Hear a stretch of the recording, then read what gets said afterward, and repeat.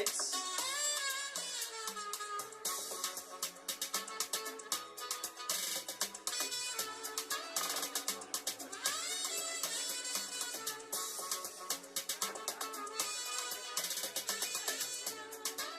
Sawa sawa. So DJ, you can mute. Thank you very much. Asante sana.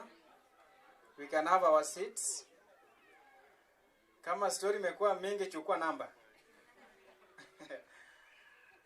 Chukua kadi ama namba. Karibuni sana. Welcome back. Yes, this is the time you can share. Now I will only pick 2 people to share one common thing out of 4 people that you've talked to. Right? Yes. So be ready, because I will not tell you that I'm coming.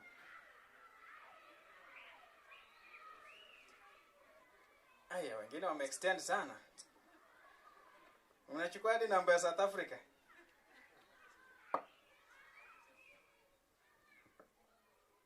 Alright. This is on. Okay. Let me do mic test. 1, 2. 1, 2, 1, 2, right? Yes. One thing common out of the 4 people umeongea na wao. Common. Yes. They are all Kenyans. And mostly men. Mostly men. Yes, yes. Mostly is not common. Wengine hawako men. Oh, mostly means alright. Another thing is they are, all of them are representative of community networks. They are not the vision bearers, and they all of them doing internet connection. All right. Okay. Gender balance.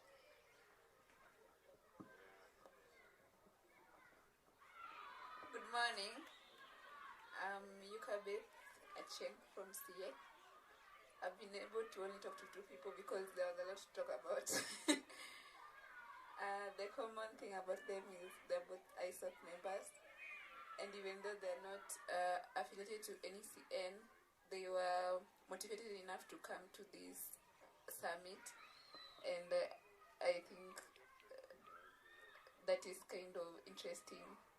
So I've asked them what motivated them so much, and how they benefit from ISOC, and I'm also interested to join ISOC from how motivated I see.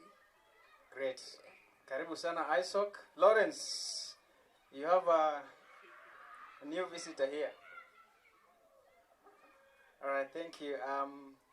As I walk back, I'll pick one person. Now share one thing that you think you can do with the 4 people you've talked to. Yes? Just one thing, right?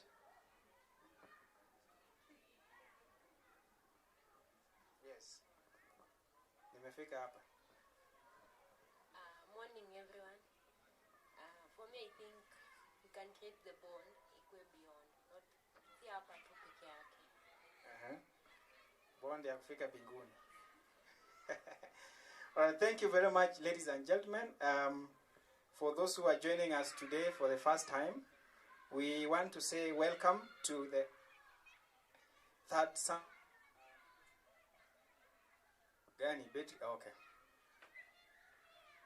Welcome to the third National Community Network Summit. We started this week. On Wednesday we were at Konza. Yesterday we were here, and today we are also here. We want to say that it is our honor to have you for the second time joining us and being ready to share, learn and connect. The reason why we are here is to learn from each other, not really to listen from the speakers much as it might be. I want to also say that out of what we have done so far through your support, we are very much grateful. And today we have a pact of very good things, goodies in form information. The only challenge you have is time.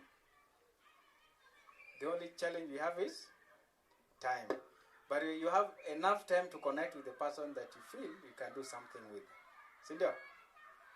So this conversation is just to give you a platform to identify someone you can share your challenges, your opportunities with, and find ways to collaborate going forward in connecting the unconnected and building communities. So today we have a bit of few changes in our program, and on behalf of Internet Society, that will be communicated to you by our able trustee, Madam Iriki. She's seated here next to me.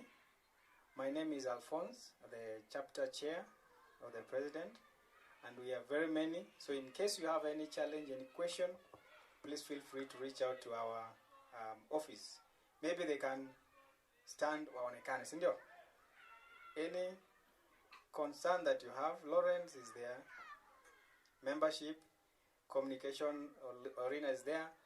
We have our trustee standing next to me.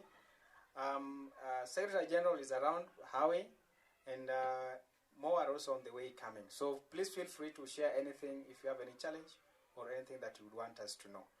I will be anywhere, all over the space. Please feel free. So let me then take this opportunity to welcome you all and invite Purity to walk you through what happened yesterday, just for recap, and then we can be able to catch up from there. If you look from this side, we'll have a very rich information, rich conversation, and we also recognize partners that have joined us. We have the regulator in the room, led by my senior friend and colleague, Bwana Dennis. He's here. So is your Gope. Sindio? Regulator is in the room not to punish, but just to make sure that the support you need, you will be keen to not owe everything. We also have our very close senior friend, Bwana Leonard. He was not here with us yesterday, but he can just wave. The time will come, he will share with you his wisdom. We are still continuing to recognize APC. Catherine is here. Please feel free to connect with Catherine, APC, LockNet. The Open University of Kenya is behind there, and the representation is here. CTF room, I think they have joined us, right? CTF room, great. We are happy to have you. Digital Access, is it digital? No, Dynamic Spectrum Alliance, DSA. Our senior friend Leonard is also here with that. And for those who went to the other event yesterday, I think you met my senior friend here. He's also with us and will share with us something in the context of community networks in terms of research. You are welcome. In Kenya, say karibu sana. Thank you. Right. If I've not mentioned you, please, you are in our mind, and please feel free to share with us and connect. Today, much will be on the community network perspectives and what we are looking into as Internet Society together with the partners. So my senior friend is here. He's all over because of the logistics. Bwana Secretary General, Howie Rapudo. So in case you also have any other thing, please feel free to reach out to him. I'd really want to stop at that point and welcome Purity to walk you through what happened yesterday, right? And then we can pick it from today.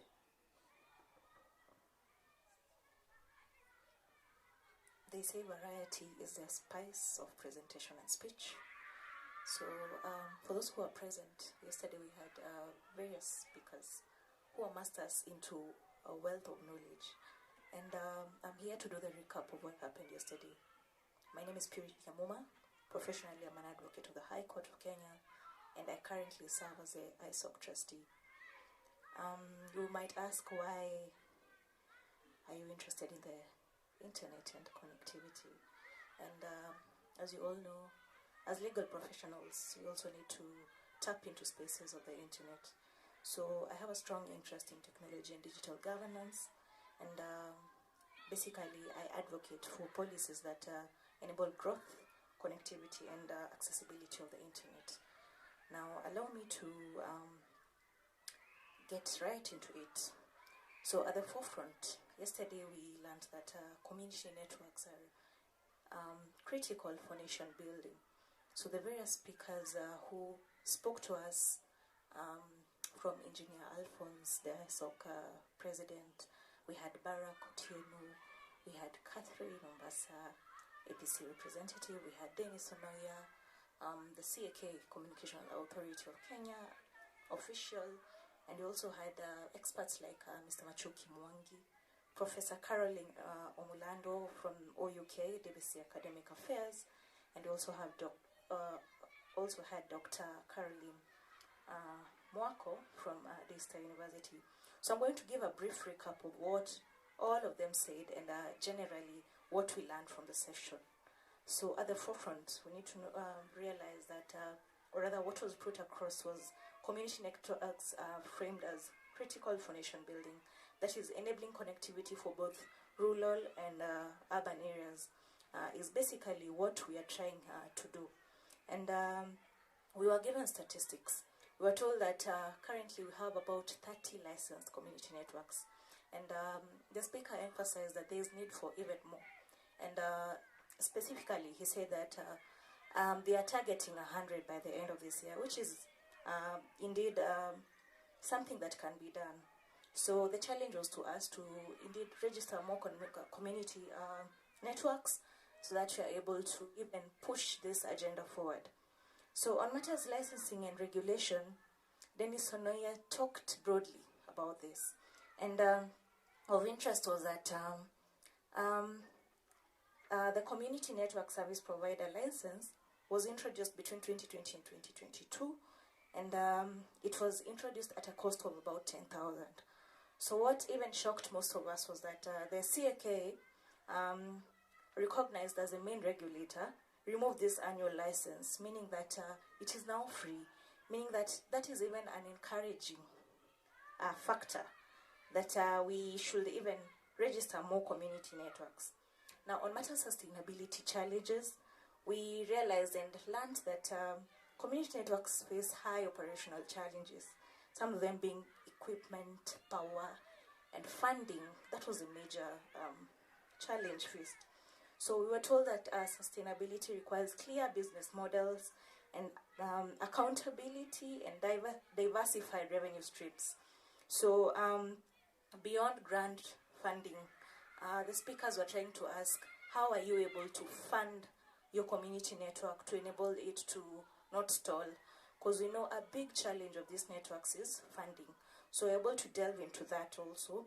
And for those who are keen, we also learned of innovative training methods, including AI-enabled offline learning tools. So we realized that connectivity can be a challenge. That is, sometimes we are out of power, and that is why the speakers were keen to say that we need innovating training methods, which include AI-enabled offline learning tools to help overcome the connectivity barriers and accessibility barriers. So on matters partnerships and collaborations, we had Dr. Caroline and Caroline Omulando from Daystar and Open University of Kenya talk broadly about how the academia institutions have gotten into this platform. So they emphasize that academia plays a very vital role in providing flexible and inclusive education, especially for the Open University of Kenya. Professor Caroline went ahead to give us the various courses that they offer, and she delved deeply into how Open University of Kenya is actually forwarding the agenda of the internet and digital inclusion. So we had partners like APC and representatives speak, and basically we saw that they are there to provide technical, financial, and policy support. So I want to highlight certain points that we got throughout, or rather that were emphasized throughout the whole of yesterday. And one of them was that community networks are essential for bridging Kenya's digital divide, particularly in rural and marginalized areas. Why? Because these are the areas that have no connectivity, and these are the areas that we need to now emphasize on. Because urban areas, tukona connectivity, we have internet, so we are majorly focusing, or rather to focus, on the marginalized and rural areas. The second point was that universities provide key partnerships via flexible online education, research, capacity building, and these were basically Daystar and Open University of Kenya. I don't know if the other universities do this, but I'm hoping that in one way or another, they support digital inclusion and digital learning. So the other thing was that the ISOC Global Trustee spoke about Kenya being a regional trailblazer with potential to share lessons and innovations. So with the steps that we've made, he was actually affirming that we are capable of even sharing lessons to other countries. So lastly, we were told, or rather we learned, that infrastructure challenges remain a key challenge even in internet connectivity. And that is why we are being told that we need methods like AI offline tools, so that we are able to curb the problem of internet connectivity and internet barriers. So one notable quote that I learned from the speakers was that connectivity is more than network coverage. And we were told that it is about meaningful use for education, health, business, and social institution. And the key takeaway was this. Now listen keenly. The key takeaway from yesterday's speakers and yesterday's lessons was that sustainable community networks require collaboration across sectors. So be it health, be it education, be it all sectors rather. And they also require innovative financing. So where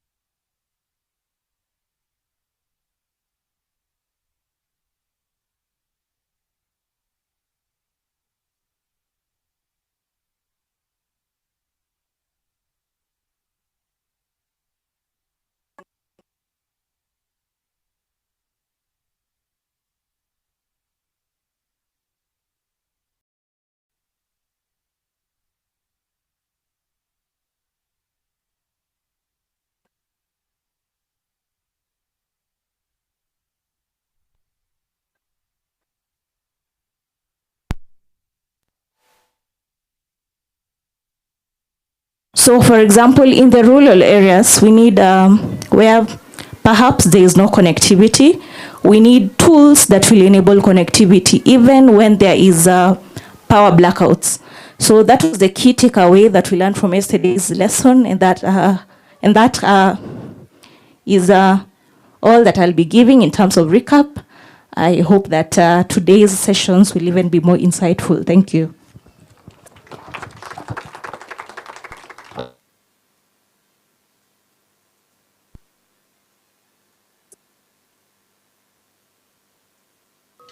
Thank you. Let's give her a clap. Okay, when I do like this, we give her one. Clap, so.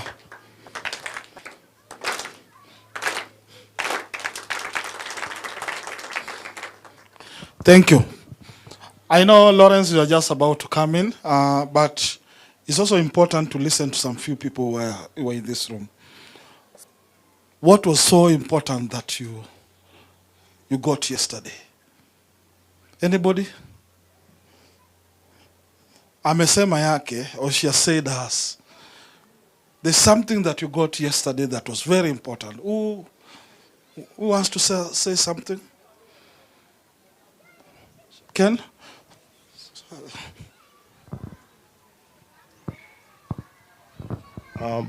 Good morning, everyone. I think yesterday we had the session with Jerome and he spoke about the fundraising. I think it was very critical, where he said that we need to ensure that every time we are doing the fundraising, we have as many, we are targeting as many funders as possible so as to be able to increase our chances. Thank you. Anybody with a mic? Another mic there. Doile, patiana huko. Good morning, everyone. My name is Josephine Achieng. I work with Rural Women Action and Street Health. And one thing that was, it's in Kakamega, and one thing that was outstanding for me yesterday is actually to just learn that there's someone who's thinking about founders. When APC, talked about rolling out a founders program, it was very intriguing for me because most of the time it's the founders who are left with the burnout and the resource mobilization roles and whatnot. So it was really, I really felt in place. Yes, good morning. Yeah, I'm John from Kawi Consulting. One thing which stood out for me was the selling point for CNs. Why do we talk about meaningful connectivity? So the way we can communicate the why will make now the actual users to be interested and also to work towards enabling us to be more sustainable. Thank you. Thank you so much. What impressed me yesterday was about reaching the grassroots people at the level to get the services, which was very important for me. Thank you.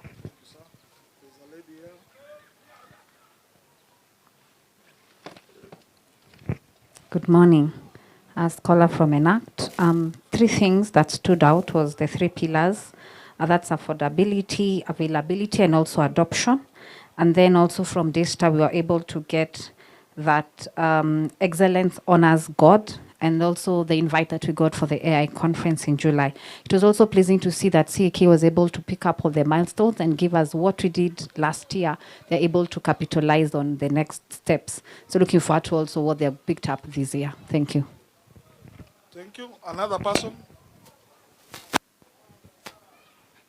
This is the time to hear your voice. When you don't hear your voice, very important.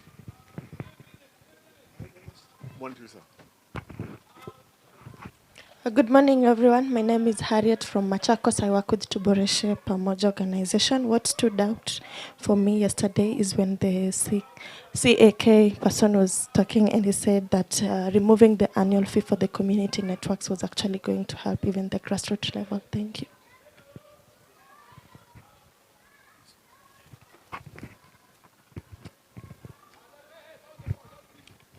What I got as a takeaway was the concept of demonstrating the quantity of impact in what you are doing in your projects and the value addition to not just service provision, but creating an impact in what you are, the next milestone in what you're providing. If it is internet, you are doing, what do you add on top of it so that it can actually sell? Hi, I'm Muslim from Kijiji Yetu. What I got yesterday is on the capacity building opportunities coming up from APC. Looking forward to engage. Thank you. Tom from Nambale, all the way from Nambale. Thank you, SG. Morning. I picked the twin relationship between the appreciation of what the CNs have been able to achieve and the challenge on the target that the government is giving us, otherwise we'll close shop. So what are we supposed to do about it? Thank you. There are very important people who are sitting behind here. And I wonder why and they have a lot of power. Wako na power. Tuanzia hapa. We invite the engineer so that he can take over the session. Okay, thank you, SG. My name is Mercy Mushina. What I learned yesterday mostly is that we need to focus more on meaningful access. Even as we talk about connectivity, we should also focus on meaningful access. That is in terms of affordability of the internet to the people. Thank you. There's a gentleman we met yesterday when we were that went to the other meeting, and they've been doing a good work, as they're called small ISPs. I just want him to introduce himself and just say, well, in a minute, what do you do? Good morning, everyone. I'm Sylvester Morara, and I'm a small ISP. And I was invited by a friend to this summit, and I'm glad that I came. And it's really an educative summit, and I'm glad that I met with some people who will help me in achieving whatever I want to achieve. I do supply internet in Mukuru Konjenga slums, and I've been able to connect the community there and some schools. As you know, the people from the slums find it hard to maybe even get food and some things, but then internet now is so critical and a vital, important thing to everyone. It doesn't matter where you come from. So, and when Dennis Sonoya said that there is the removal of the licensing fee, annual licensing fee, I think I'll get in touch with him, and then I will help each other. Thank you. Thank you. I just wanted to get those voices, because those voices, to Apatia Makofi, everybody who has contributed here.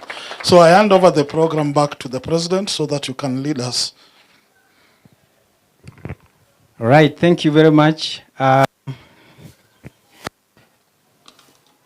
SG, Purity, and the team. I think now we can go to the next part. Cindy, are we at par now? For those who are not here yesterday, are you okay? At least you have some glimpse of what happened, right?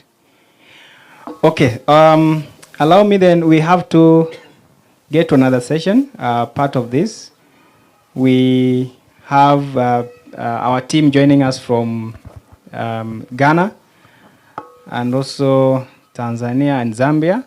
But as we set up the virtual part of it, I'd really want to welcome my friend to do a presentation on a product that they're doing and see if by then we shall be having our team ready on the virtual side.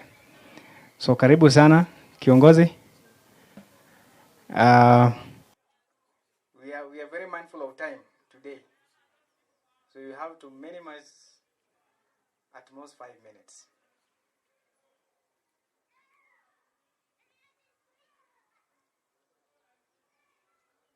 And it's a discussion. Please, if you have a question, I'm still insisting, don't shy away from asking.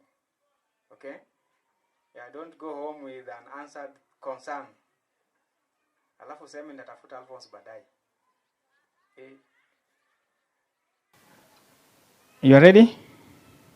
Okay. Anyone with a question so far? Are we okay? The room is good. So these guys, I don't want to speak on their behalf, but they called Teltonika. Jina ni ngumu, but I think he is used to it, so he'll tell us more about it. We are also trying to understand what are other products we have that we can be able to use to support community networks. So you have 5 minutes. Please.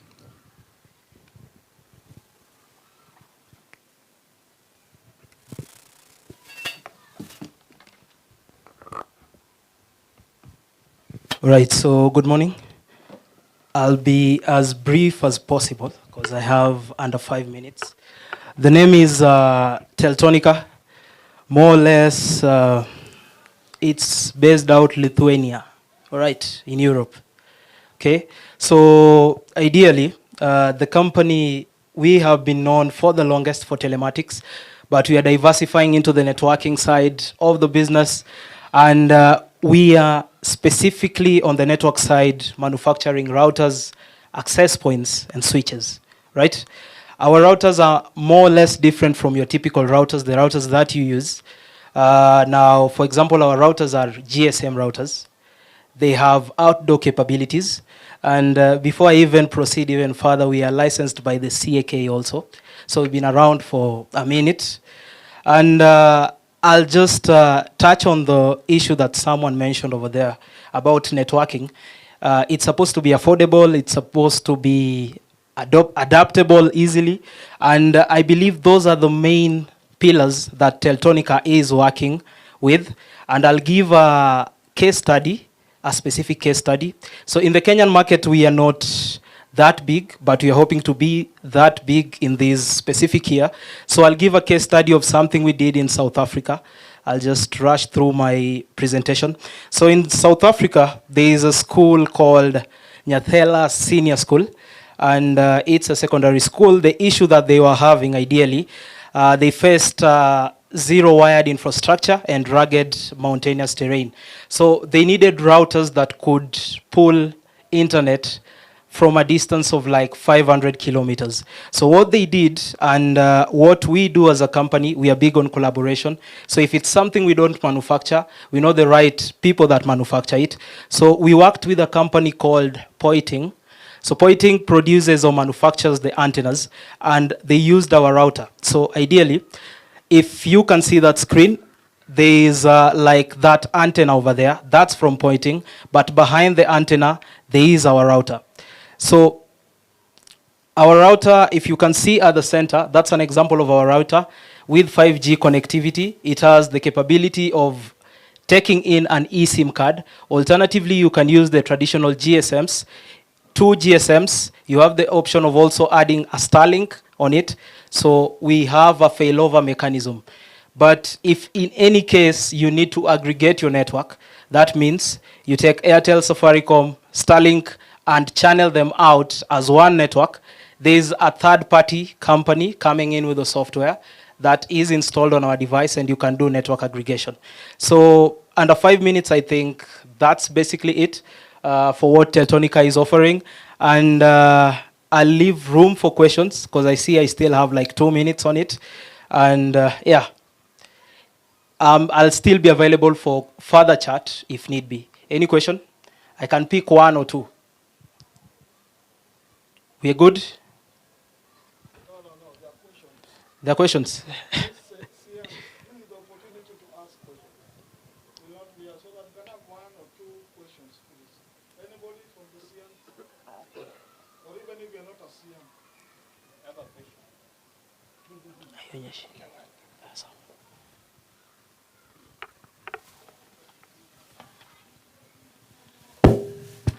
I'm not a CN, but I think I can speak on behalf of a few CNs. So one of the CN you are talking to during the pre-event event at Konza, one of the biggest challenges was in regards to infrastructure. Right. And they might not have the adequate financial muscle to maybe get some of the infrastructure. So for such CNs, how are you supporting them? And I'm looking for an answer where you say, for such vulnerable CNs, we can donate X number of devices and offer technical support. Thank you. All right. Now, I won't say the answer you're looking for, because we are also in this to make money at the end of the day. But you see, we have discounted prices depending on the partners we are working with. Right. So if it's something related to the community, we can have a conversation around that. All right. But in terms of the infrastructure availability, we are giving you, as I usually say, a European standard product with the price of a Chinese product. All right. So basically, the devices are tested, work comfortably in the harsh environments that I believe the CNs will be installing them in. So yeah, that's just a brief answer on that. Depending on the project, we can talk about the pricing. Yeah.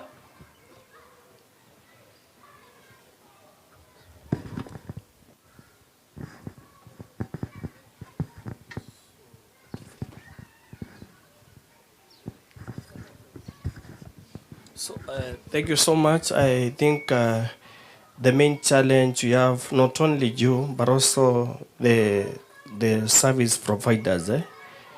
Actually, like from Airtel and others, you pay a service, you have the challenge of the network is not stable. 3 to 4 days you are not using it, and there is not any compensation.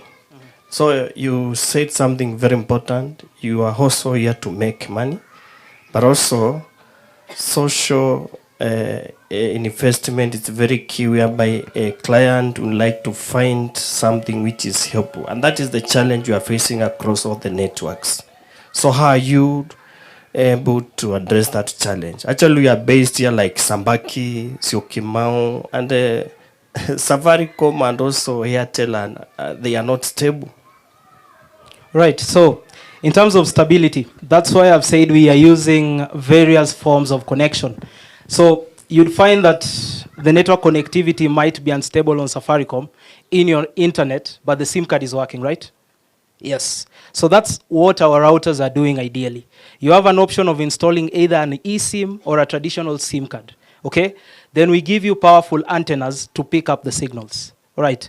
Our internet is entirely reliant on the service, or more or less the telcos. We don't produce our own internet. We just facilitate the connectivity. All right.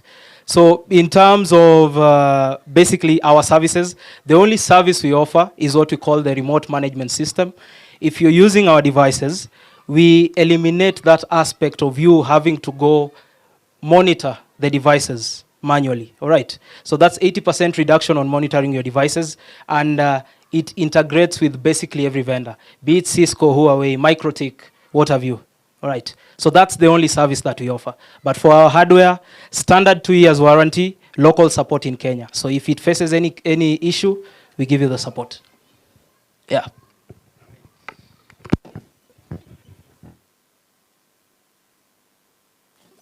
Thank you, guys.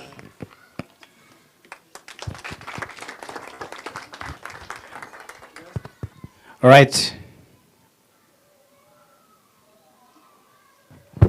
Let me lead in the clap. You know, it's always we are Africans and we believe in claps, isn't it? Tumpatie makofi.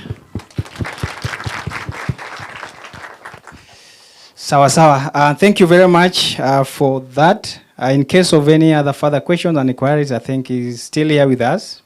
Please feel free to reach out to him. Allow me then now take this opportunity to welcome my colleague, the Internet Society Tanzania Chapter President. He's right here with us, virtual. Rina, you can confirm? Dr. if you can hear us, please.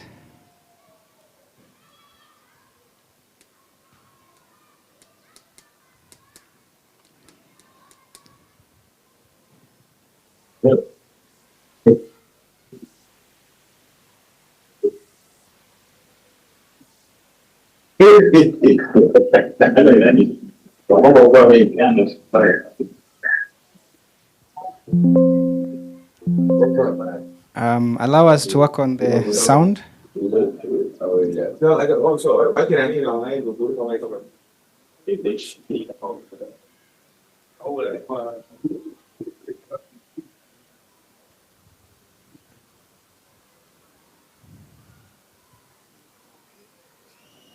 Corina is okay? Right. Daktari, if you can hear us.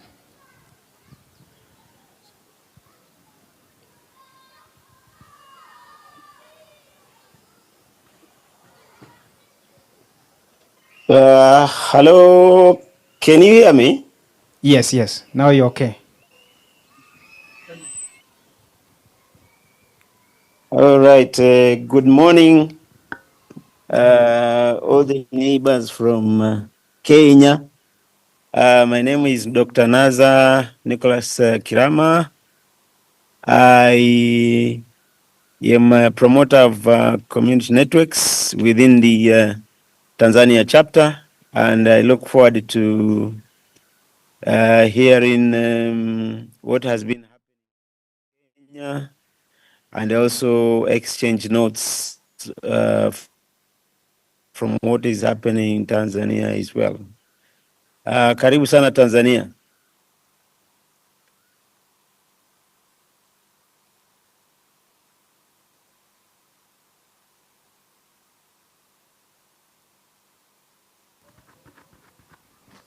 You can hear? Okay. Asante sana daktari. We are very glad. We know the work that you are doing in Tanzania. Recently, we have to appreciate that you are award winner of the WSIS of the ITU, and the great work that we are doing. Maybe you can share with us a little bit of more. What is the landscape in Tanzania, and what do you see in terms of this journey of community network going across East Africa?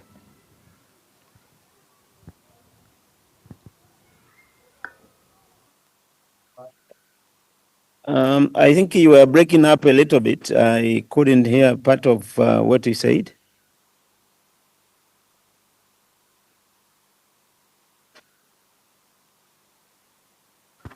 Hello?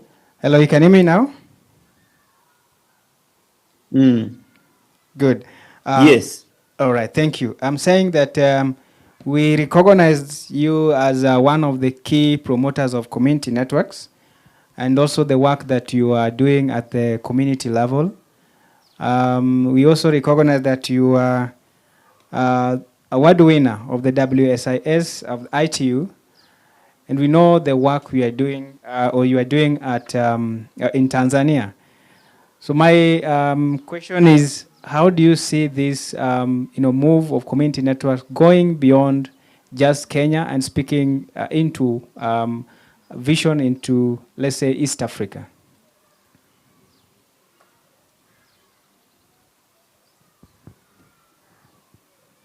Thank you so much for a very good question. Yeah, we, through our Tanzania Digital Inclusion Program, which does promote the community networks, our experience is that the demand is there because there are so many dark areas, telecom dark areas that needs to be connected in both rural and urban Tanzania. And if you look at East Africa and Africa as a whole, you realize that the situation in each country in Africa is almost the same, and we feel that the community networks in either in Africa or in East Africa is a growing movement, and many people and the policymakers particularly are realizing that for the so-called last mile connectivity to be realized, as well as saving the underserved in urban areas, community networks are very key to ensure that happens. For example, I am currently part of the team that is reviewing the Tanzania National broadband strategy, and one of the key components is that how ensure and unsaved communities are connected. So from what I from where I sit, I see this movement as growing and in East Africa. And one of the items that will be on the menu next year that I was discussing with the engineer Alphonse is that next year we should have a community, the East Africa Community Network Summit, so we can assess our situation as a region of where we are, where we need to go, and where we are coming from. And I think that will give us a chance to be able to consolidate the gains that we have past few years, and then assess and reassess, for the future. With these projects, what we've done in Tanzania, it is true we have won the World Summit of the Information Society Award and IEEE Connecting the Unconnected. And probably in our discussion, I will be able to share what we mean by bando in Tanzania, called in Tanzania ushirika bando model, which we have been using to make sure that network becomes sustainable. That would be my contribution for now. The discussion.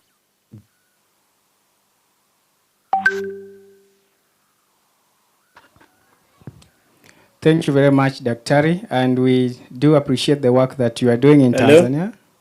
Yes, you can hear me? Yes, I can hear you. Great. I'm saying that thank you very much for the great work that you are doing in Tanzania and the great insights that you have shared with us. Just looking at, the gaps that we have and maybe the sustainability of community networks. In your own perspective and the work that you are doing with the community networks in Tanzania, what are some of the key insights that you can be able to share with us?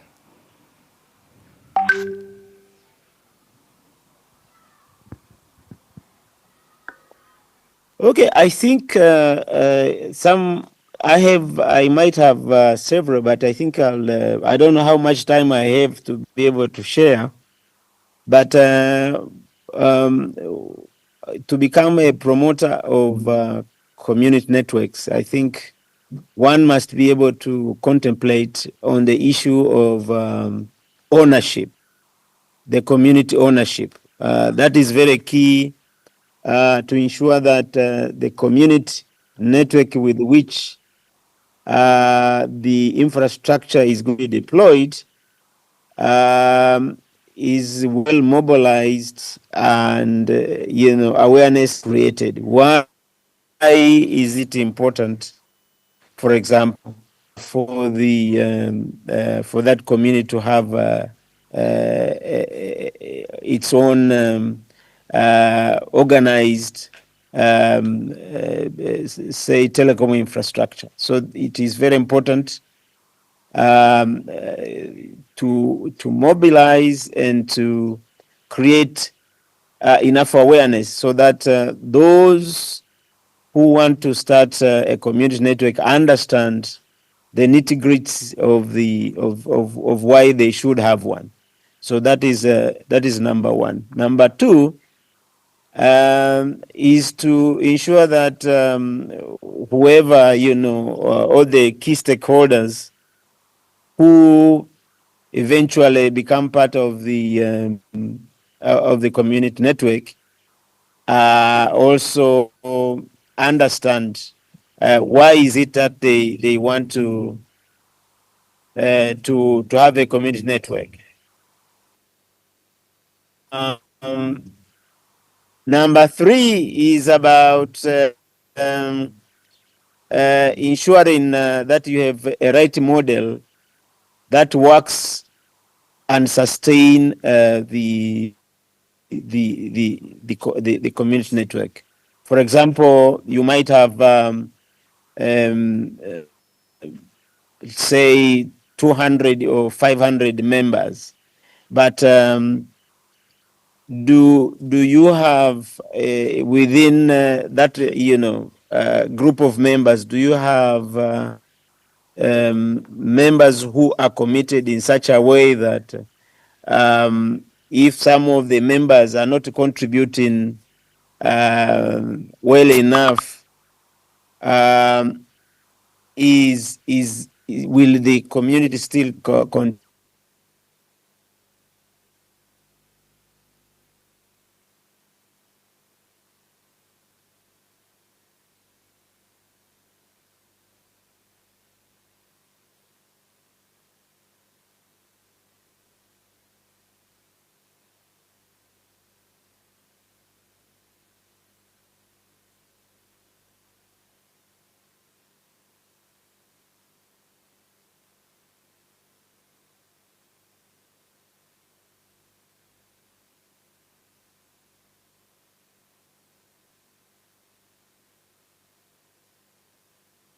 Right, sorry about that. I think Daktari has dropped off.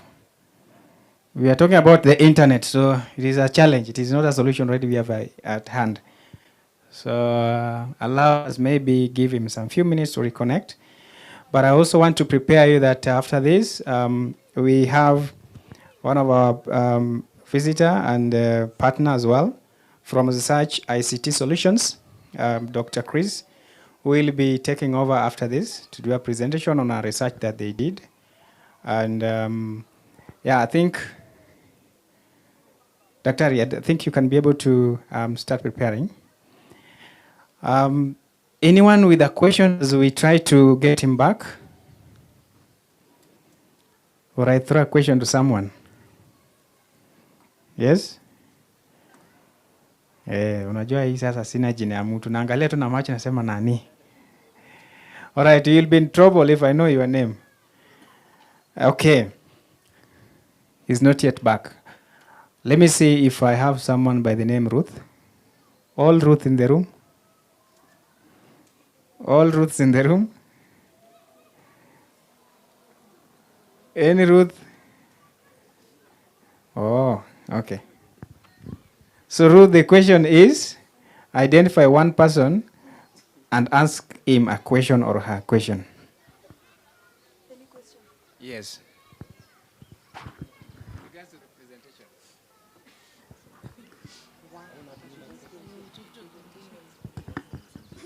Not from the same table. Not from the same table.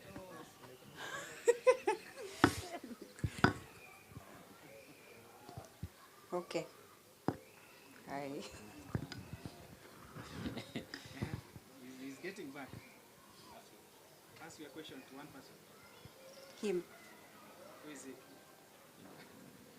Dominic. A question? So I should ask Dominic a question regarding the presentation. What do you think in terms of the Kenya chapter collaborating with Tanzania chapter? The direction I can answer that. It's multidirectional. But what I got from Daktari is the need to, one, I'd wish to appreciate that we are looking in the Internet Society of Tanzania.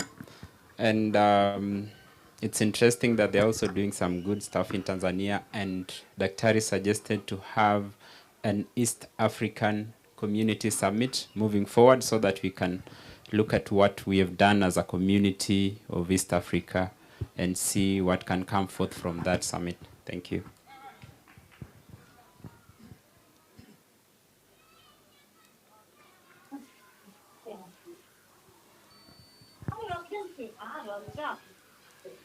Apologies, there were some network issues. Yes, welcome back.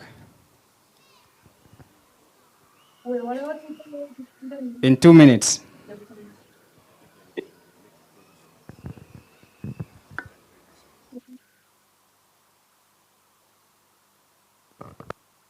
Okay. The number 3, I was on number 3.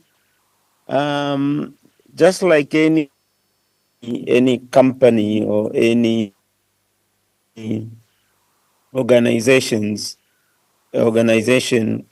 you must have subscribers that you can basically depend on, regardless whether there is sun or rain.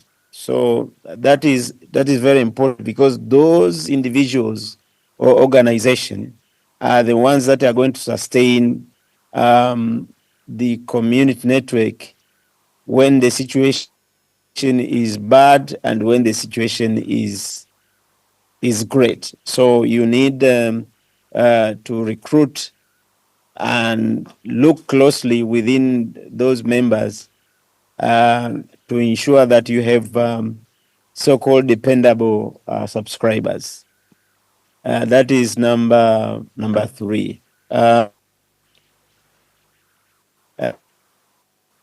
another issue is to make sure you are in tandem with the local government leaders and other community leaders as well, because those are the ones that will continue to support you and give you the kind of cushioning that you need at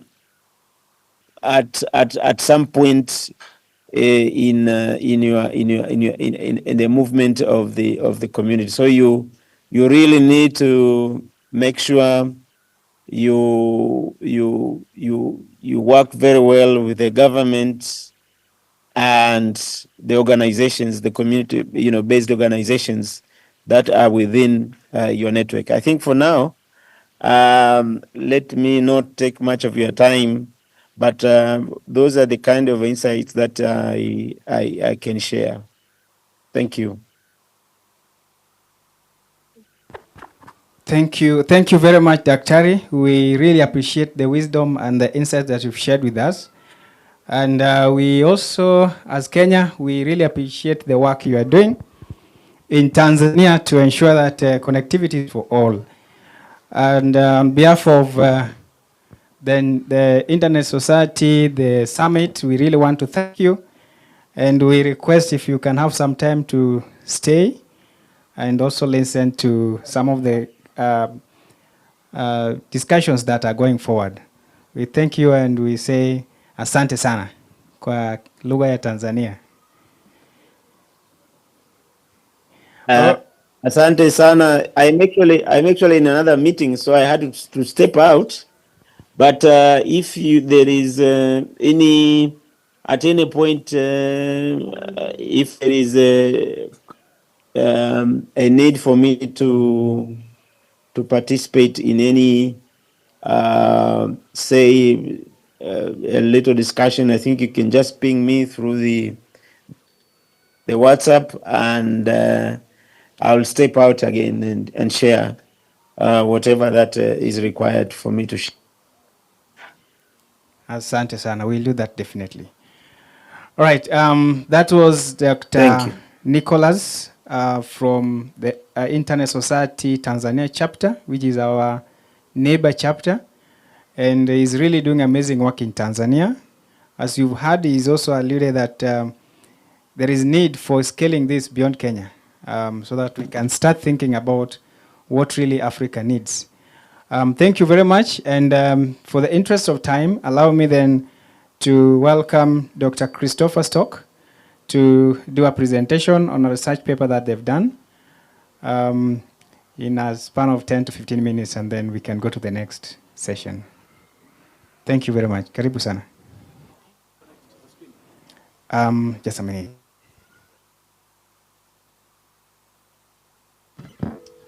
Good morning. Just before the laptop is connected, I would like to say that I'm very glad to be here, very happy to be here. And I would like to turn to your neighbor and tell him that he's a hero. And I thank Jesus for your life. You're connecting the unconnected, you're dealing with poor communities, you are taking care of those that would fall through the grid otherwise, and that are not covered by the commercial operations. So the work that you're doing is very, very important, and CA has embarked on a process to facilitate this. We heard the number of 100 new CNs. That means 100 communities would need to come together to say we can work together, we are a community, and we can present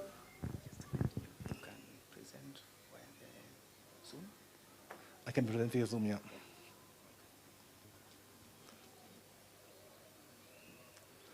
I will be presenting via Zoom and share my screen. And part of this output for the CA, to find communities that would work, we gathered all kinds of information. We looked at population data, where the schools are, where the clinics are, sublocation boundaries. We put a grid over the whole of Kenya. Recording in progress. And this grid allows us to look at every square centimeter of Kenya and tell you how many people are not covered there. Ideally, it should also tell you what the quality is like. But the quality of service data we couldn't get geographically to include it. But it is supposed to help CNs to plan where to operate and what business model you should aim for or could aim for.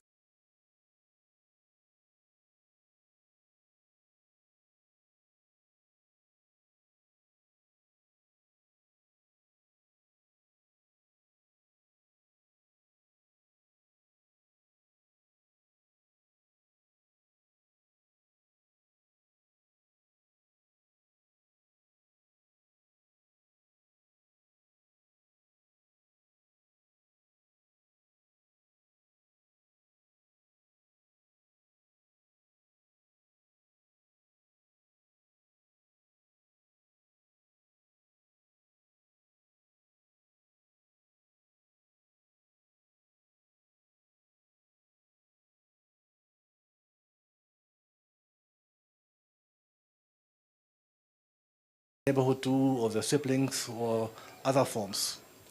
So community is coming from the bottom up, whereas the other ICTs come from the top down. So we developed a tool for the CA, but actually it's a tool for you. And today I'm just here to ask you, how can we improve this tool? How can we make it better for you? And Leonard doesn't know this yet, but I'm going to use them as a prompt. So while we were driving, he told me that there is a pilot project rolling out 1.8 gigahertz services. Can you come to the front, please? Leonard never used this tool. Your first task is to find the location that you're doing the pilot in on this map. You can zoom in with pinching in here. So this tool has two ways of navigating.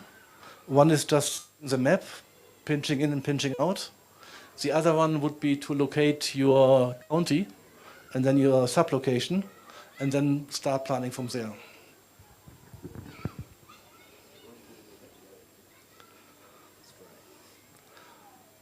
As soon as you zoom in, you see also the sublocations.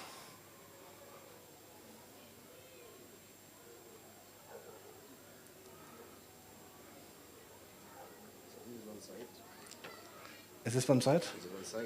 So we can zoom in closer. I minimize this thing. We can display where the 4G. Sorry.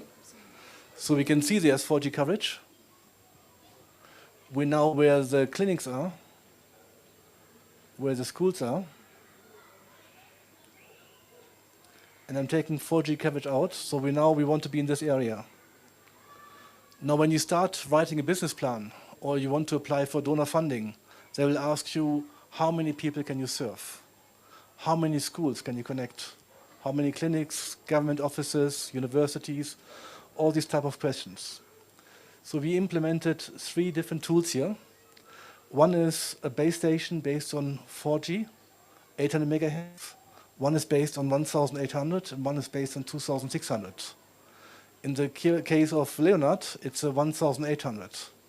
So all I have to do is I first of all locate the population, and the population is centered around here.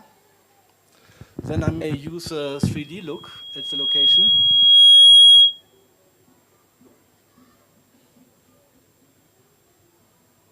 To identify where towers are and where elevations are. And that seems to be a hill here.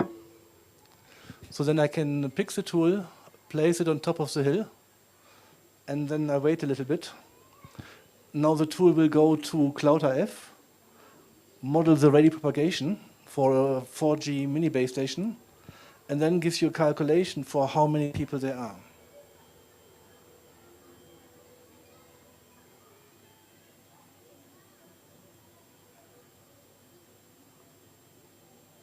So this is how it looks based on our placement of this base station.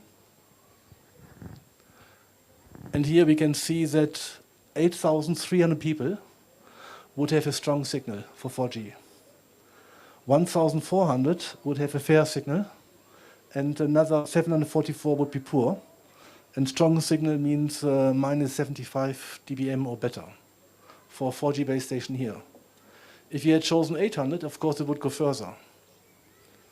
And you could also then see there's a school, and this school would just be on the border of coverage. So this location may not have been ideal. So based on where you want to put your location, it depends on where your community is, community headquarter, tea growers association or whatever, where you have power, where you have other connectivity. You can then check various locations to find the best placement and also how many people you would be covering. So this is a planning tool for CNs. And if you say you would like to have the same for Wi-Fi, we can also incorporate the same type of model for Wi-Fi. And going back to the portal, in this portal we also provide other types of information that may be useful for your planning. You can first of all look at coverage. The servers, I'm hotspotting on my Safaricom handset. The server is based in Cape Town, so it's a little bit of a slowdown. So for example, Marasabit County has altogether 116,000 people that are not currently living under 4G coverage.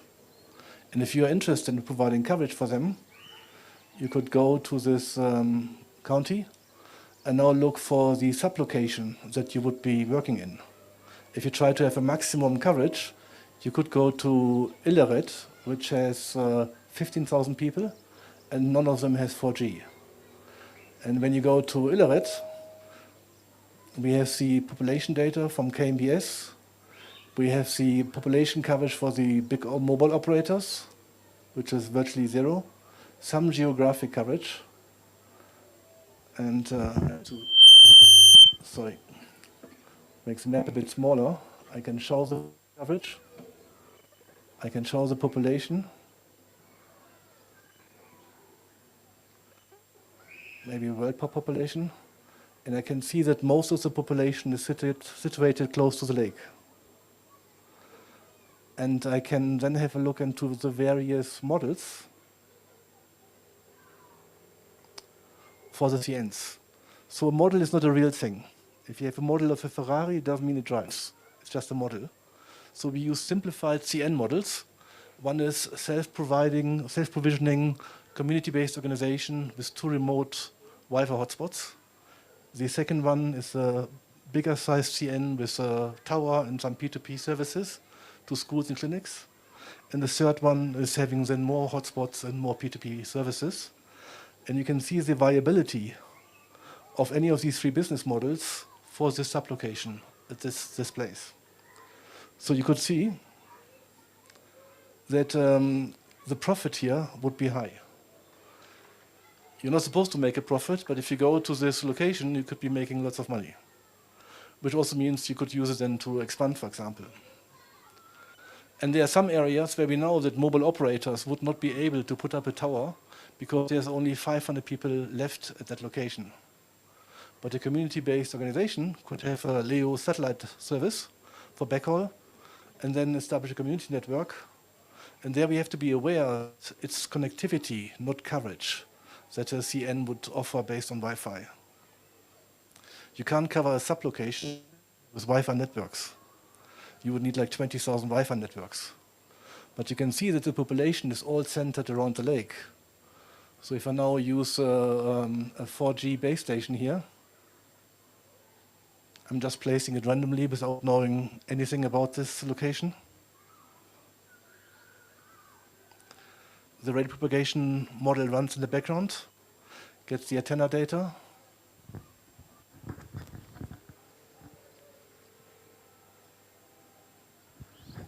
And now that the coverage model is established, it will then intersect it with the population data.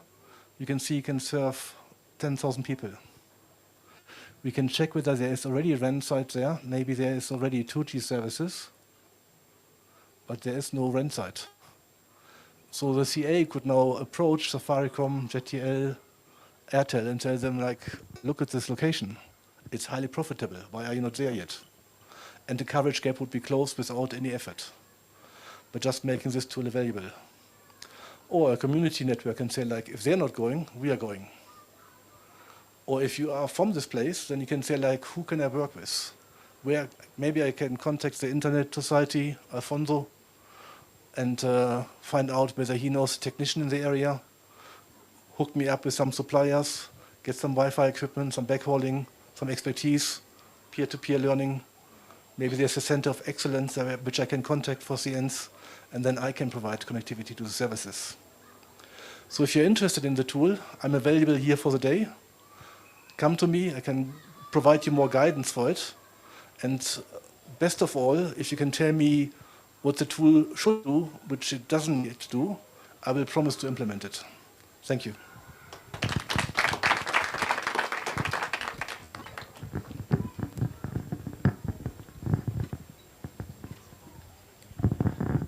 Thank you very much, Dr. Chris. Let me invite Howie, my senior, to give you a very nice clap. You know, you cannot sit down without people clapping for you. You know, this kind of work is not easy to get in Kenya. So let's give him a clap. Moja! No, you can. That's not a clap for him. Moja! Mbili is two. Moja, one. Two. Moja! Mbili. Tatu. Thank you. Thank you very much. 2 minutes. If anyone has a question, very burning question that you feel we need to, I'll only take 3 questions at most. Dr. Chris, thank you for that presentation. Just a quick one. I've lived in Ilere, or I lived in Ilere some time back. And is your technology able to tell us if they have the kind of devices that we could, you know, the type of devices that they have? I think that's the question.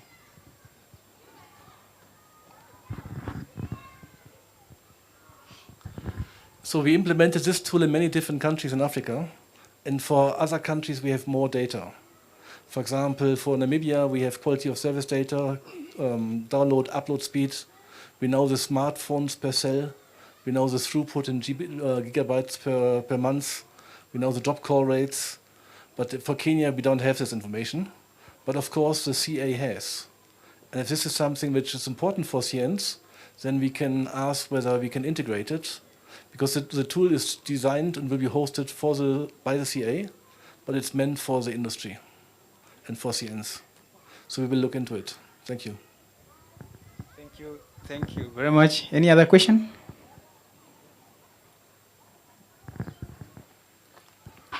Thank you so much for your presentation. I don't know if my question is similar to his, but I was just asking, like, can the tool kind of tell you, based on the mapping and analysis, the kind of equipment that you can use at a particular place, because we have different geographical locations and how they look like in terms of weather and the available environment. For example, if there are trees and if that area is a cold place, then what kind of equipment can you deploy there, so that to avoid somebody buying equipment that cannot fit in that environment? The radio propagation model takes all features into account. The relief, the trees, buildings, the strength, the power output of the antenna. So at the moment it's geared for mobile. So it has 800 4G mobile, 1800, 2600. And based on the placement, then you would see whether the trees or the water surfaces would be a problem or not. So it's a proper radio propagation model. And then which equipment to use depends on what you have and what you're comfortable to use with. And if you say, for example, we use a different type of antenna and we're using mini BTSs, then we can generate a model for this as well and include it as a separate tab to press on. Thank you. Thank you very much, Dr. And I'm only having one question, probably on behalf of wale wenye wataki kuuliza, that the platform is really nice, but my concern is the integration between how does it, or does it have a future that bring the tier 1, tier 2 operators and interlink them with the last mile operators so that there is no element of competition or distinctions in service provision. The tool doesn't report anything by licensee type.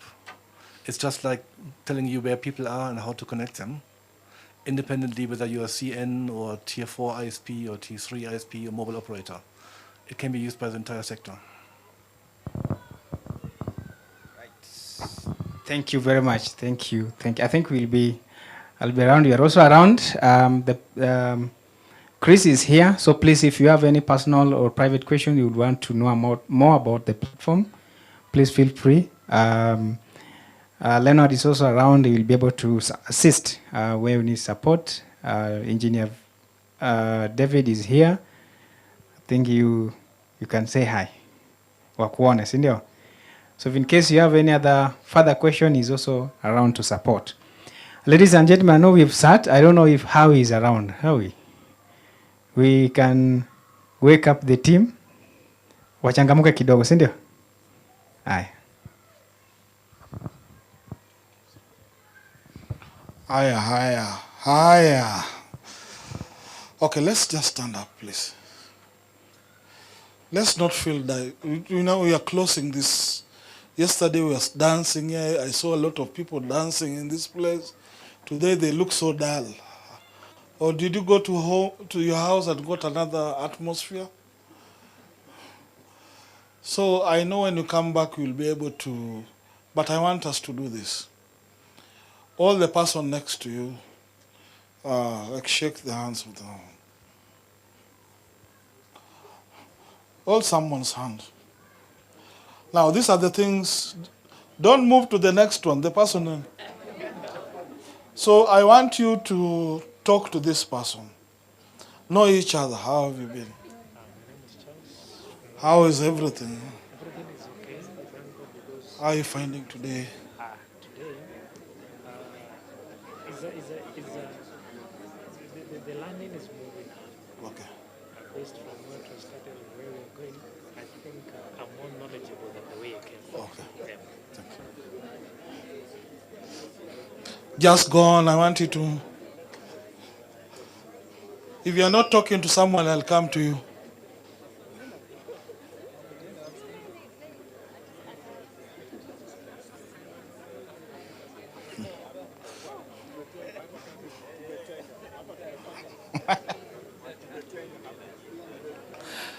Okay, let's sit down. Let's sit down. Thank you. The reason why I've done this because you might sitting next to someone, and this person, you've not even say hello to that person. I've been in a situation where I've been in Nairobi where you get into a bus, and everybody gets into the phone.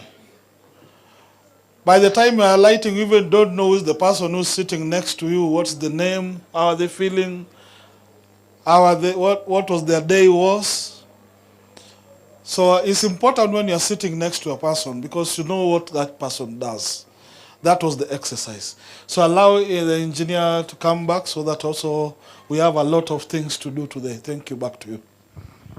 Thank you very much. We are trying as much as possible before you leave here, or by the time you'll be leaving, you know someone by the name. See it, ile jamalivaa.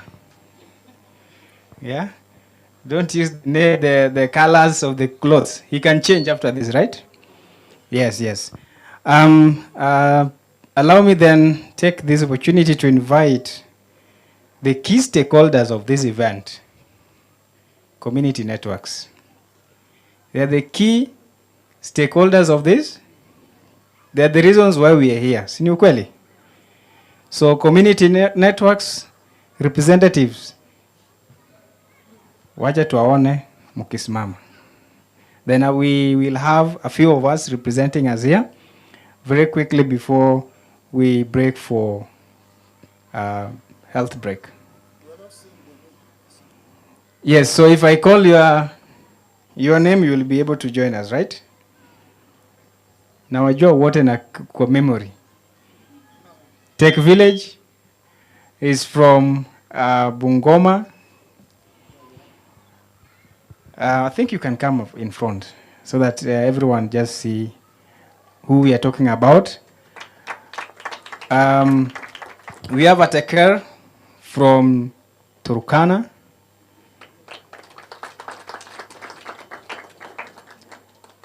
Global Innovation Valley, Turkana, with special interest in the refugee camp.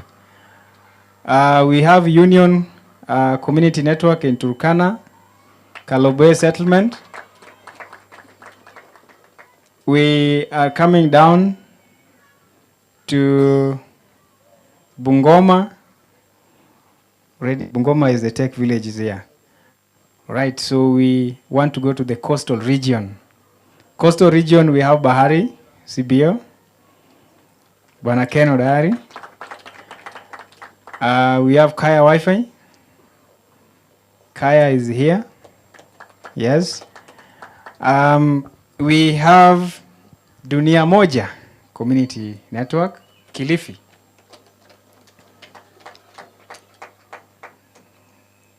We are coming slowly to Nandi.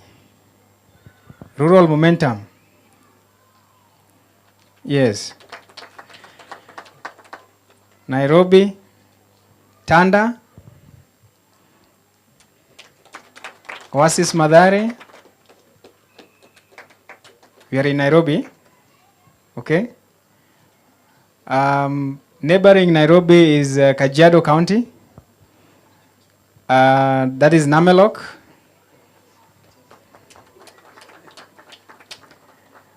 Again, back to Turkana, we have Ngekiokok. Imagine if you are traveling to all those community networks in a day. How many hours would you use? Because the entire picture of Kenya is here. Kijiji yetu, we are now going to the southern part of Kenya. Siaya. Kijiji yetu is here. Golan Africa, Migori. We are going to the central, huko kwa Mirima. Athi Community Network. Athi is here. Yes. Athi is here. Mtu amenenyima sauti. Okay. I'm in Busia or Bungoma. Busia. Ipwe.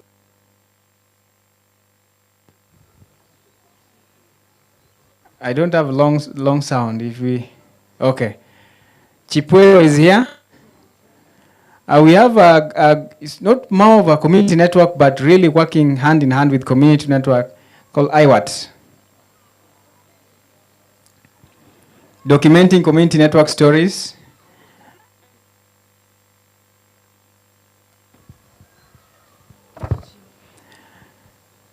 Tuko na mtandao kijijini. Tuko na Action Le Progrès. That is not English. So I've tried. Sino kweli? Bila kusoma list. So out of these all amazing team members, if at all I've not visited you, you can see me behind the tent, but I think I've visited most of you. So ladies and gentlemen, this is the community networks we are talking about. These people are brave, energetic, and vision-oriented men and women. They have decided, Dr. Chris, to get to locations that you are sure there is no connectivity. With can revoke the license.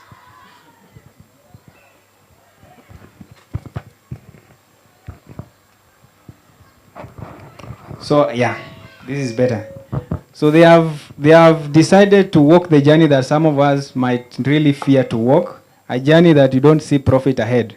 You only see the social benefit to the communities in areas that I know some of you, if you go to Turukana without a bottle of water, you will come back, you will reduce your stay instead of extending because of the conditions that sometimes you will meet.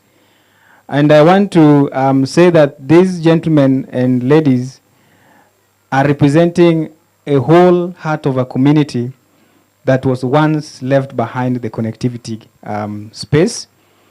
They have given hope to communities to access learning, health, financial services, and now they are pushing it beyond that to ensure that the internet is meaningfully utilized or used by their communities. So I just want to say, because of the numbers they have, there are very many, we might not be able to have all of them in the panel, but we'll have a few of them in the panel to share the stories that the journey that they've gone through in a very short version. You can use this one. And also, CA wants to tell them something before some of them sit down. All right. So hii kikataa mtu wa mtambo tutaonana nyuma ya tent. Anyway, thank you very much. So I was saying that this journey is not easy, and because Dennis is here, it has been powered by a total interest and support of the Communication Authority of Kenya as a regulator. They cannot operate without that backup. And with that, Dennis is here with us. He has walked this journey with us from the day one. Right? If there is someone that I really appreciate his effort, is Dennis. Because anytime I can call him and tell Dennis, where are the licenses? And he will tell me, Alphonse, go to CA and tell them that we need license. Is that a good thing? That not a good thing? So here we are. A few are not able to come because of other logistics and other issues, that other commitments, but it's the face of community networks.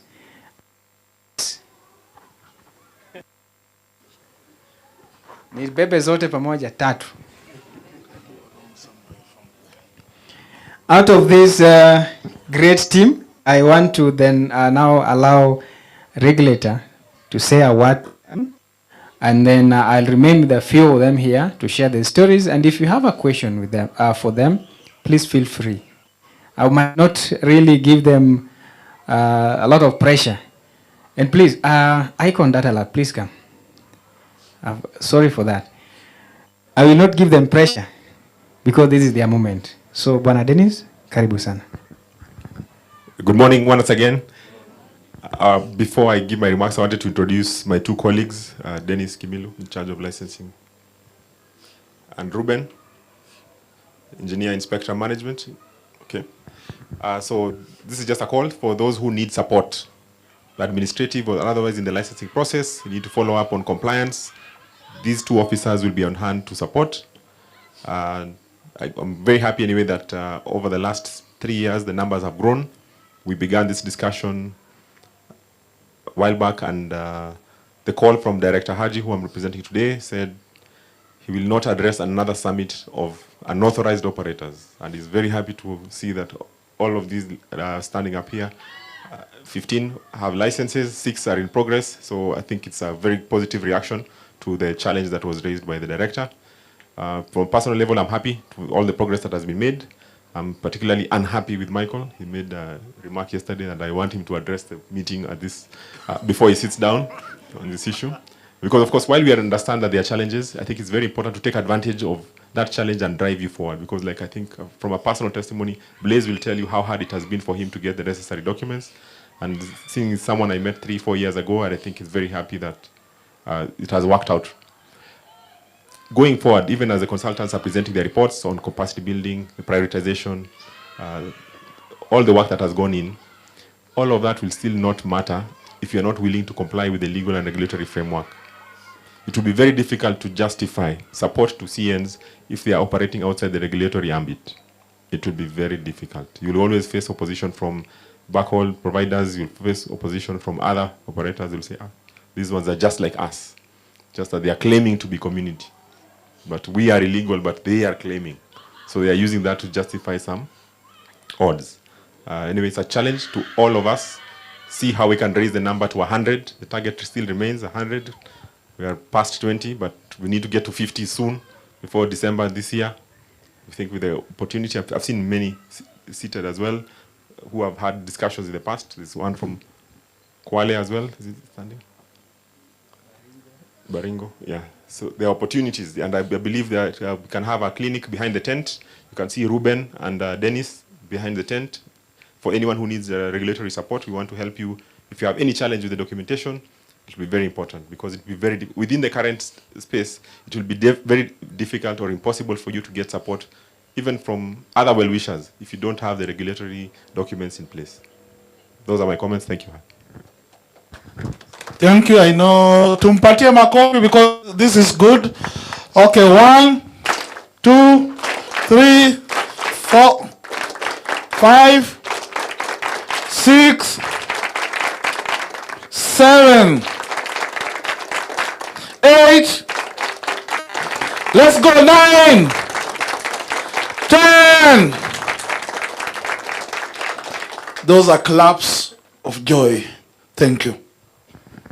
Thank you very much, Dennis. We, as Internet Society Kenya chapter, we really appreciate the effort. And on the behalf of community networks, simeshapewa ahadi. So usipotumia ni shida ya nani? Si ndio? Yes, Dennis is very reachable. He has also introduced the other Dennis, right? Yes. So feel free to reach out. Let us not die in our own cocoons. And I also understand that we are in a WhatsApp group, we are in a group. So in anything we want to share, let us share openly. Allow me then, do you need to say one word? Especially Michael. So before you reach Michael, we can start from here. Hello, I'm really excited to see all the amazing work that they've done, and hopefully at some point as Kaya will be able to be 1 year old soon, so that I can be able to at least boast what Aherinet Global Innovation Village are doing. Thank you. Hello.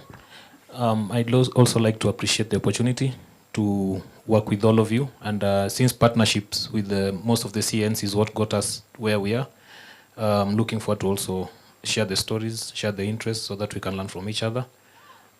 Yeah, because if we knew some of the things that we are learning today, we could have saved a lot of money last year, especially on the connectivity issues.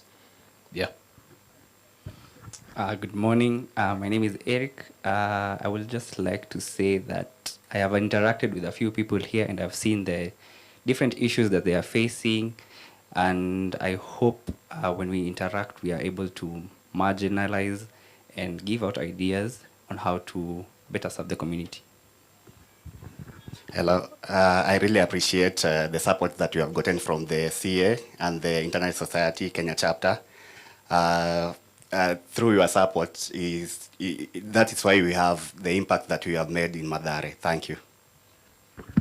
Tanui Dominic from Rural Momentum, Nandi County. I appreciate so much the learning and how this is bringing our concept to be structured, because as we are coming in with a lot of unstructured and directional concepts, but with these we learn and align them. Thank you. Yes, good morning. I appreciate communication of authority for flexibility, because as a foreigner, to be compliant in Kenya is not easy. But the flexibility for communication authority, for us, it is amazing. Thank you, Dennis, for this work, and also for all stakeholders that are supporting community network globally, or especially in Kenya. Thank you so much. Yes, good morning. I'm Daniel by the name, coming from Turkana County, where we have good weather. Yes, I'm representing my CN, which is Union Community Network. I'm very glad to be here today. Yeah, thank you. Hello, everyone. So Also, mine is just to appreciate the work that CA has done to support CNs, and also the fact that I also have my own CN, but it is still cooking. So I didn't want to start it because of all the problems that the CNs were facing. So I said I'll start learn the solutions, and then now I begin now from there. So right now I'm wearing the Heart of Thunder, but probably in the next summit we'll have also another one, because part of what CA wants is to have 100. So we can also be champions of starting other CNs. So mine being part of it. So we hope that even the next year now, the problems will have reduced now that CA has also tried to support us as much as possible. Thank you. Asante. For those who don't know why Dennis is attacking me, yesterday we were at Pride Inn, and after the presentation from my brother John, he posed a question to say, what do we change? What do you think what is your take about licensing? So because actually Barak is also a victim here, Barak actually said it was about the issues of chiefs and stuff like that, yeah? And I raised my hand very fast to say, I think we reduce a lot of letters from institutions during licensing, where we don't need to get the chief's letter and stuff like that. And Dennis was like almost jumping out of his seat, yeah? Almost, actually, ningekuwa karibu yake, I think I would have received a blow somewhere. But I think he said it was, whatever is for the licensing is the irreducible minimum, that is his word, yeah? And he said that is the least they could come to. So anyway, we appreciate. We are actually going to use whatever you have in your platform to continue asking for more people to come and register. And the 50 target, I'm bringing you 15 more CNs by the end of this year from Turkana. I think people just have the fear of being a legal entity, because mostly we actually, I was when I met Alphonse for the first time, we were Sambaza. And like the typical name of the Bible, the Alphonse has been like Jesus Christ. Yeah, he was just coming, meeting you, and telling you, "Do you know about CN?" And I actually was asking, "Who has put these things here? Who is supplying internet here?" I said it was me, and then he said, "Now there's something called community networks. Do you know about it?" I told, actually, I read it somewhere about the 5,000 licensing fee for community networks, and he said, "Okay." Now there's something about it. I think all of us have been reached that way. Now these are the disciple of Engineer Alphonse and the APC and the rest of everyone who has been supporting us throughout this journey. So to CN, poleni sana. To CA, pole sana for that comment. And I'm Kaisa Michael. I represent Ataker Community Network based in Turkana County. Asante. I'm Fortune, representing Dunia Moja Community Network. One of our strong pillars are connectivity and digital inclusion. So we'd just like to thank the stakeholders for the innovative ideas that they have shared with us based on connectivity. And then also on the digital inclusion, we'd like to majorly thank Open University for the ideas that they regulated yesterday about sharing the forums for certification courses, which we are really working on. For our community network, our major focus is mainly the youth, but we were so glad to hear that the forums that they will open to universities, college, short courses. So majorly, we are very grateful for the opportunity. Good morning. My name is Charles Nyongesa. I'm the lead at Tech Village Community Network based in Bungoma. At the same time, there's another community network that we're mentoring in Busia. It's already licensed. It's called Mtandao Kijijini. We came with the rep, but I think she stepped out shortly. She would have said something about it. We've been trying to do this because we found an opportunity that there are masses that needed to be connected. And given that I'd already gone through the journey of establishing one in Bungoma, so we moved to Busia, where we're still working on it. It's been a challenge supporting a community network far away from where we are, but again, we are on it. Major challenge in Busia, where we established, is that we've got interfering signal from the nearby country, Uganda. Cell phones keep roaming between Kenya and Uganda. So quality of service in that region is a little bit problematic.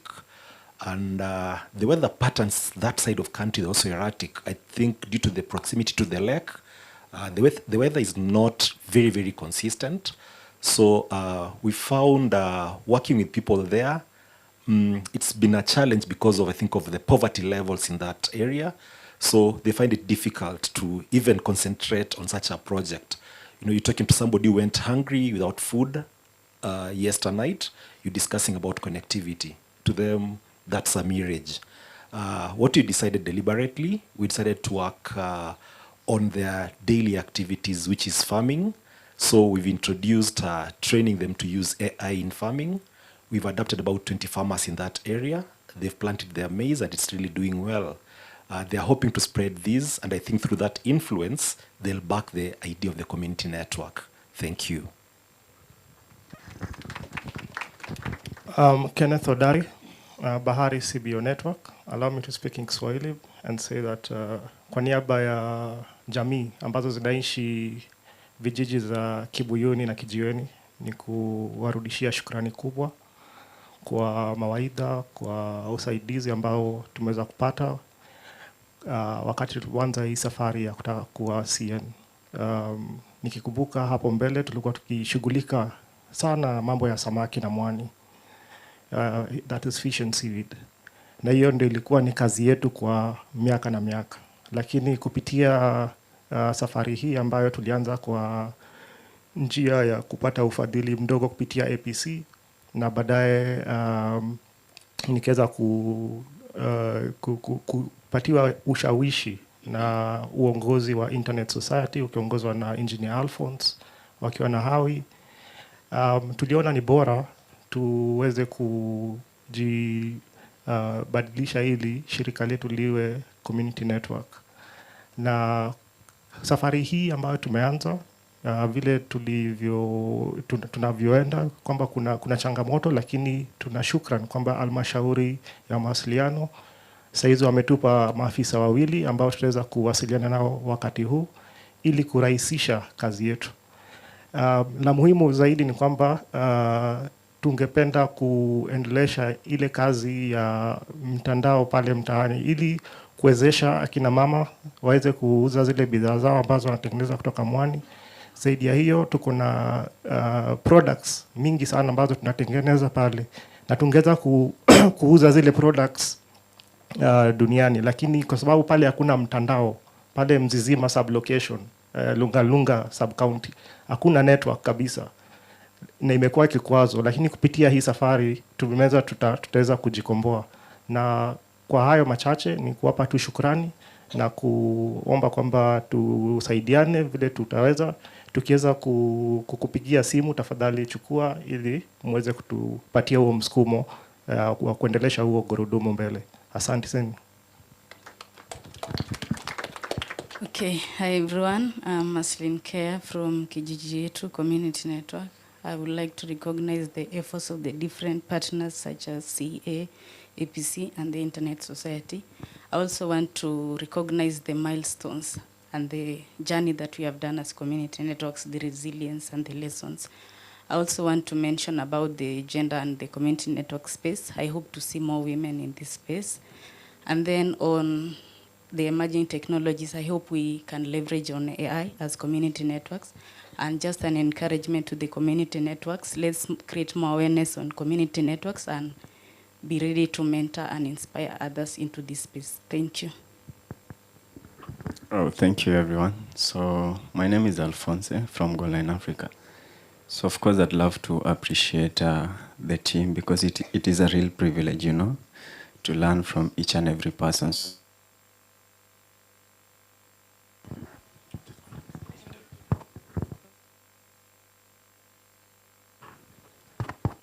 Okay.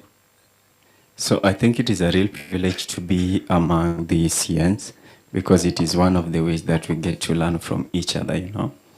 So I'm super excited to go back in the field and of course explore.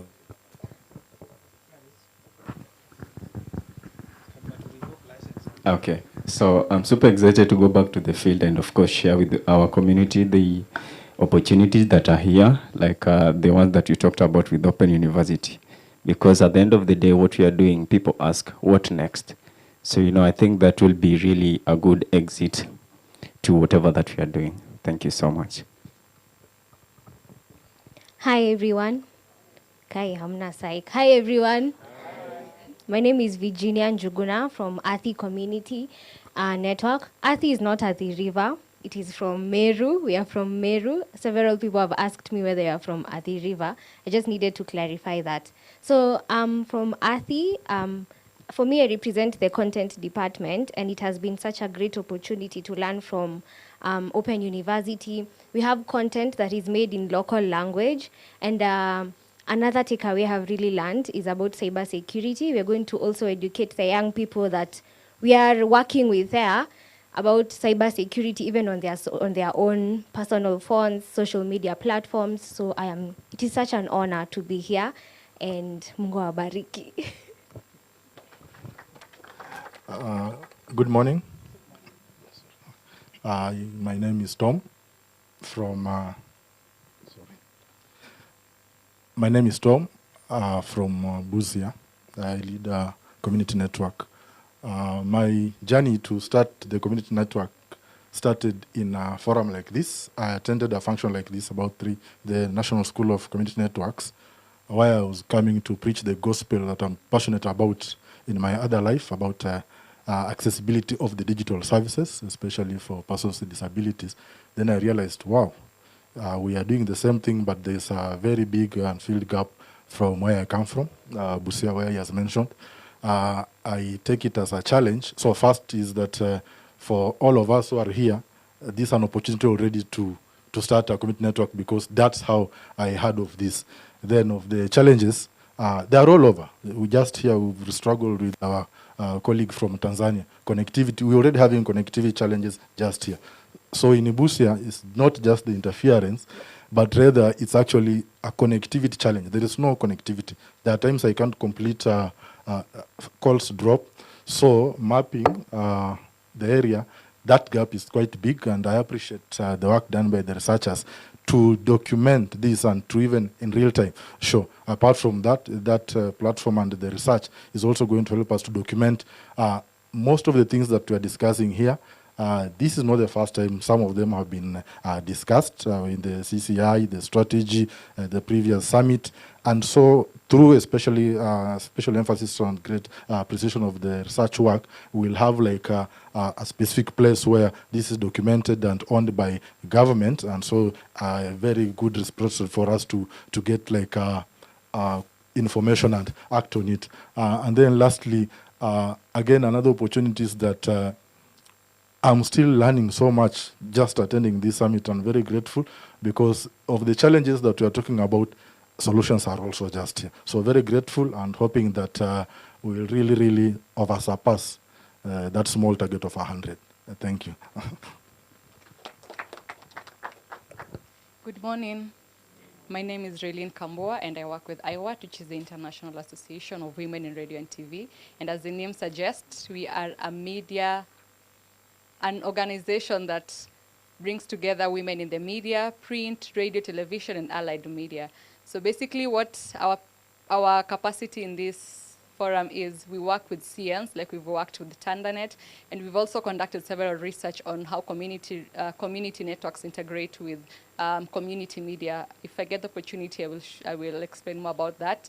We also offer capacity building and trainings on media and the media about the media, content development, content sharing, and also in this era of AI and tech, we also have experts in training about digital safety and security, cyber security, including myself. So yeah, we Recording can in have progress. a conversation about that as we proceed. Thank you.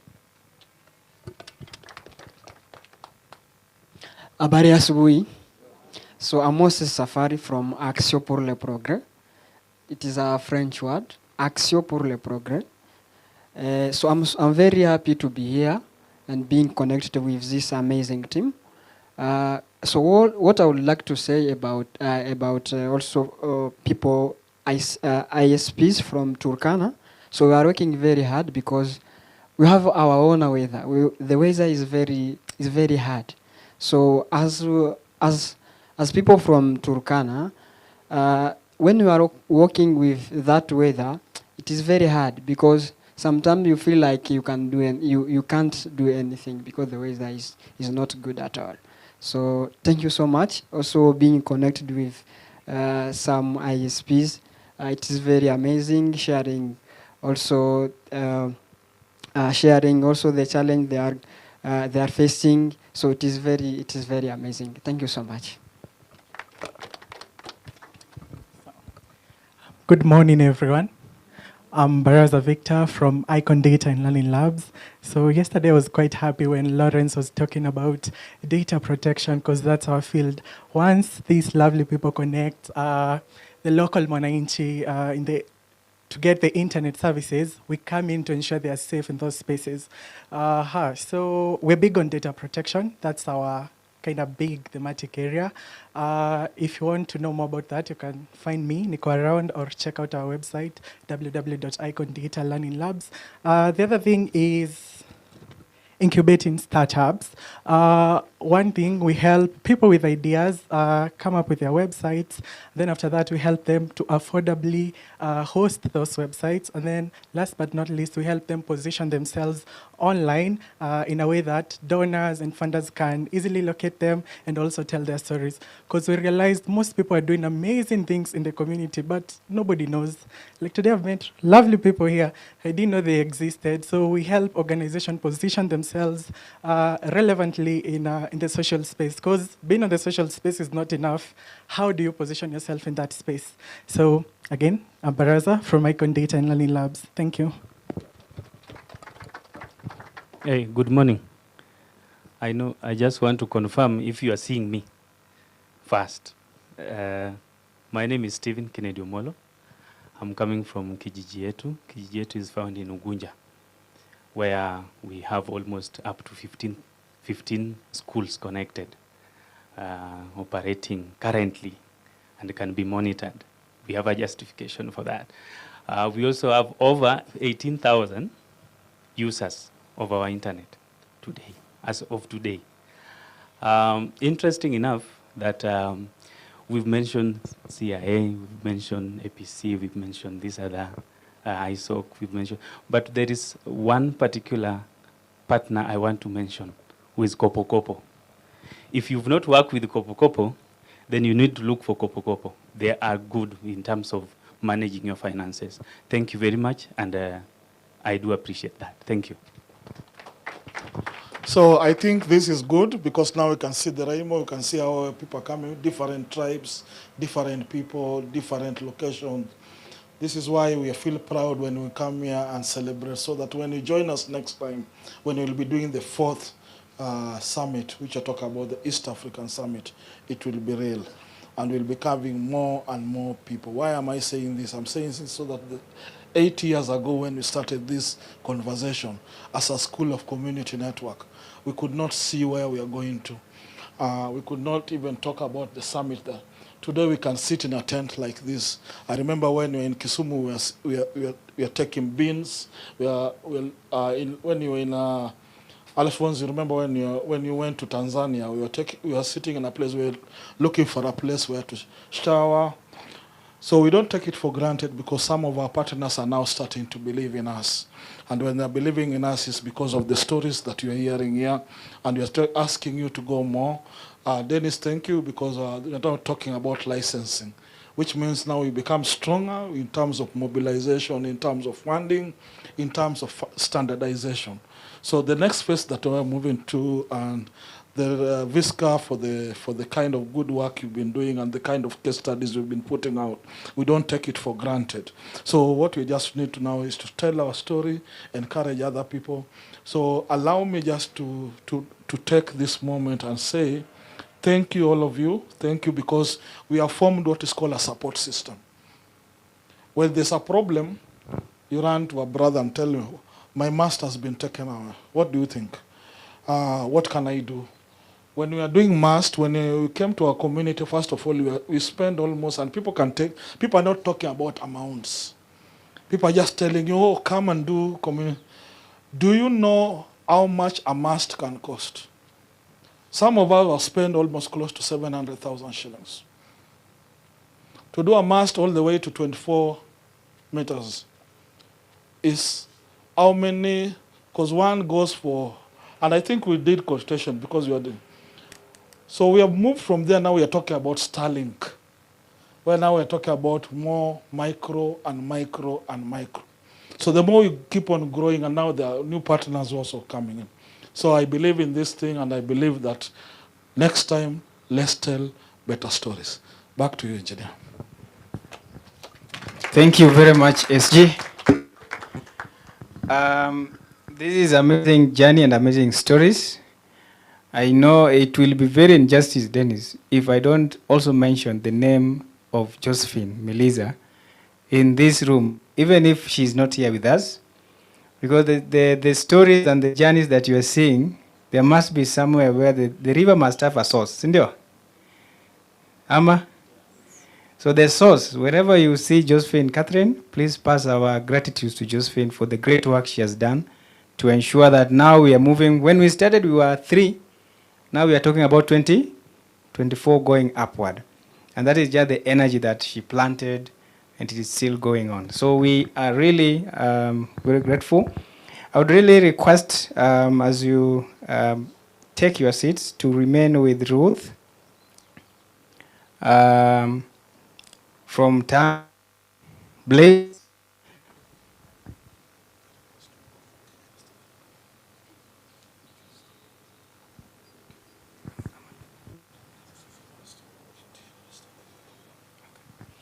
All right, I'm being advised that the energy levels can be of issue as we speak now. So when we come back, we will have Ruth, Blaze Amani, Alphonse, Marceline, Michael, Charles,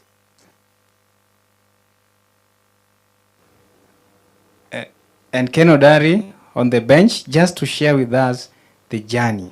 Si, munataka kwanza zingine, si ndio? Yes, so before you start from someone's story, si ndio?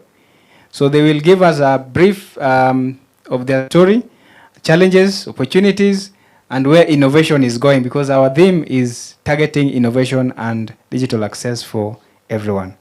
So I want to thank you all and say great work. What you can commit to us is bring at least one person on board, one community network on board. You become a mentor as well, right? By then we'll be having around 40-something in number. So, sidhani kana nasema vitu mbaya mbaya. Okay, I'm here, so I can serve you of the president. Okay. All right, so thank you very much. So, Dennis, thank you very much for the support and standing with us all the time. Let us break for tea, and please, we make it short. You are allowed to come and take your drink as we proceed for the purpose of time. And as you do that, come back knowing at least 2 people who want to start a community network. Sawa sawa? Thank you very much, and enjoy your tea. Thank you very much.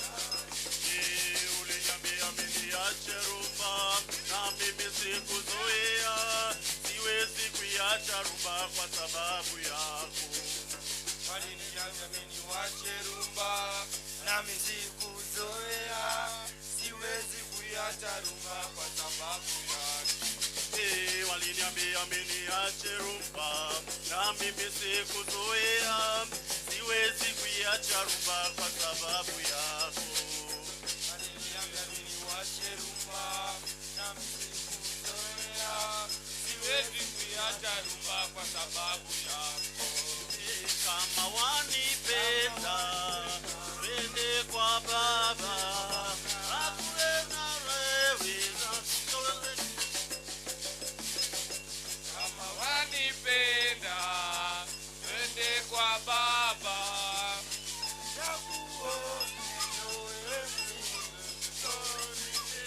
kama wanipenda twende kwa baba, asitakuona atoe mali nikuoe. kama wanipenda twende kwa baba, akishakuona atoe mali nikuoe. Waliniambia niache rumba na mimi sikuzoea, siwezi kuiacha rumba kwa sababu yako. Waliniambia niache rumba na msikuzoea, siwezi kuiacha rumba kwa sababu yako.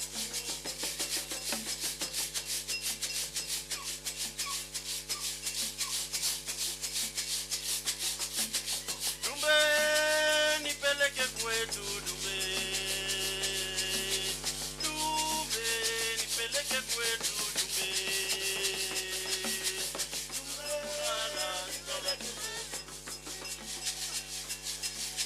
Dumbe nipeleke kwetu, dumbe nipeleke kwetu, dumbe dumbe nipeleke kwetu, dumbe sina pa kulala, wezi kunitoa, nipeleke kwetu, dumbe nipeleke kwetu, dumbe nipeleke kwetu, dumbe sina maloa sana, sina pa kulala, nipeleke kwetu, dumbe nimelewa sana, sina pa kulala, nipeleke kwetu. Bwana nipe pesa, watoto wana njaa, sababu mke wako anapenda kutangatanga, hata majirani wamechoka kumuona. Wausema fungeni milango, anakuja. Bwana nipe pesa, watoto wanazaa, sababu mke wako anapenda kutangatanga, hata majirani wametoka kumuona. Wausema fungeni milango, anakuja. Bwana nipe pesa, watoto wana njaa, sababu mke wako anapenda kutangatanga, hata majirani wametoka kumuona. Wausema fungeni milango, anakuja. Bwana nipe pesa, watoto wana njaa, sababu mke wako anapenda kutangatanga, hata majirani wametoka kumuona. Wausema fungeni milango, anakuja.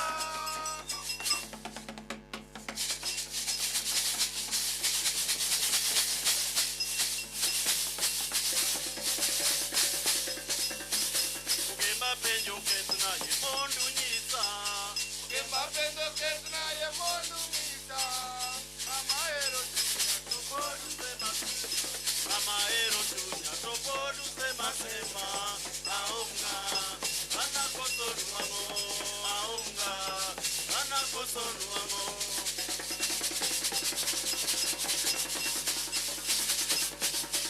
Ukemba penjo ketna yemondu nyisa, ukemba penjo ketna yemondu nyisa, mama ero tunya topodu sema sema, mama ero tunya topodu sema sema, aunga ana kosonu amo, aunga ana kosonu amo. Nagati tapenzi boca koso. Nakatita penzi ni boca koso. Kakoso. Yeimona. Kakoso. Yeimona.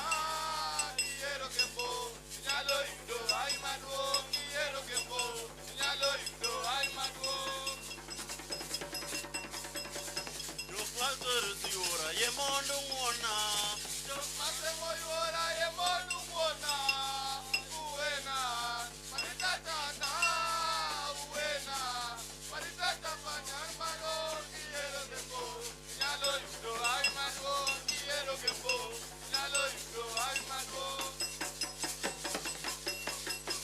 Katakaeri sana sitakuacha. Katakaeri sana sitakuacha.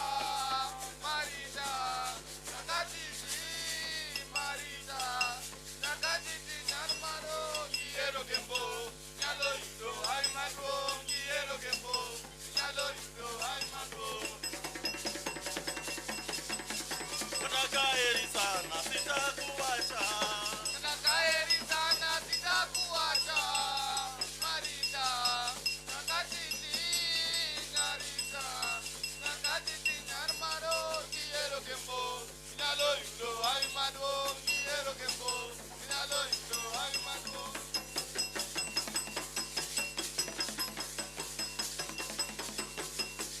Era kende nyaugenya oe. Era kende nyaugenya pacho. Era kende nyaugenya oe. Era kende nyaugenya pacho. Koto secho chomondo adi. Koto secho chomondo adi kise. Koto secho chomondo adi. Koto secho chomondo adi kise. Era kende nyaugenya oe. Era kende nyaugenya pacho. Chomondo adi. Koto secho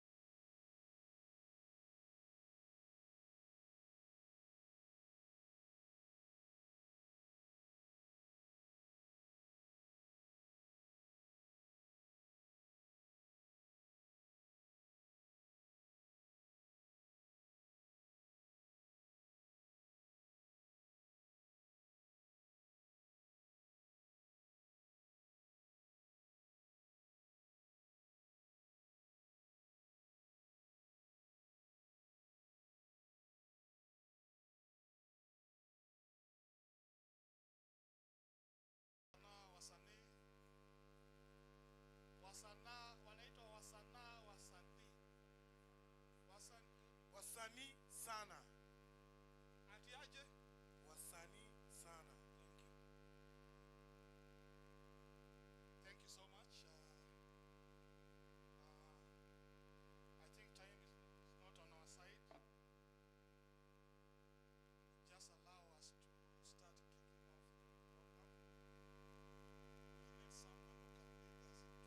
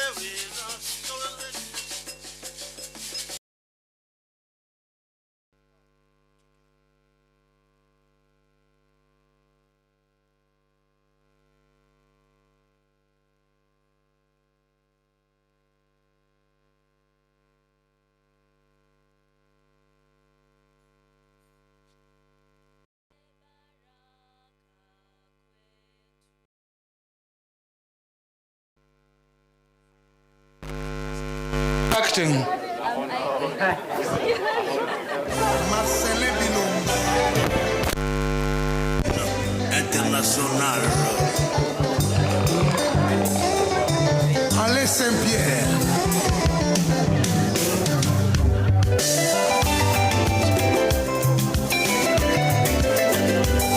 Ona la vinanga ye.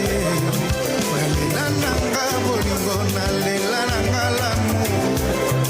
Nasuki na mwana oyo tifa akomisinga elokola Twende kwa baba.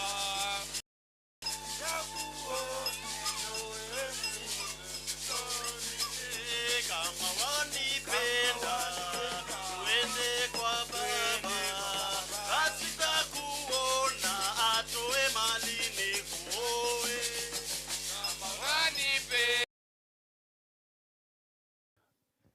I can happily stand here and say that Howie has been one of our mentors.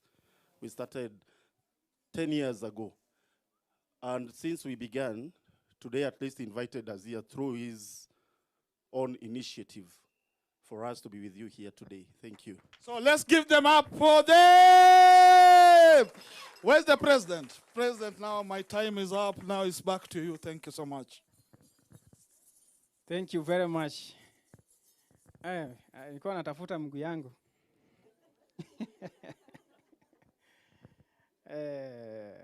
That was good, right? Asante sana. So ladies and gentlemen, allow me then invite my colleague, Bwana Lawrence, who is the chair of membership, to take it up from there. Nimekuwa sana mbele yenu, si ndio? Ingekuwa huko, nilikuwa nangoja tu hatafika saa ngapi. But thank you very much for your attention. Karibu Lawrence. Please help me congratulate and clap for the president as he exits the stage temporarily.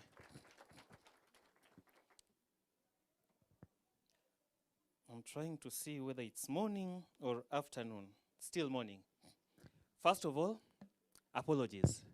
If you look at our agenda for the day, we are in typical African nature, which is a shame. We are very behind. I'll not sugarcoat it and say we are slightly behind. So please accept our apologies. We'll try as much as possible to recover what we can. I was listening to a colleague here from APC. I think he mentioned power in one of the engagements they've been doing, that as a community network, power is always a critical factor, actually. And I'm hoping that through that power, the dancers here have given us more power. Power is important, right? Regardless of how power looks to you, power is important. So I'm hoping that power, we'll use that power to continue with the next session. Again, our dignitaries are invited guests, just another opportunity to thank you for creating the time to be here, the partners that you have worked for. Just an interesting story. It's the first time I'm meeting my senior Michuki here, I think physically. I was in a call some time back with a gentleman called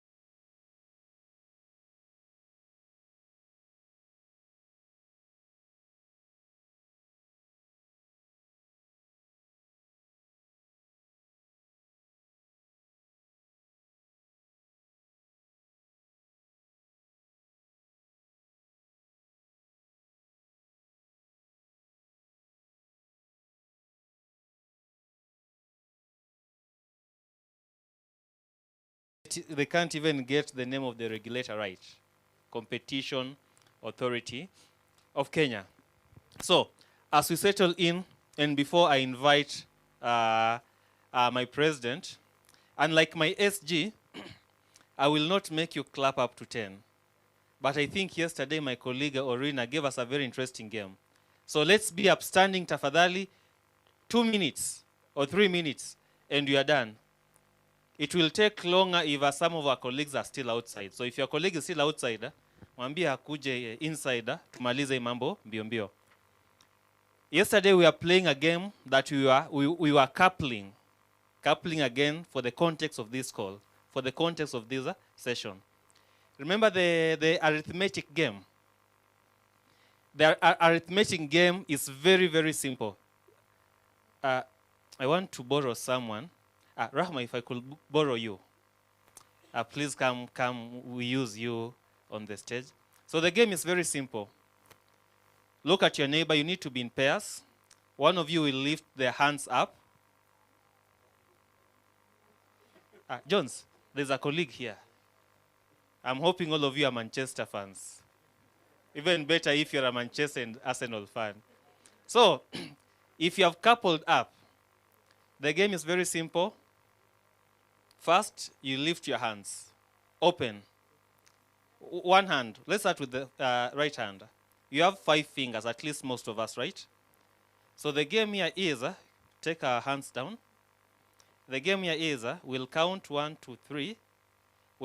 On the third count, all of you will lift your hands. However, when you lift your hands, you need to either lift 1 finger, 2 fingers, 3 fingers. Your neighbor or your colleague will also do the exact same thing. So next step is 1, 2, 3. We lift our fingers, right? Hands. And maybe I'll say 3. Rahma will maybe lift maybe 2. The game is for you to do quick calculation. So I say 1, 2, 3. You say, then you calculate. It's 5. The first person to do the summation, you need to shout 5, is the winner. Does it make sense? Very straightforward. Arithmetic. Let me just repeat it again. Mikono, hands will be down. Then I'll do the countdown. 1, 2, 3. When I say 3, 2. So for us, I'll say 4. Maybe Rahma delays to say 4 by maybe a fraction of a second. I become the winner. If it's wrong, I like it. I like it. If it's wrong, collect money. We will buy some equipment for some of these CNs here. So please record that tab. I'll go on each table and request for money that has been collected. It will go to a good cause. I promise it will go to a good cause. Rahman, now I can excuse you because I don't want to embarrass myself here with arithmetic. Okay, get ready, get ready, get ready, get ready, get ready, get ready. 1, 2, 3.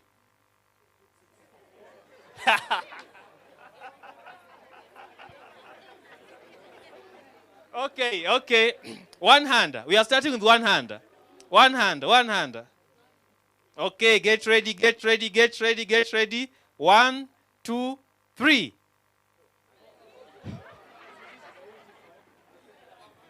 Okay, last one, last one. Now this one is now for the champions, for the champions, for the champions. Instead of one hand, we are going two hands. We are going two hands. Get ready, get ready, get ready, get ready. 1, 2, 3.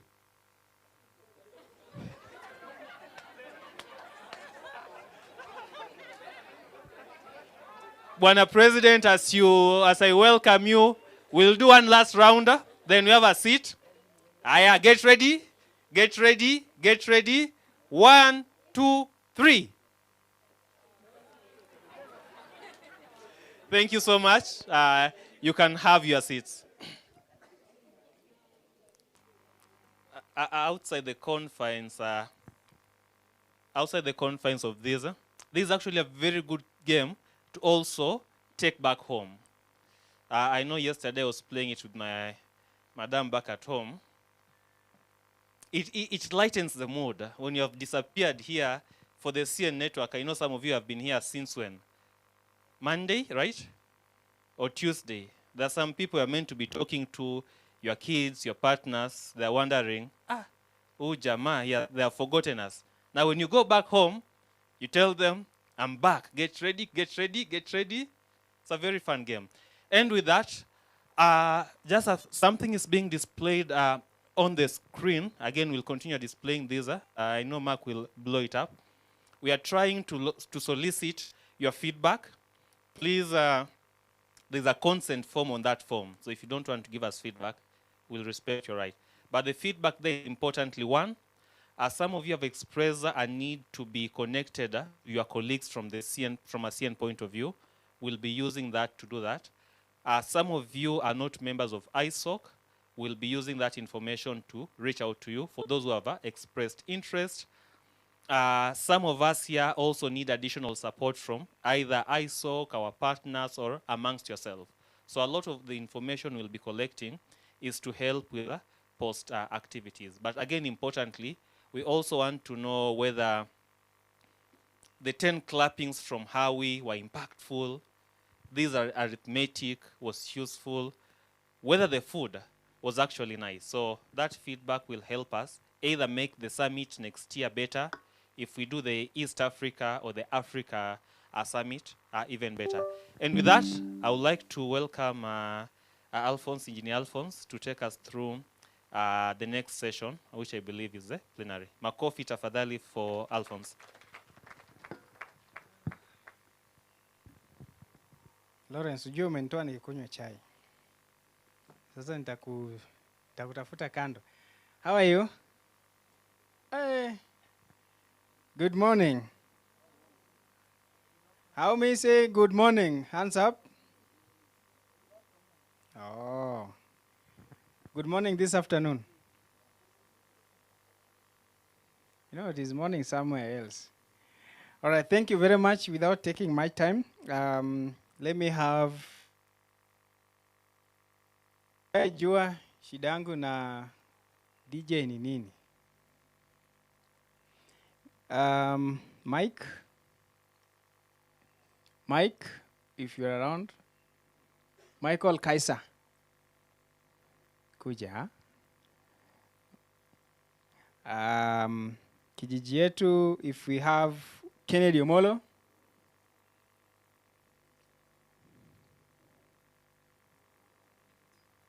Kennedy Omolo.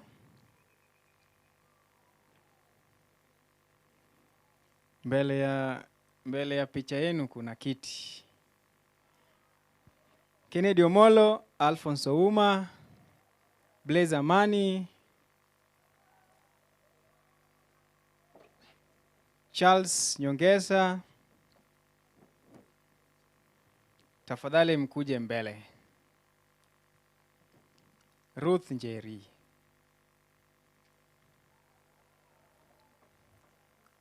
SG. Ni saidie Tanda. Replace Tanda with Ngekioko.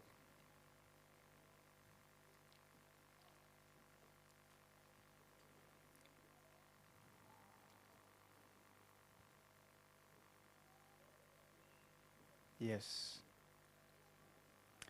Thank you very much, ladies and gentlemen. As we now know, these are community network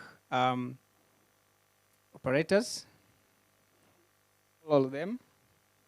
Rina, if I can have mics.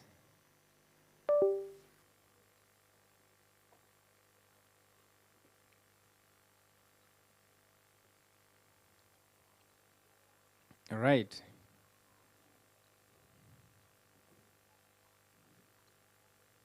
Ziko sawa?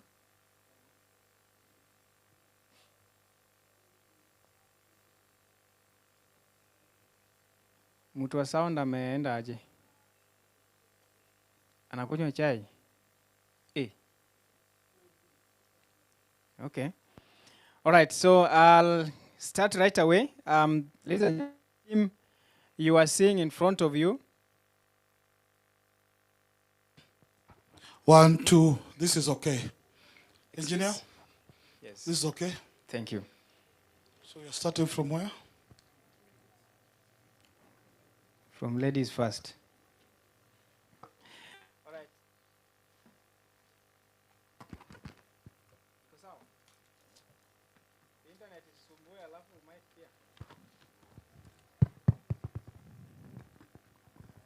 Iko sawa? All right. Thank you. Sawa sawa. So I have with me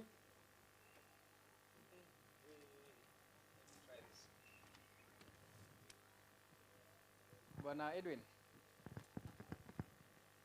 Edwin, kindly call for us the sound guy. The sound guy. Before tumuone kando. All right, so thank you very much. We have Ruth Njeri. She's representing Tanda. Tanda is located in Kibera slums. And she will be giving us more about that. Followed by Kijiji yetu, represented by Kennedy Omolo from Siaya County. Siaya is on your way to Bungoma or Busia. On your way to Uganda. Yes, lazima upitie hiyo njia. Place called Ogunja. And then followed by Alphonse Ouma, representing Horn Africa, on your way to Tanzania or Lake Victoria, Migori County. And we have Blaise Amani, representing Global Innovation Valley in Kakuma, Kalobe, and Kakuma 2, right? Kakuma 1, Kakuma 2. Both Kakuma and Kalobe in Turkana County. And we also have Michael Kaiser from Turkana, representing Atekere, and also holding on for Ngekiokok, right? And finally, on the bench, we have Bwana Charles Nyongesa, representing Tech Village, and he's also mentoring Kijiji, Mtandao Kijijini. So this is a group of people that have, as we said earlier, very much motivated to see that our communities are connected. And they are going to share with us the stories, because we are very much aware that in the group, we want 70 more community networks, right?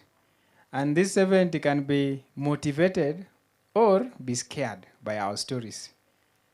So we want them to know what actually, when talking about community network, what is it?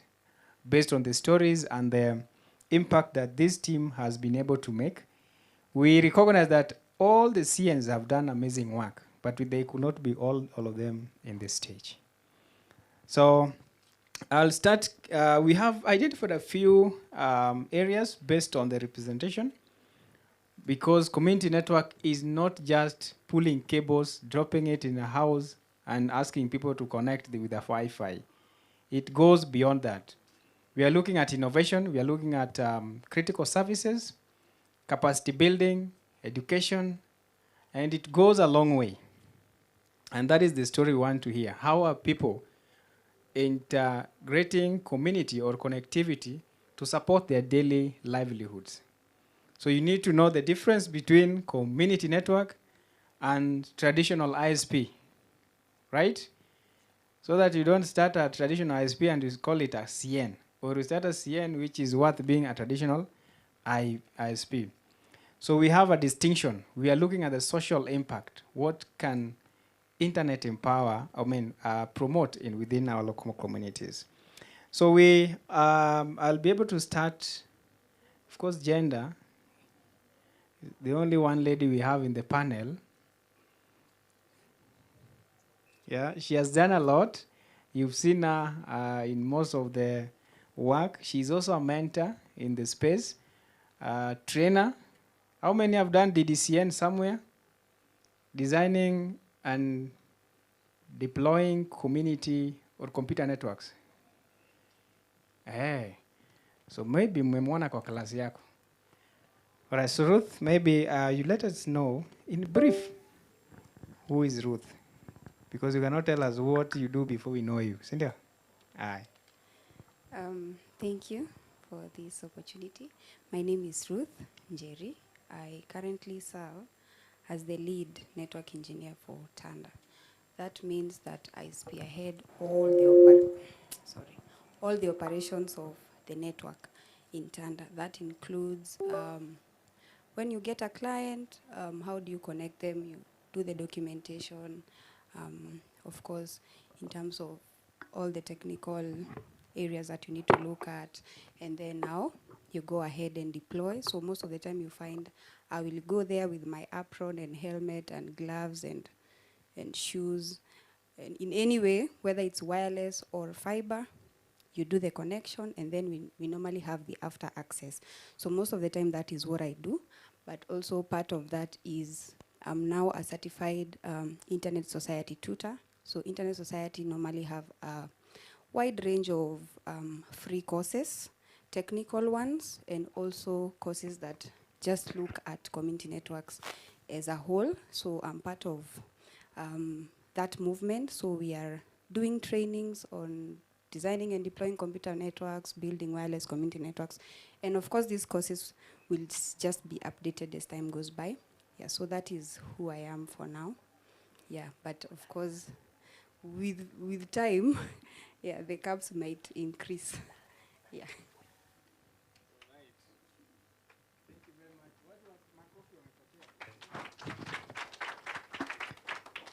Wacha niwaambie kitu. Mimi, you know, it is not easy to sit here.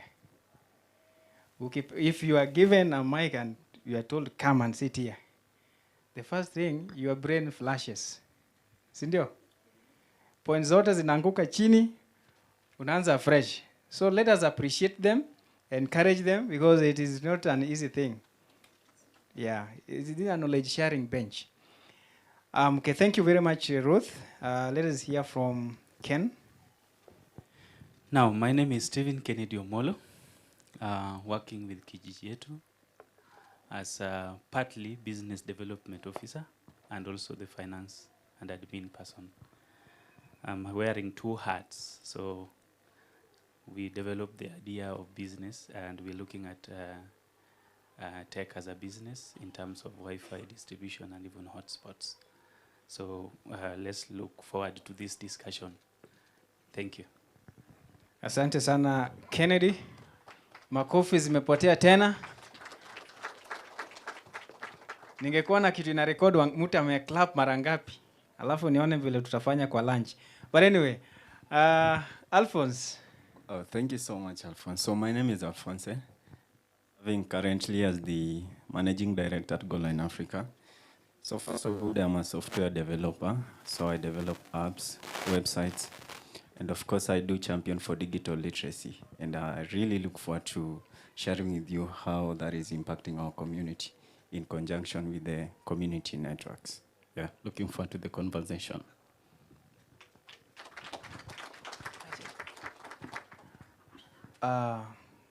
Odari, Ken Odari, sorry. You should be with us here. Unajua uzee itatushika pia. All right, thank you for that reminder. I was seeing an vacant chair and I didn't really note that. Pole for that. All right, Blaze. Yes. I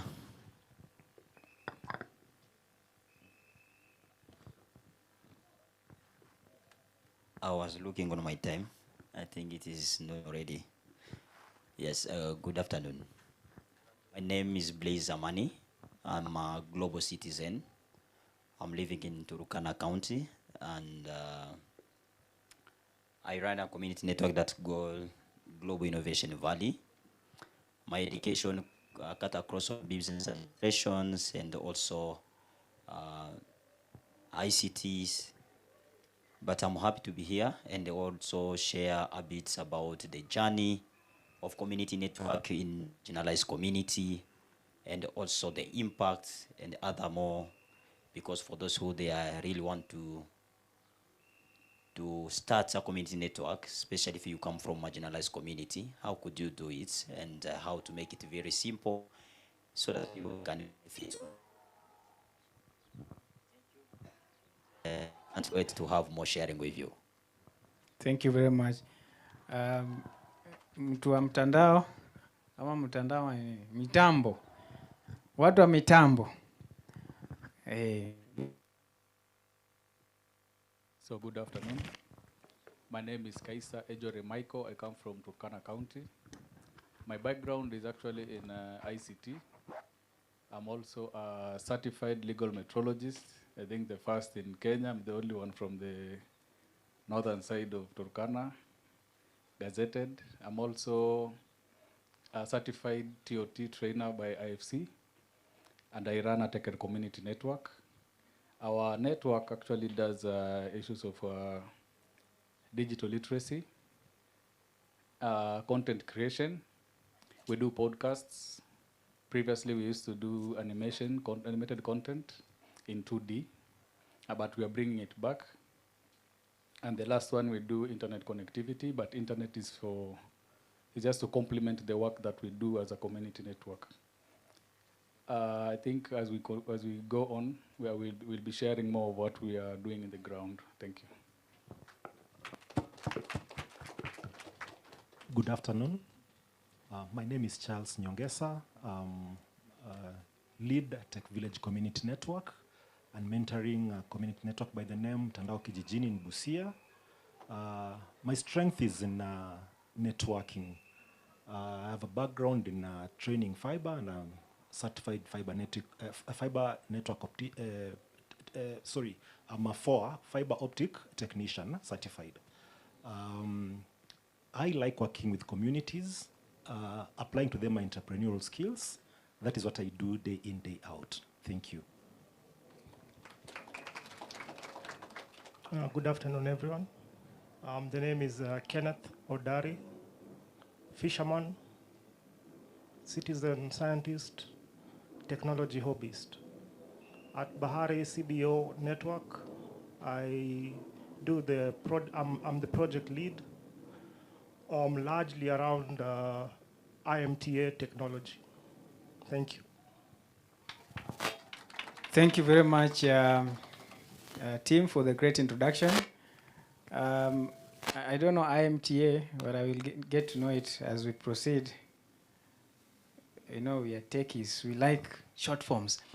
But thank you very much. So allow me then very quickly to bring you up to speed. We will have very few minutes to address these issues. We understand that in most of the conversations that we've had as community networks, we raise pertinent issues. And of course, over the years, we have also been on the ground working, with adverse conditions. And people, as we speak, we have the pride to share and the pride to sell to everyone, because it is not something that we are doing for private cause. We do it for the social benefit, for the communities to benefit. So really, I really want just to give each and every person 1 minute to highlight what does impact look like for their organization in 2 minutes each. Starting from the other side, coming this way. Thank you, President. What does impact look like at our end? Imagine you're a fisher person, and you have to go get fish in the ocean. But here there's a lockdown and you're being told you can't get fish. Or you're a woman who does seaweed and you cannot you cannot even process your seaweed from the ocean. That's the reality of where we live. In Kibuyuni and Kijiweni, there isn't any commercial cellular connectivity. We live by having to identify spots where we can do this, communicate with the outside world. Now, for us, just being able to communicate with the outside world makes a whole difference, number one. Number two, it influences the economies that we are able to sell the fish, we're able to sell the seaweed. But number three, ultimately, has to do with information. There is different forms of information that is available out there. But if we are cut off, we are essentially not able to access that information. So on those three levels, I think for us, if we're able to hit those 3 points at the very beginning, that for us tells the kind of impact that will be seen in the community. When our community started out, women weren't really allowed to go out into the ocean. And so seaweed was introduced as a way of ensuring that then they're able to do the farming near the shore. With time, what we've seen is that with the support from other members of the community has been able to change. So if you go there, the stories you'll hear is that Mama Fatuma alijenga nyumba, Mama Rashid alijenga nyumba, and for us, if we can now take that further, then with technology, it will then make a bigger difference from even what we've been able to do without. So I want to leave it at that. So 3 points. So issues around information, our livelihoods, but also just being able to do very basic things. Thank you. Yeah, I want to look at impact from a sustainability perspective. For me, it's putting up a product that will live beyond 5 years to come. It's not just about starting a community network, but making it sustainable and for it to be able to achieve beyond connectivity. For my particular case, I want to look at food security using this connectivity. Thank you. Asante. Growth, I think growth on our end, after connecting the communities around us, especially businesses, we said, what next now that they're connected? How are they going to improve, grow their businesses? That's when we came up with a program called digital marketing. And we have seen businesses, we targeted actually 60 businesses as a pilot. And these 60 businesses, what we wanted to do was to make sure that they are visible online through social media. They could market their products through social media, and also get email addresses, have their contact details where they could be found. And also introducing the point of sale systems where they would record their daily sales, see their profits. And this was done 6 months ago. And today I'm here to testify that after visiting them, doing the monitoring and evaluation, we realized that they had grown. A shop that was actually employing 2 people, now we see growth to around 11. Some have even advanced to opening supermarkets. And I will just say in terms of businesses, we have seen a great impact. So that is one thing we'll be proud to say as a Tecker Community Network we've done in terms of businesses to our community. Thank you.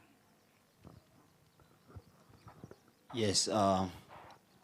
What does it mean, the impact to us? I think it is the time you try to change the life of people, and then not just in written, but someone can come, even he has a problem of eyes, he can see it. What does it mean? It means that, like if, for example, I've been working in the marginalized community now for 10 years. It is now more than 10 years I've been in Kenya, and working different refugee camps, Kakuma, Kalubeye, Dadaab, even to go to Uganda. There is other refugee camp that I work there. Then you find I met with different people. They have different story with what made them to become refugees. Then it is something that has pushed in mind to think, what does it mean, the impact? If someone who did not have hope, now you bring hope to that person, that is the real impact. If someone who did not have a future, now you can be in the position to define the future for himself or for herself, that it is the real impact. Now, I think it is something that we create in someone's life, and it is in the position to be replicated. Not like Blaze has been here, now Blaze have to stay here forever, but Blaze has been here, now there is Alphonse is there already, through Blaze, there is also another who's there, through another person. That is the impacts for me. And it is what JV is doing now. We are bringing hope to hopeless people. Like for now, internet that we are deploying in the refugee camps is giving people hope. You find like someone came from different countries, they reach in the refugee camp with a hope-minded, but to reach the situation become worse. But staying on the internet, for him it is something that creating something very hopeful to him. One is connecting with their beloved back home. Two is spending time on social media, laughing, even reduce the stress in the camp. I think that is the impact that as a GIV we are defining. Thank you so much. I was given 2 minutes. Thank you so much. So from Go Online Africa, so the impact will mean a lot for us. As our name suggests, Go Online Africa. So we are targeting like whatever we are doing in Kenya, can it happen in Tanzania, right? So whatever you said, so how easily can it be replicable? Like whatever we do. So we started with digital literacy training in Kibera. So right now it is happening in Migori. So that is one point of the impact. Then another impact from our side will mean, how do we relate to the community as a community network? So for instance, the name suggests like it is a community network. It is not our network. So who has the mandate to protect the network? It is the community members, right? So when we give the community chance to interact with whatever that we are doing and letting them embrace it in a positive way, that will be really an impact for us.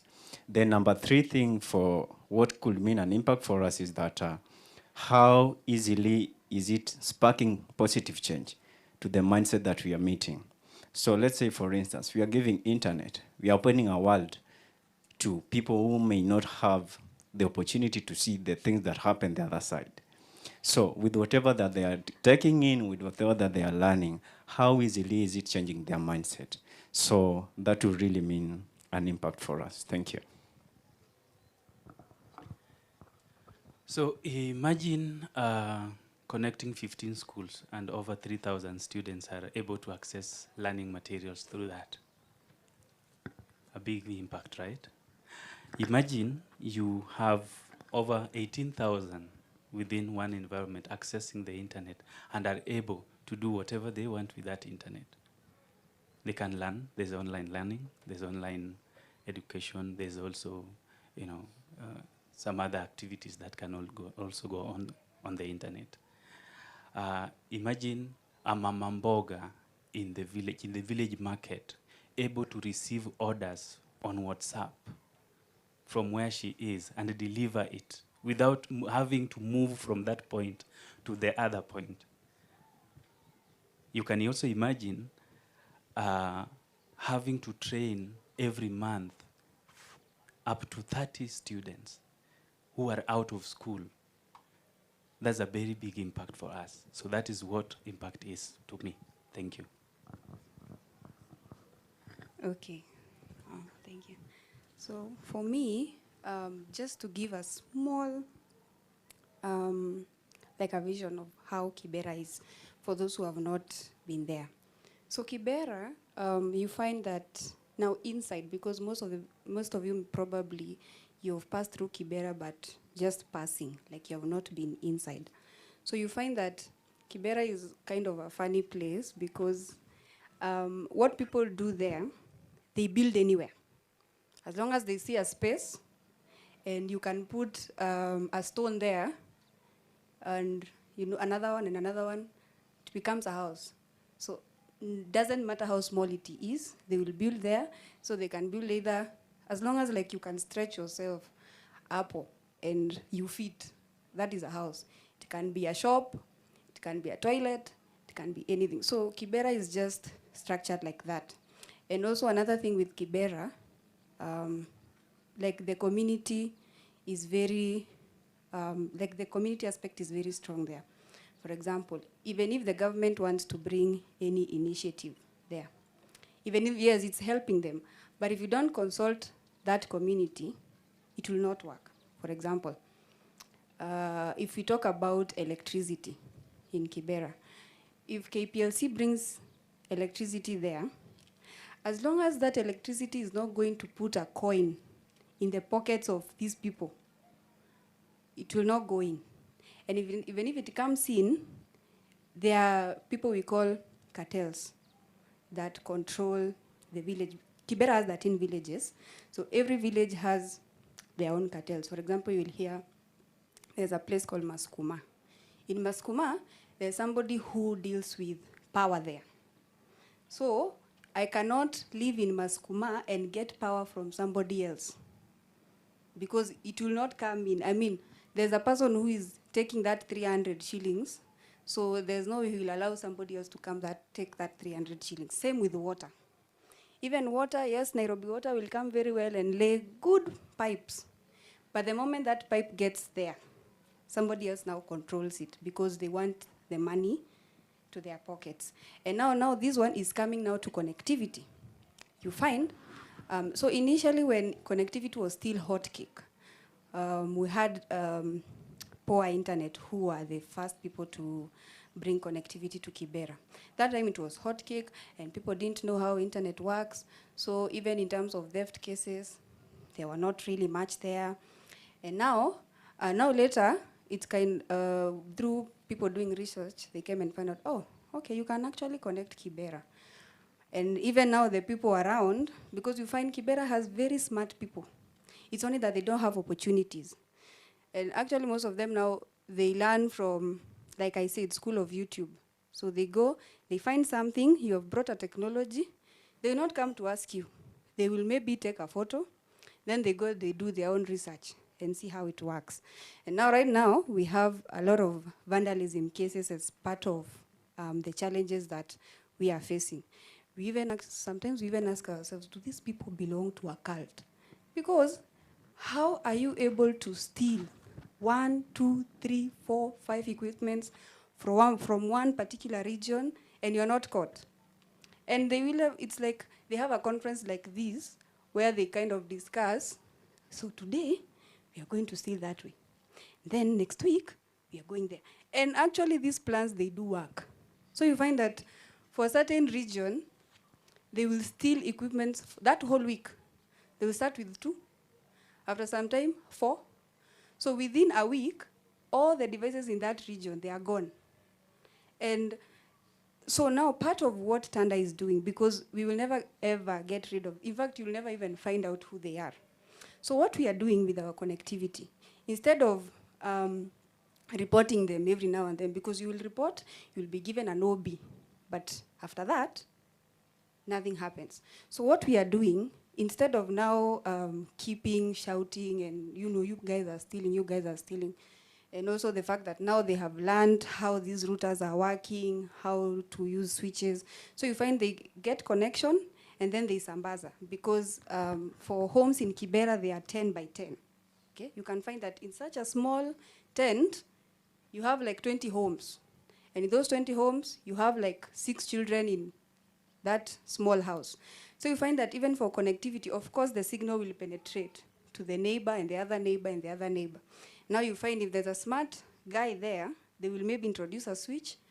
So they are getting your internet with probably 1,000 shillings. And then now they will sambaza to all the other neighbors there. And now they are being paid directly by these neighbors. So they are making money out of it.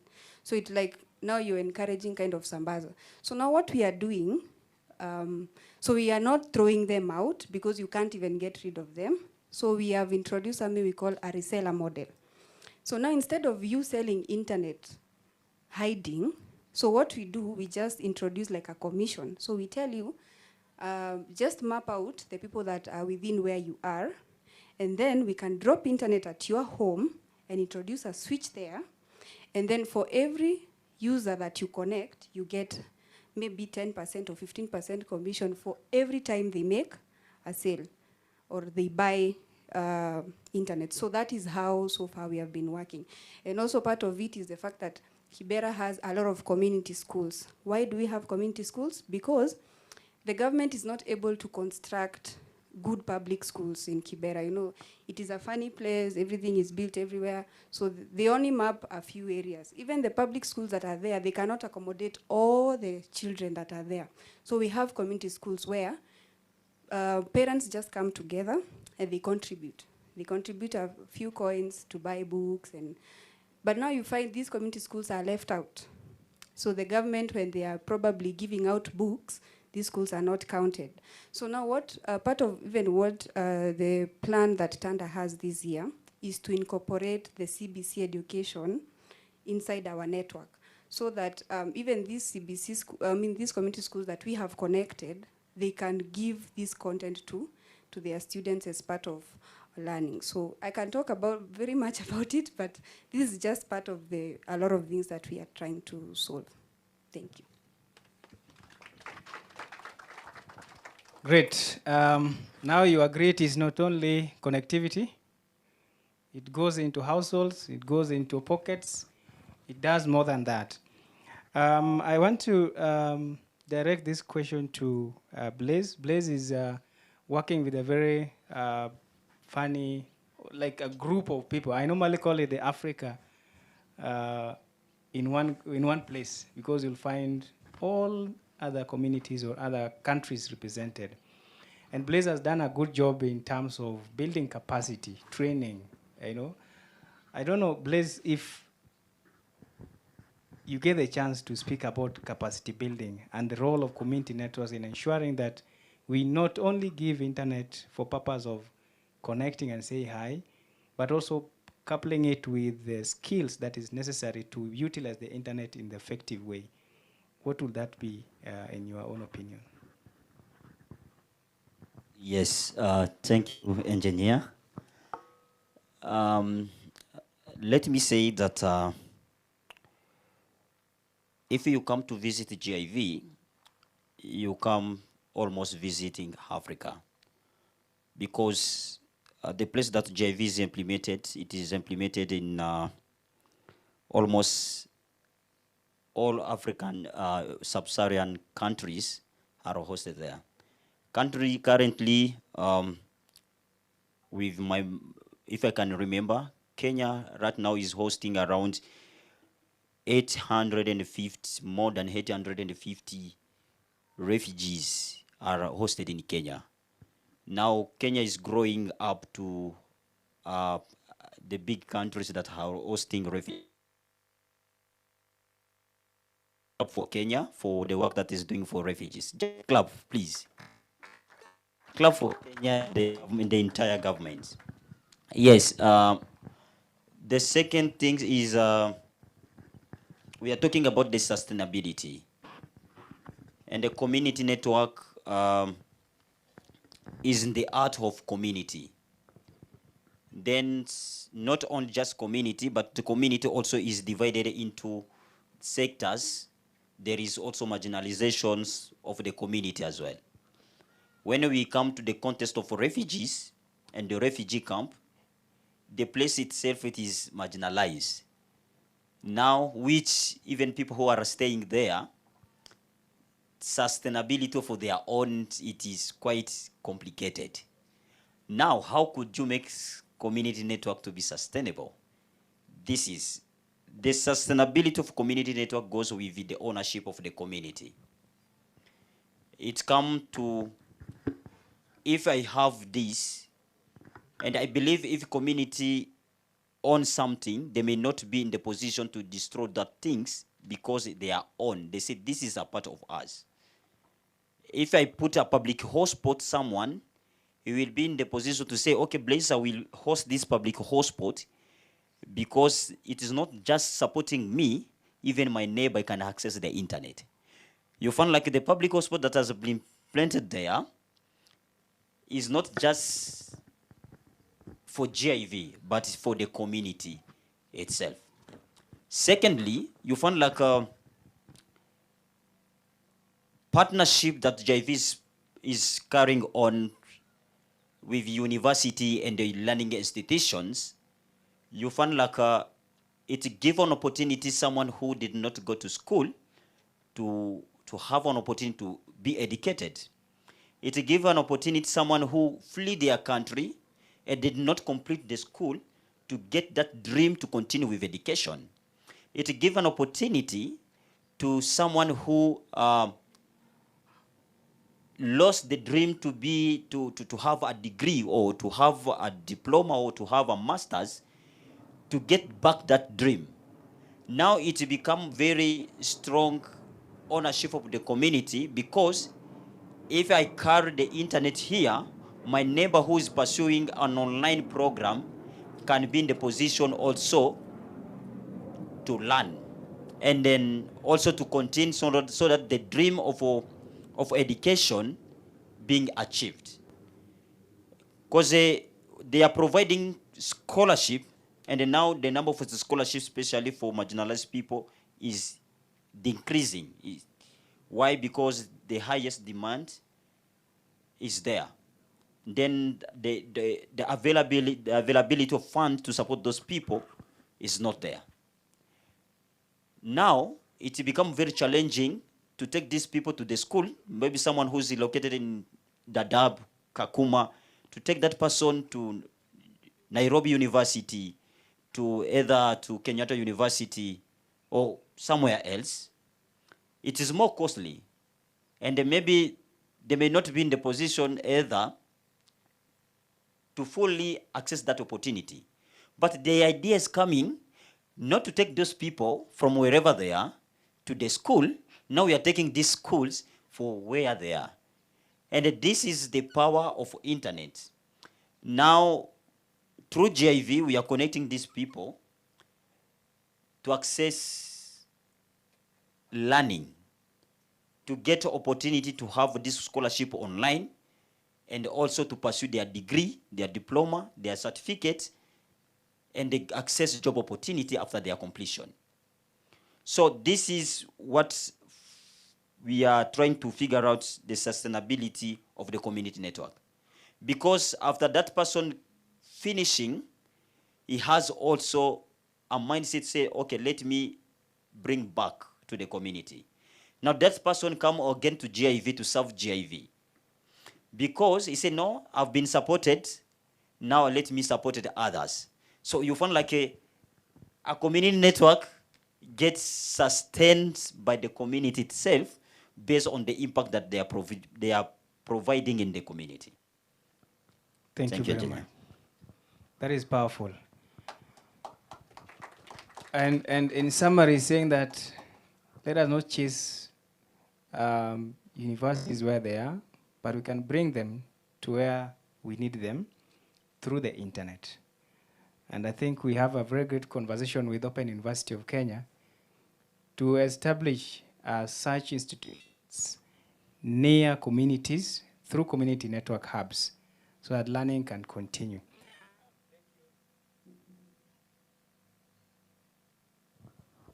Thank you very much, Blaise, for that.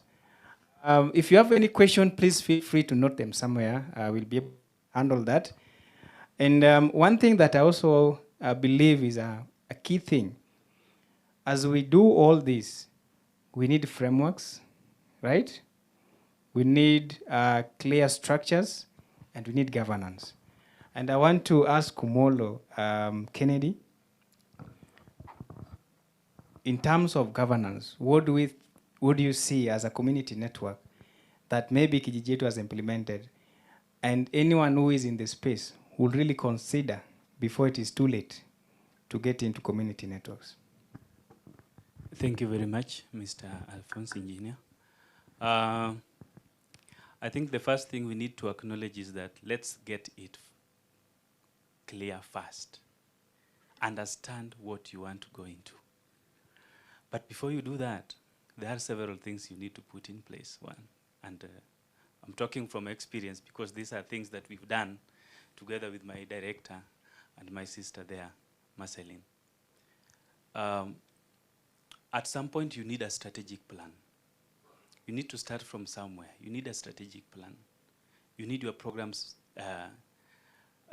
spelled out clearly so that you get to understand it. So once you get your strategic plan done, you will be able to now say, okay, fine, from this is what I can do, and this is not what I can do.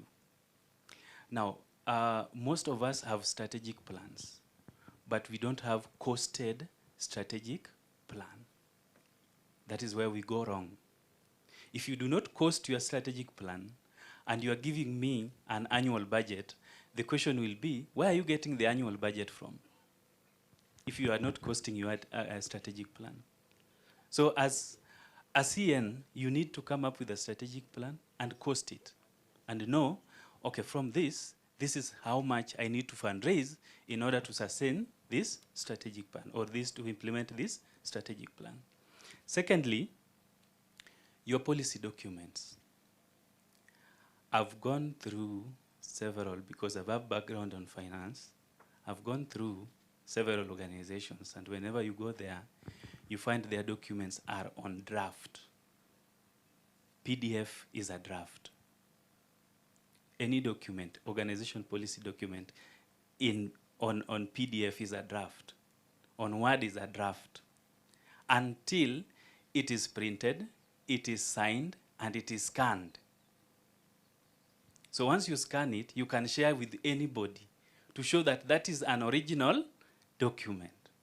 So if you do not do that as a CN, you are getting it wrong.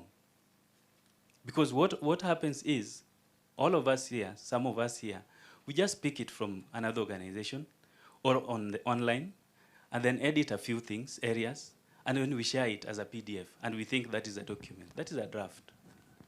So get it right by just ensuring that all your documents, important documents, the financial manual, the HR, the institutional governance manual, ensure that those things are printed, are signed, and if there's need for the board to sign them, get it signed, so that you do what? You scan them and have them as original documents. The third one, which I've seen also work for us, was budgeting and planning. And this was one of the areas where we really had a push and back. One is because my ED understand just a few about budgeting, but I elaborately understand the budget. So we will sit down, we will say, okay, fine, this year, this is the much you want to spend because it is coming from the annual budget. So then let's submit this to the board so that we get the approval. Then we get the approval. Then now we sit down and say, now it is a budget. It is not an actual implementation budget. There is the difference between a budget and actual implementation budget. So once you have done your budget, and even with the proposals, once you've done the budget, now come back and sit down and say, okay, fine, I have got the funding. But now what am I actually going to do with the funding? Now come up with your actuals. Because at some point, you might have forgotten a very important document or a very important tool or a machine. But you need it to be there. Now you do your actuals. When you do your actuals, you will know how to allocate those budget lines where there is a variance into that item. So get that right.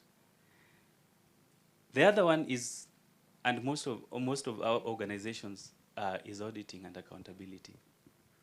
Trust me, if you do not account for the money the donor is giving you, you are losing that track. He might be your friend for 5 years, but after 5 years when he's gone, you will be back to zero. Make sure you are accounting whether it is 1 shilling or whether it is 5,000 or whether it is 1 million. Account, make sure you are keeping the accountabilities of all the fundings you are receiving. If you do not do that, you are getting it wrong. Whether the donor asks you for a report, a financial report, please do share those reports with them. They will know that where you are going to or where you are coming from, you have set standards that are very good for the environment of funding. The other one is reporting and reports on finance and narratives. I know some of us here have missed deadlines not more than once. The contracts are very, very lenient in terms of, okay, you are supposed to report in August. The donor will just tell you, okay, you are supposed to report in August. But then you come and report in November. So what does that show? They can't work with you. You cannot keep deadlines to yourself. You cannot keep timelines on yourself. So then we have to be very, very careful in terms of when you are implementing any donor funding, you have to be very careful in terms of ensuring that you keep track of the timelines. Make sure that all the reports before that day are sent. The other thing that has also worked for us is communication, proper communication with the donors. Never miss a chance because you did not communicate to your donor. Whether you are talking on budget changes, whether you are talking on high acknowledgement of funding, it begins from just a simple letter of acknowledging the fund. I know most of us don't do that. Once the money comes in, they just say, that is it. Let us start work. No, you need to keep track of your communications with your donors. You might find a donor who wants you to communicate every day. You might find a donor who wants you to communicate every month. But they want to get story. They want to get a build-up story towards your project implementation so that they understand that in case of any changes or in case of any eventuality that might arise during that implementation, they also get informed. So be careful in terms of proper communication. Make sure you're communicating with the donor. And the donor is not your friend. He might be your friend on the face value. But deep down, he's also employed somewhere. So he has also to keep his own reports. So if the donor has to come back to you and ask you, can you share with me this report? Trust me, you failed. And remember, building a CN is based on, is pegged on your success. And remember, organization can only speak you can only speak on behalf of that organization. We speak on behalf of Kijiji Yetu all the time. Kijiji Yetu is just in Ugunja. But we are here to speak about Kijiji Yetu, who is invisible, but is there with us. And anytime you put a logo of Kijiji Yetu anywhere, people will recognize it. Anytime you put a logo of your organization anywhere, people will recognize it. And if you had done a mistake of not accounting to one donor, that donor will give that same referral to the other donors. And that's how you will miss it. So the very first time, we have to do it right. Okay? Then probably the second last one, which is now partnership and collaboration. I think the institution you are running needs to have partners. And you also need to collaborate with strong and minded people. Partnership is not about Kijiji Yetu and Aherinet. It is about Stephen and where's that guy? Barak. It's about me and Barak. Because when I communicate, when I talk to Barak so well, Barak will say, there is something here we want to do. I want you to come in and we do it together. That is partnership. So do not underrate any person. Just like we always say, do not judge a book by what? By its cover. Lastly is community goodwill. Trust me, if it is anchored, it is a community-led, or it is anchored in the community, it will go far. But if you do not do that, that you think that when you are in the community, you feel like those guys does not know what you want to do. No, you begin by addressing those challenges they are facing and identify the problem. Now from that problem, that is when you build your what? Your proposal. When that money comes back, you have to sit down with them again and tell them, how do we go around this? So it is important that you are doing this with them. If you do not do this with them, they are in the picture in every walk all the way. Because at the end of the day, remember, all these things, all the infrastructures, all the offices, they are anchored within that community. Very interesting enough is that we have trained up to 25 net wardens who are coming from our community. And out of those 25, you can see, we have seen like around 20 getting jobs around just the area. Because there are other CNs, there are ASPs who are also working on this. So they have gotten those jobs. Make sure you are investing also in your staff. If you get a good staff, or if you get a good person, do not just take that person for granted. That is a very good investment for you. So make sure you capitalize on that. Thank you very much, ladies and gentlemen. All right. It is. I'm told Nishike hivi. Hey, where is that guy? All right. Thank you very much, Umolo. Those are really great insights because those are mistakes that we find on daily basis. We fall short of those information. We come out with interests.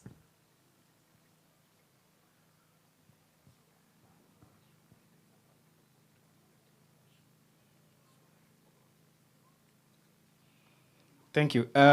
You know, this is the secretariat. His desk is very busy. So I was saying that those are really key things that sometimes we find ourselves in without knowing. Because if you ask most of us here, community net, we started out of impulse, interest, and coincidence. Unasema tu, hey, these guys need internet. We have it there, they don't have it here. Maybe out of your challenge, you want to get to a meeting, you don't have internet. Then you say, we need to do something here. So sometimes we forgo and forget the structures, the institutional programs that can help us to grow steadily and look at the future, 5 years to come or 10 years to come. So thank you very much, Umolo. I know time is also a key thing here, but when knowledge is in the room, time sometimes we can compromise, right? Yes. Allow me then take this to Alphonse. Alphonse is representing Ghana and Africa. And as we said, every community networks have their own. We can find that Tanda is good in infrastructure, someone else is good in capacity building, another one is on financial strengthening and local content. We have very many other strengths that exist within community networks. So Alphonse, we are looking at now a community where we are introducing a new thing. And most of us are going to start introducing a new thing. The 70 that CA is want us to get, they are going to introduce a new thing. Someone who doesn't know how to open a Wi-Fi, he will ask you, is it Wi-Fi? When I want to access Wi-Fi, I must use my data. That is the person we are targeting. And for if you want to answer CN, you are starting from that point. I have a phone, but I don't know how to operate it. Tell me how to send you a Google location or pin location, you'll know how I will struggle from that, right? Tell me how to take a screenshot and share with you, you will know how it is a headache in those regions. So we are starting from a point where we don't know. Someone has zero knowledge on internet, but we feel they need it, right? And that is the situation I think we had in Nyatike. It is the first time they are seeing chapati in a restaurant. And we want to convince them this is also equally as good as ugali. You understand? So what are the opportunities, especially for partners who are focusing on the digital inclusion? What do we look into? What are the things that we feel we need to start thinking about, even if you are starting or you're already in the space of community networks? Okay, thank you so much. I think it is a critical thing to understand the criteria of the community. So for us, we do have a belief where meet the community where they are, right? Because it is really a special thing to interact with these people. So number one thing, what we've experienced with digital literacy, we believe that each and everything begins with awareness, right? Because some of them, they do have a smartphone, but they don't know even how to recover emails. They don't know how even to create TikTok accounts. To mean what they can get to do maybe is to buy data from Safaricom and turn it on and maybe browse Facebook. So when you bring something new like community network in the space, like in the rurals, number one thing, we have the billing system, right? Where they get to buy their hotspots. So you have to tell them from that. So number one thing that we are doing, we do champion for digital literacy. So we have done a couple of programs. Number one, we have done a program called Life Legacy. That is a digital literacy program that we are targeting youths from 16 and above, where we teach them software engineering, life skills, of course, entrepreneurship skills. So with Life Legacy, we have done 7 cohorts. We are looking, next week we'll be onboarding the 8th cohort. So in total, we've done around 247 students. That is physical. Hey, you have to clap for that. Physical. That is not a small number, right? So number one thing that we need to do, why is digital literacy important? Number one thing, as community networks, what we do when a client is paying to your internet, you need a billing system, right? So who create this billing system for you? Because you have to pay the subscription fee. Yes, engineer. So number one thing with the Life Legacy, there is a program that we did last year with it's called CODE. So it's a coding program we did with the Estonian government. So one of our students is called Timothy. So he went to the program, and of course, he has built a billing system. I think you saw that on LinkedIn. And that is something that it is on our community network. So you can imagine if you can get to build these things for ourselves, we can get to empower ourselves. Because what we need to look at, what is the sustainability, right? And that is one of the ways that we can get to do that. So that is something that if you are interested with that, you can maybe follow up sometimes and get to explore. I think with the help of engineer, we are going to see how that is going to come active by next year. But if you go into LinkedIn and our page, you'll get to see his work. So it is something that is working. So another thing that we've done a program called I Know Her Initiative, because at the end of the day, how do we get to include the inclusion of women in the society? Because women, for me, I believe it is the backbone of the community, right? Because if we check the history, when we had the World War, so the guys that were being taken were men. Am I right? But then who remained in the society were women, right? So to me, each and everything for us, we believe that women must play a key role. So we do have a program called I Know Initiative, where we have done 3 cohorts. So it is 87 girls in the rural of Nyatike. That is also a good number. So you have to appreciate that, please. And something that we are really championing for now is that we do have bootcamp for kids. That is, we are trying to see, in as much as we are embracing technology, and our generation is coming up, our kids, right? Like right now, TikTok is here, everything is here. So how do we make sure that these kids come up knowing that whatever they are doing has value and it's really helping us? So what we did last year, so it's an initiative that kicked off last year, December. So we did a boot camp where we do creating games with Python, like Thorny, with other stuff. So it is something that is really doing well. So we graduated cohort 1, that is bootcamp 1.1 last year, December. We got 58 kids. That is from the rural. Please do clap. Then, of course, we had an holiday in April this year where we did another bootcamp that is 1.2 in the rural. And you can imagine how the interest. So when we graduated, we got 78 kids from the rurals. So you can imagine such an impact with whatever that we are doing, right? So for us, the part of the capacity building, we believe it is part of the community networks. Because in as much as if I give you network here and you don't know what it is about, then the thing that we must make sure that you know, how is it going to help you? How is it going to add value to the community? Because when it is there, number one thing, you can imagine, we do have long holidays. We have all the vices happening, all the stuff happening. But then when we hold the kids for these programs, you can imagine the relief that we have in the society, right? So it does an impact that goes deep down into the family as well.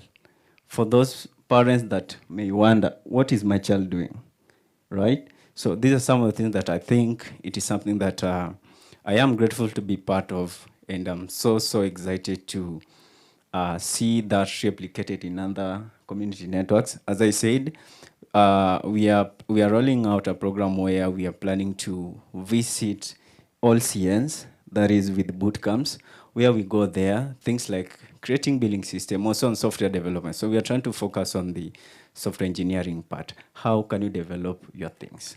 How can you get to be sustainable? Because when you create something, there is a way you can control it, right? Because when you have a billing system, when somebody pays for that, when the time for subscription ends, you have to pay. They'll shut it off. But when it is yours, of course, there is some things to cut out of, but then it is a bit cheaper than the one that you are renting, right? So I believe that if you need to learn more about whatever we are doing with the capacity building, it is something great. So we'll be around, and just make sure that you check us out. Thank you, Alphonse.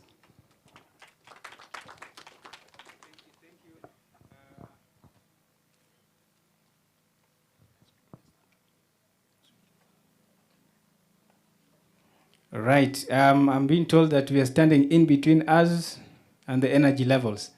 So we really need to squeeze our time to ensure that we don't overspend. All right, Charles, you are mentoring Mtandao Kijijini, right? Yes. And that means that you know what it takes to be sustainable and what it takes not to be sustainable. Sure. In brief, like 1 minute or two, what can you comment on terms of sustainability of community networks? We need guidance because today is a Friday and we don't want to go back for lunch and come back again here. So it's important just to wind up everything so that we can have a late lunch and everybody goes. So that's why you see us still consulting around so that we can finish this. Now at we eat a Friday, everybody go. They go wherever they're going. Is that allowed? Thank you. Thank you, SG, for the advice. Yes, thank you. I believe I'm talking to internet users here. And from a very practical scenario, most people here have got 2 SIM cards in their phone, minimum 2 SIM cards in their phones. You'll find one is for phone calls, one is for data. Is that the case? I think people try to compare whether they're getting a good deal for data. This brings us to a topic where we want to discuss what sustainability is all about. One, when we're discussing sustainability, we are looking at all those deliberate efforts that you want to put into this activity to make it make sense to the users. We want to see something that can continue operating reliably. We are looking at the efforts where we're looking at making it become possible to maintain it. We are looking at something that paying for it is convenient and you don't regret for buying a product from a certain service provider. We are looking at, from the community perspective, a project that is growing gradually as you manage it. We are looking at developing local skills. You know, getting local support is always the best thing to any project, where by a click of your fingers, you got somebody sorting you out. We are looking at something that still remains useful to the community. By looking at these, we are looking at how we can maintain, we can sustain these projects. We look at 3 pillars. One is financial sustainability, then there is technical sustainability, then social sustainability. On financial sustainability, we are looking at a product where we can easily manage its costs for running the project. And the best way of doing this, let it create value that can... Sorry for that. We're looking at a product that can add money into the user's pockets. We're looking at a product that can add money into people's pockets for them to be able to pay for the same service that they are using. For us, we've made it deliberate.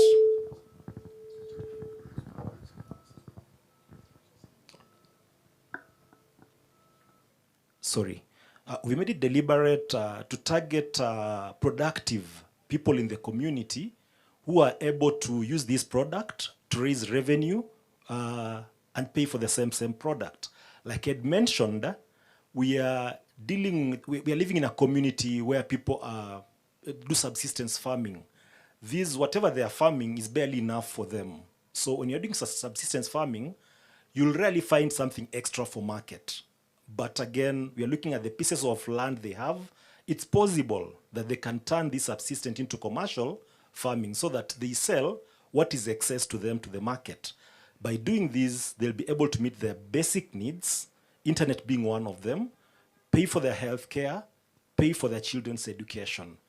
On technical sustainability, we are looking at training the local women, youths, people living with disability. They all have a role to play in this. By doing this, we're making them on this project. By making them on the project, it brings in the issue of social sustainability, where the community feels this is their baby. You know how you can take care of your child. Why some community networks fail? They fail due to some of the challenges.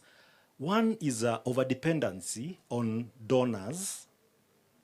Most of the time you will fail and depend on that. Lack of technical capacity to maintain the network can really affect productivity of the network. Then there is poor business models when establishing this community network.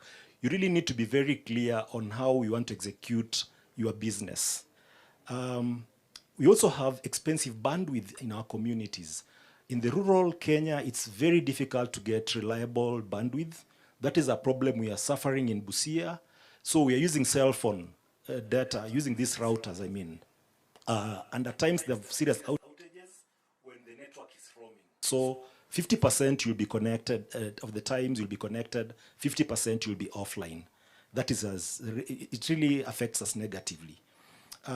Power instability in rural setup, I think it's power blackouts is a normal thing. It's never an emergency up country.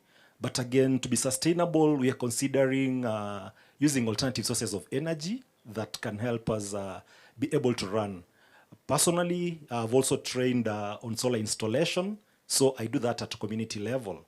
We have got regulatory barriers just beyond the CA.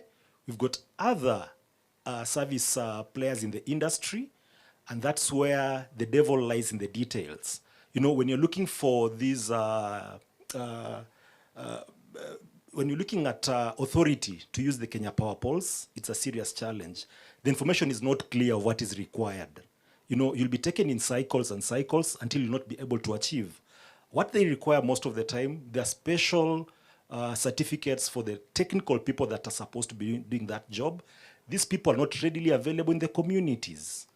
It's difficult hiring these people. It's very expensive for the communities. That's a very serious barrier in what we are doing. We also have vandalism, from what I'll borrow from what my sister Jerry shared.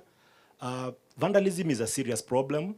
These people have known what these equipments can do, and they are really being targeted by community members who don't support the idea. Then at times, when you don't involve the community in decision making, you'll get a backlash for that. The core pillars of our sustainability in our network, we've considered 4 pillars. One is community ownership. We've made this network to the community feel them, for them to feel like this is our network. Once that is achieved, it's easy to run this project in the community. We've done this by involving the local leaders. For our case, we've connected the chief's office, the local police station, free of charge. This is a catch for them. We want them, actually, we want to return back to the community. We've done free connection. For us, whenever we lift a phone to call them, they'll respond to our call promptly. That has worked in our favor. We're involving youths who are into betting. You know, these youths who are into betting, they are a real risk. When they want to get quick money, they know there's an equipment somewhere lying, they'll go for it. But if they can use that equipment to generate their own revenue, then you'll have dealt with that issue. We train local technicians so that they can support. Like today, if my network was down, I'll know which region is there. There's a key person I'll point out to go fix that problem. That will be done at very small cost. We also do hold regular committee meetings just to get the feedback of the community and work on it.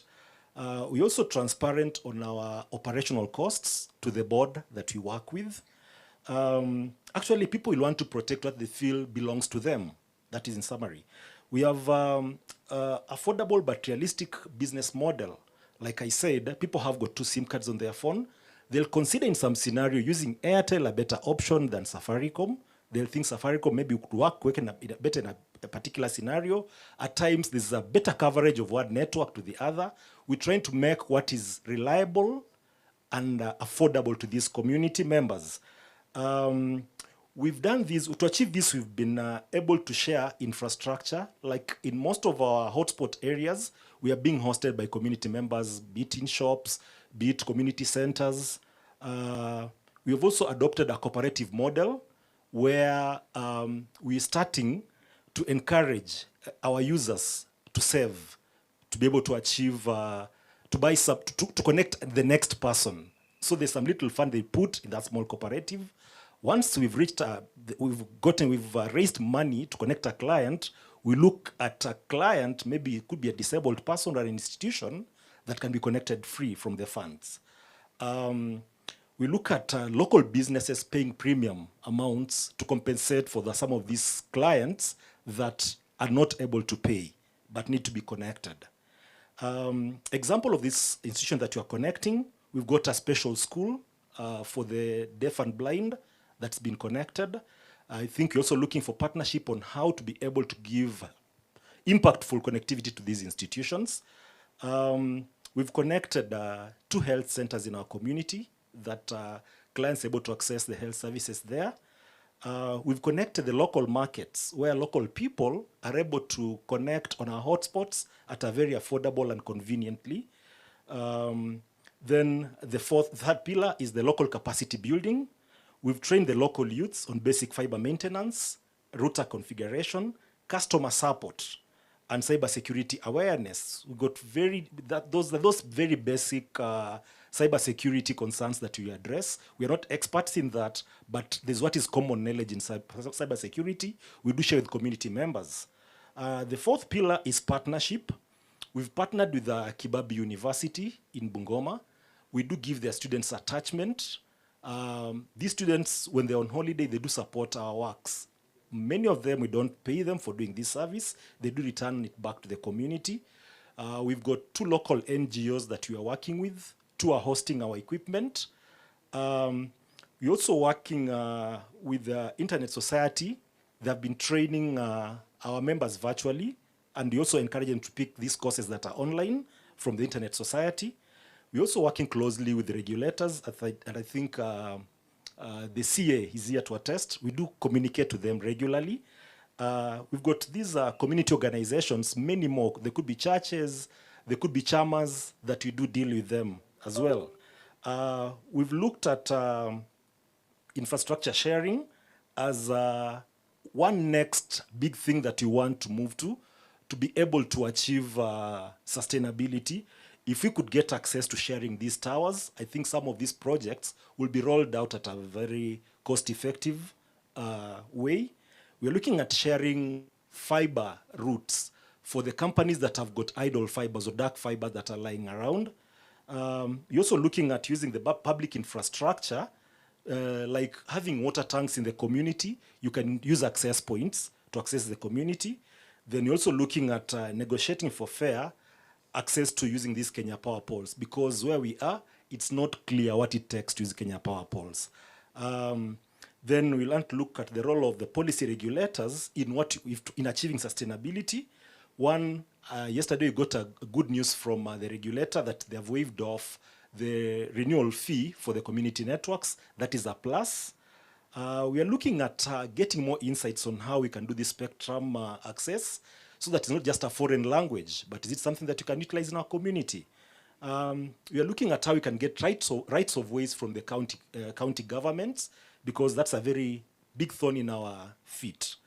We're looking at how we can also access this USF fund in our communities.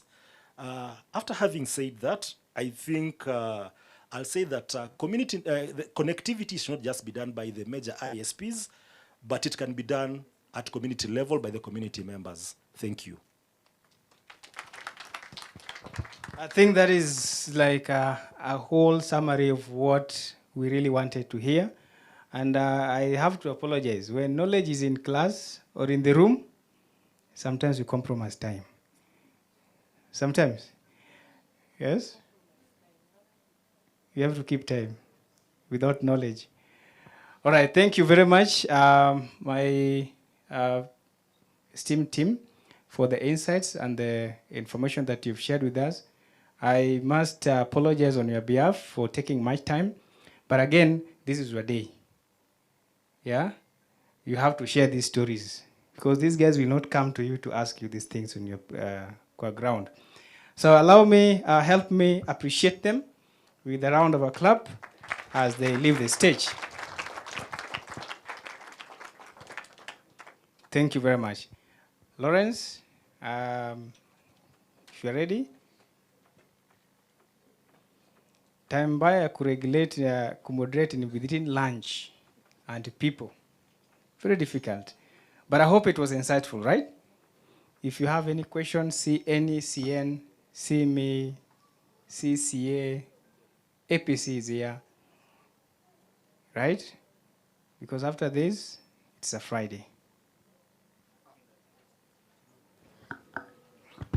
I was just thinking that looking at the discussion that is going to happen here, it will be an injustice to especially Rachel and many others who want to speak now, just to sit here and listen to their long talk. I would request that maybe they speak in 1 minute or two, just that, because we have one session. I've seen the awards that we are there. We have awards to give for each CNs. We have a declaration to make in this place, because you cannot sit here. People have always asked us, you sit in a place for 2 days or 3 days, what do you declare? How do you want to work collectively? So I think those are things that we want to do, and then we can wind up. So Lawrence, to you. Thank you, sir.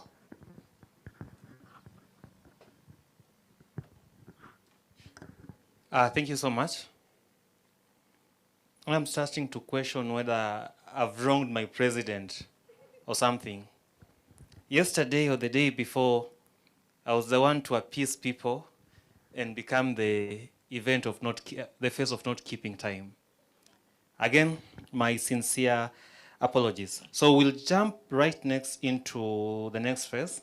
And in this next phase, I'm going to invite Madam Rachel, who is going to briefly talk about AI policy and also introduce herself. Madam Rachel, if you're ready.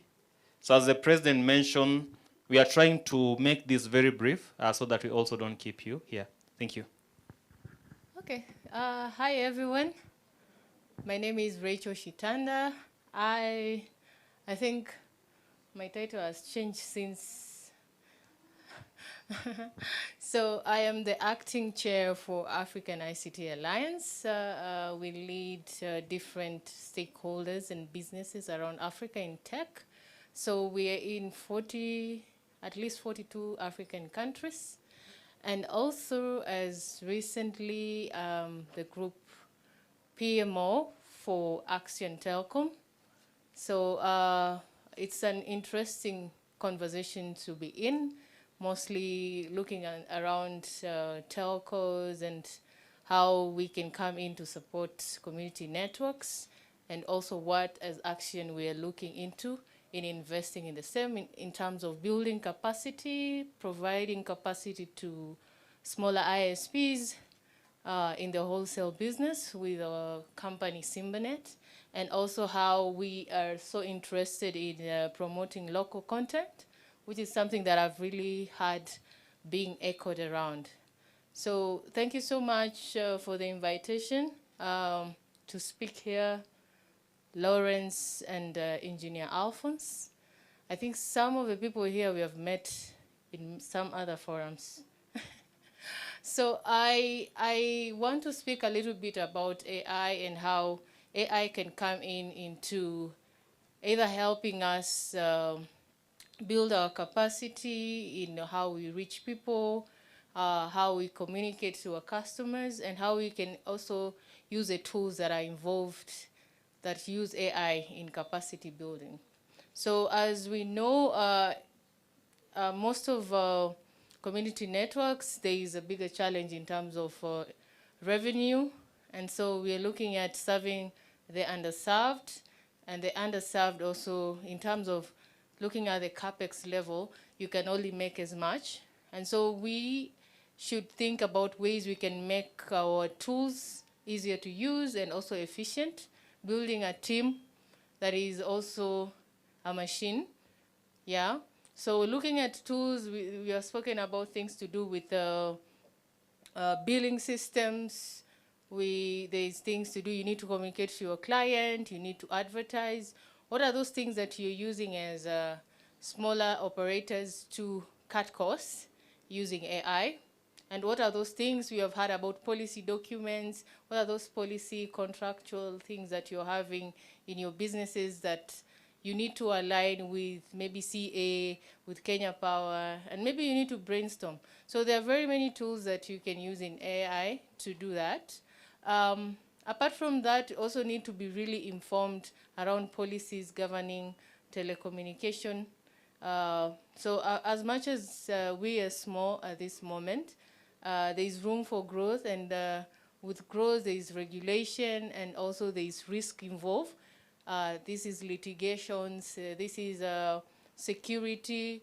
So with time, all of us need to be aware that we have to have those frameworks in place, either AI frameworks on the AI use, security frameworks.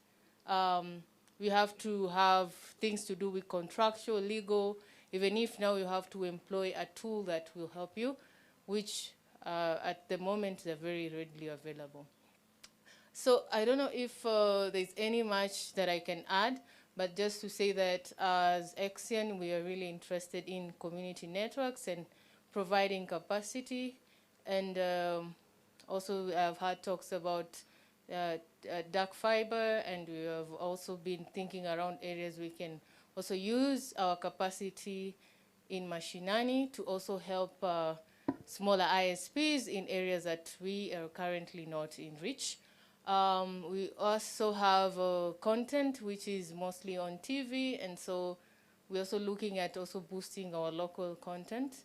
So very, very interested in learning what other community nectars are doing and areas where we can partner in. Thank you so much. And if you have anything in terms of a question around AI, policy regulation around AI use and telecommunication, I'm very free. I think Daktari and Professor Lawrence, they are aware of my work with AFICTA around building telecommunication policies with ICANN and also with AFICTA, GFCT. That is more on the security side. So if you have anything you want to link up after this, I'm free.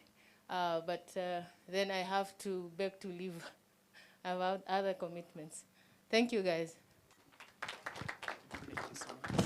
Rachel, thank you so much for that. And again, apologies. I know Rachel had a well-prepared presentation, and unfortunately, we have not done justice to her expertise, her access. But again, I'm thankful that she has expressed the willingness to connect with us and connect with you later on. My colleague Orina will be sharing a QR code. Please scan it, enter your details. As part of that QR code, mention things that I would like to be connected to Madam Rachel, and we'll be able to facilitate that connection. Swiftly moving on, I would like to invite our next speaker. Again, maximum 5 minutes. Bwana Roy, the General Manager of Unconnected, to briefly come and share with us his insights, feedback, and hopefully how the community networks can continue benefiting and from the organization. Thank you so much. Welcome. All right. Thank you so much for having me. First, let me say I'm very impressed by just the level of engagement, entrepreneurship shown by the community networks, and innovation. I think, especially the last panel, very engaging. It actually inspired me to run calls, which I'll share with all of you. My name is Roy Njoka, and I run Unconnected here in East Africa. We are an NGO, but we also run business commercially for the sake of sustainability, and I'll tell you a bit more about that. I come bearing gifts, but that will come towards the end. Let me quickly tell you about the work that we do. So at Unconnected, we're on a mission to bring, basically very mission aligned to all of you here in terms of being able to connect underserved communities. And we do that within 4 pillars. So we look at healthcare, we look at education, so any education facility from universities to primary schools, TVETs. We also look at rural and agricultural communities, which a lot of you serve. Now, how we do this is through three ways. We have what we call Connect funding, and you can find all this on our website, unconnected.org. So with Connect funding, basically we put together funding opportunities, sponsorship of opportunities to be able to drive a lot of the work that you do. And we've been able to work very closely together with Internet Society, who have also funded some of the programs that we have. So for example, in Malawi, we are connecting over 100 schools with UNICEF. And we've done quite a lot of work with the Internet Society. And so if you go to our website under Connect Funding, you'll be able to see all the opportunities that are open. We also do what we call advocacy. So this is engaging with regulators, and very happy to hear from the CA all the initiatives that they've been able to push through in terms of reducing the fees, eliminating the renewal fee. And so that's part of the work that we do across all the countries that we work with. And you can see a lot more about that on our website.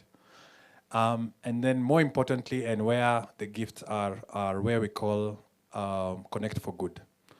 So here is where basically we negotiate with global providers. So for example, Starlink, Eutelsat, and the idea is to deliver to you very low cost or cost effective solutions. So I'll talk a little bit about Starlink, because that's, I think, one of the things that you can actually leverage immediately. So with Starlink, we have a solution called Connect for Good, where for 8,000 shillings, you get 5 terabytes of priority data.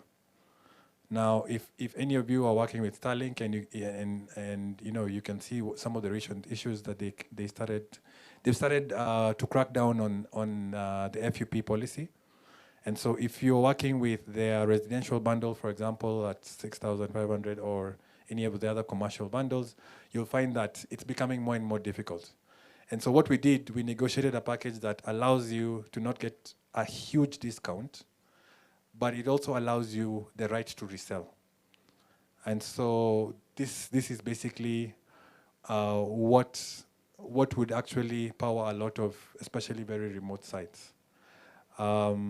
Again, you can learn a lot more about that on our website, but please feel free to reach out directly to me over lunch or any time after that.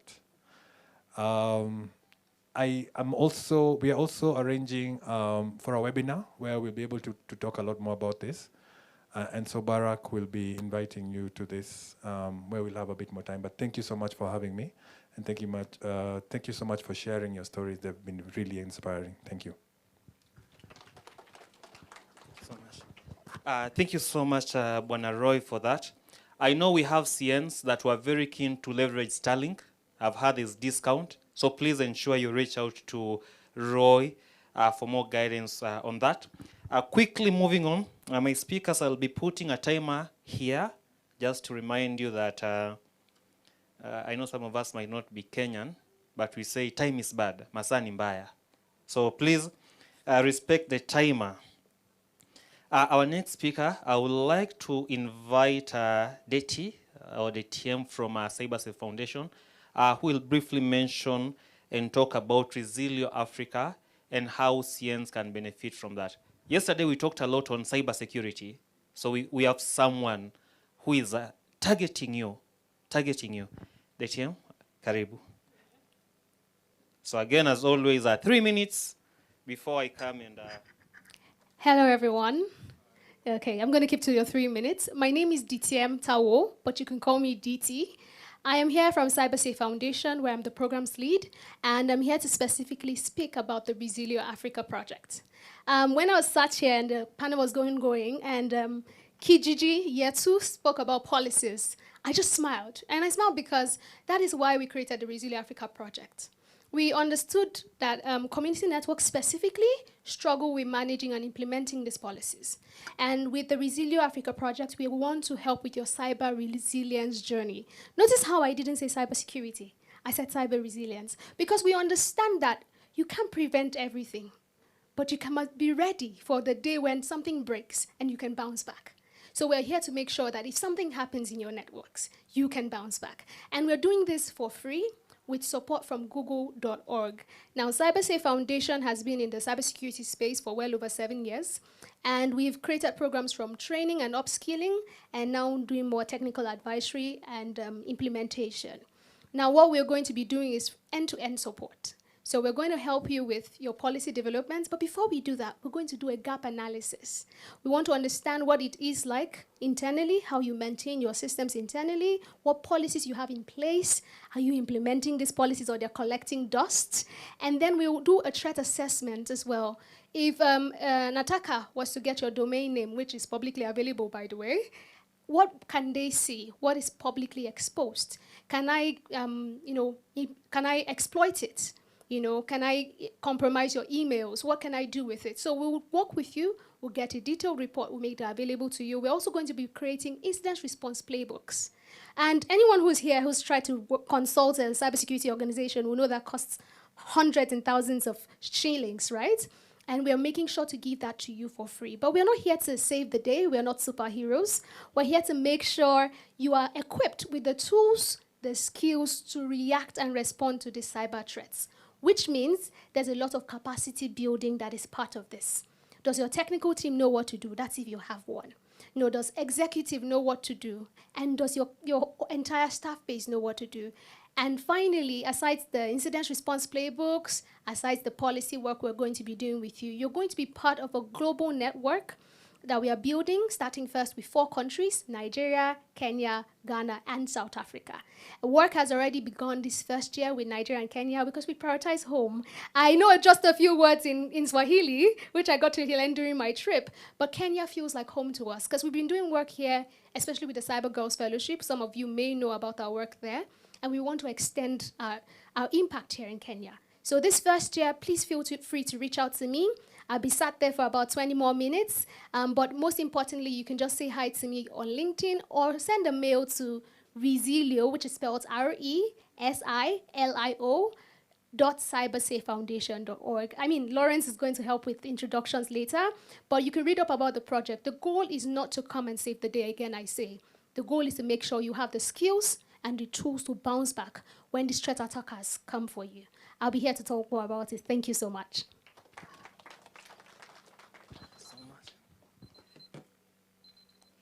Okay, swiftly moving on. I would like to invite Nicodemus Mbithi. Nicodemus? Nicodemus is representing Machakos County University College Students and Youth Association. How will we hit the 100 CNs? We need to engage one of the biggest population right now in Kenya and in Africa, the youth. Nicodemus, just to brief you, the last speaker, 3 minutes on the dot. Okay, no problem. I've had challenges with my fellow men here on this platform, but I think right now, 3 minutes. Asante sana. Okay, no problem. Okay, my name is Nicodemus Mbithi. I'm a student at the University of Nairobi. I'm a student leader under the Machakos County University Colleges Students and Youth Association, also known as the Mkuksi Association, and we are structured into 8 chapters, which align with the 8 constituencies in Machakos County, and we do several key thematic areas, such as the mentorship programs, and we have been able to conduct more than 15 mentorship programs across the county. And we also do and champion for the climatic action through planting of trees. Yes, and we have been able to partner with the Kenya Forestry Service and the Sidgo Limited Company. And we also champion for the mental health campaigns through the online platforms such as the Google Meet platform and the Meet. The other one is called the Zoom meeting.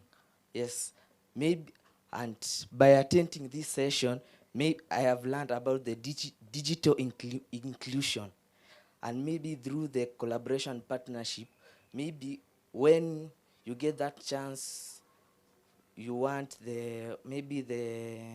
what could I say? Wait, I process. okay, maybe what the CNs want to educate about the digital literacy, they can come about with the online platforms, and we could help you to mobilize the youth and come together and try to help the community together. Thank you. Bwana Nicholas, asante sana for that. Nicodemus, you might be wondering now, universities, etc., watasaidia CN aje? How will they help CNs? Look historically, a lot of benefits the country has received way back then was from university students. They are able to do mobilization, but importantly, they are also able to create awareness. Universities will typically have people from different regions. So you work with them instead of having to go to all of those countries. Maybe you just need to go to University of Nairobi and your impact will be felt. The next speaker I'm going to invite is a program that is very dear and close to me. Madam, is it Diana, from the Computer for Kenya School, to briefly mention again, as always, 3 minutes, what they're doing, how we can work with them, and how we can support each other. Karibu sana. Good afternoon. I'll be very quick so that you don't give me the look. My name is Diana Gishero, Business Development Officer at the WE Center. I'm here to talk about around 4 companies that are intertwined, and you'll understand how. The first one is Computer for Schools Kenya. Computer for Schools Kenya began in 2000 with the aim of propelling digital literacy. So we began with that aim, but of course we've grown over the years to not only donate and ensure that schools have computers, but to also ensure that organizations that are coming up, students that are growing and that are finishing school are able to access programs under the digital literacy. So Computer Schools Kenya recently partnered with ISO that to ensure that through digital literacy, people are able to gain this knowledge, and the program has been running because we have digitracks that move around the country. So we have 2 cohorts, in a third one on Monday for Machakos County. So Computer for Schools Kenya has a digitrack that moves around the country. So let's say he's set up in Machakos County, and then they'll train the youths in that area on digital literacy, the computer packages, and now the programs under ISOC. Then the second company is the WE Center, who now deal in electronic waste management. So we collect electronic waste management from schools, individuals, and corporates, and ensure that the e-waste is managed properly and recycled in the safe ways. The third company is Circular Innovation Hub. This is a platform that helps startups give them access to where they can get funding. They help them until the acceleration period. Then the fourth company and the last one is Revivo Kenya. This is a platform, an e-commerce platform, where you're able to access and get affordable products, devices, laptops, tablets that are refurbished, and also new ones, but at an affordable price. Thank you very much. Have a lovely afternoon.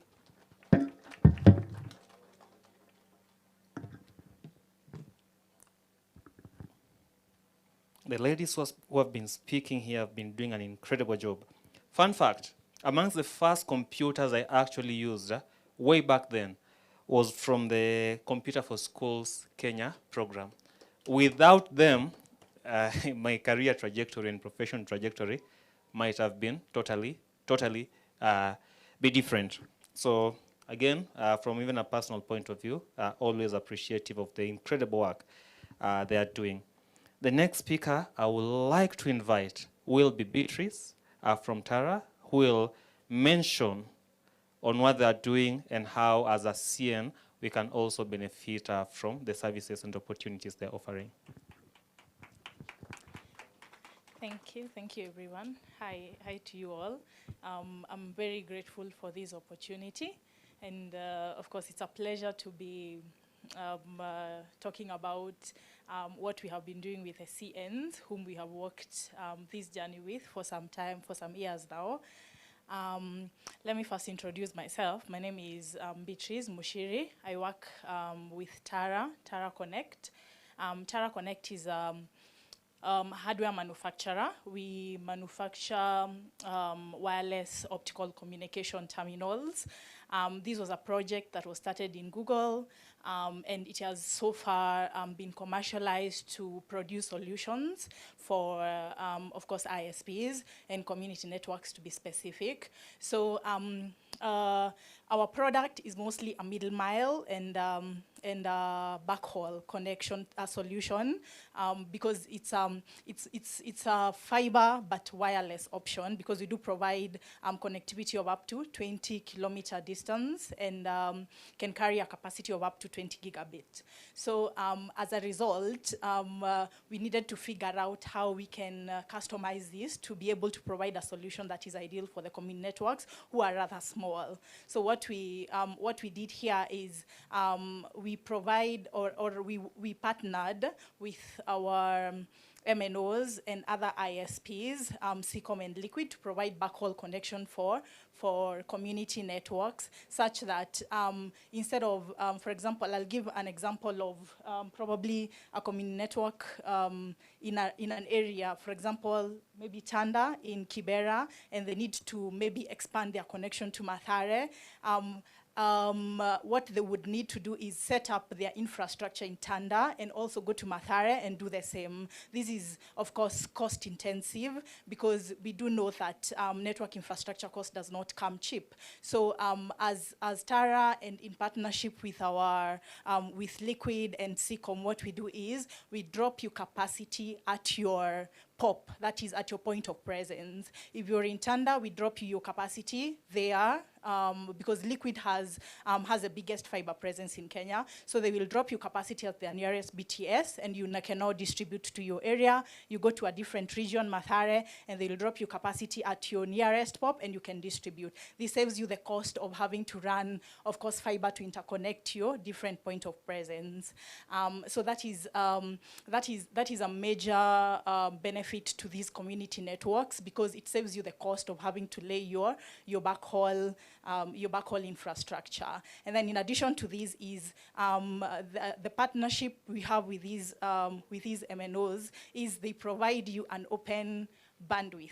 If you know what that means, it means that like if you have interacted with Safaricom and other MNOs, they give you a limited capacity. They will give you probably a capacity of 50 Mbps, but capped at a certain FUP, okay? So Liquid Seacom will provide you an open bandwidth.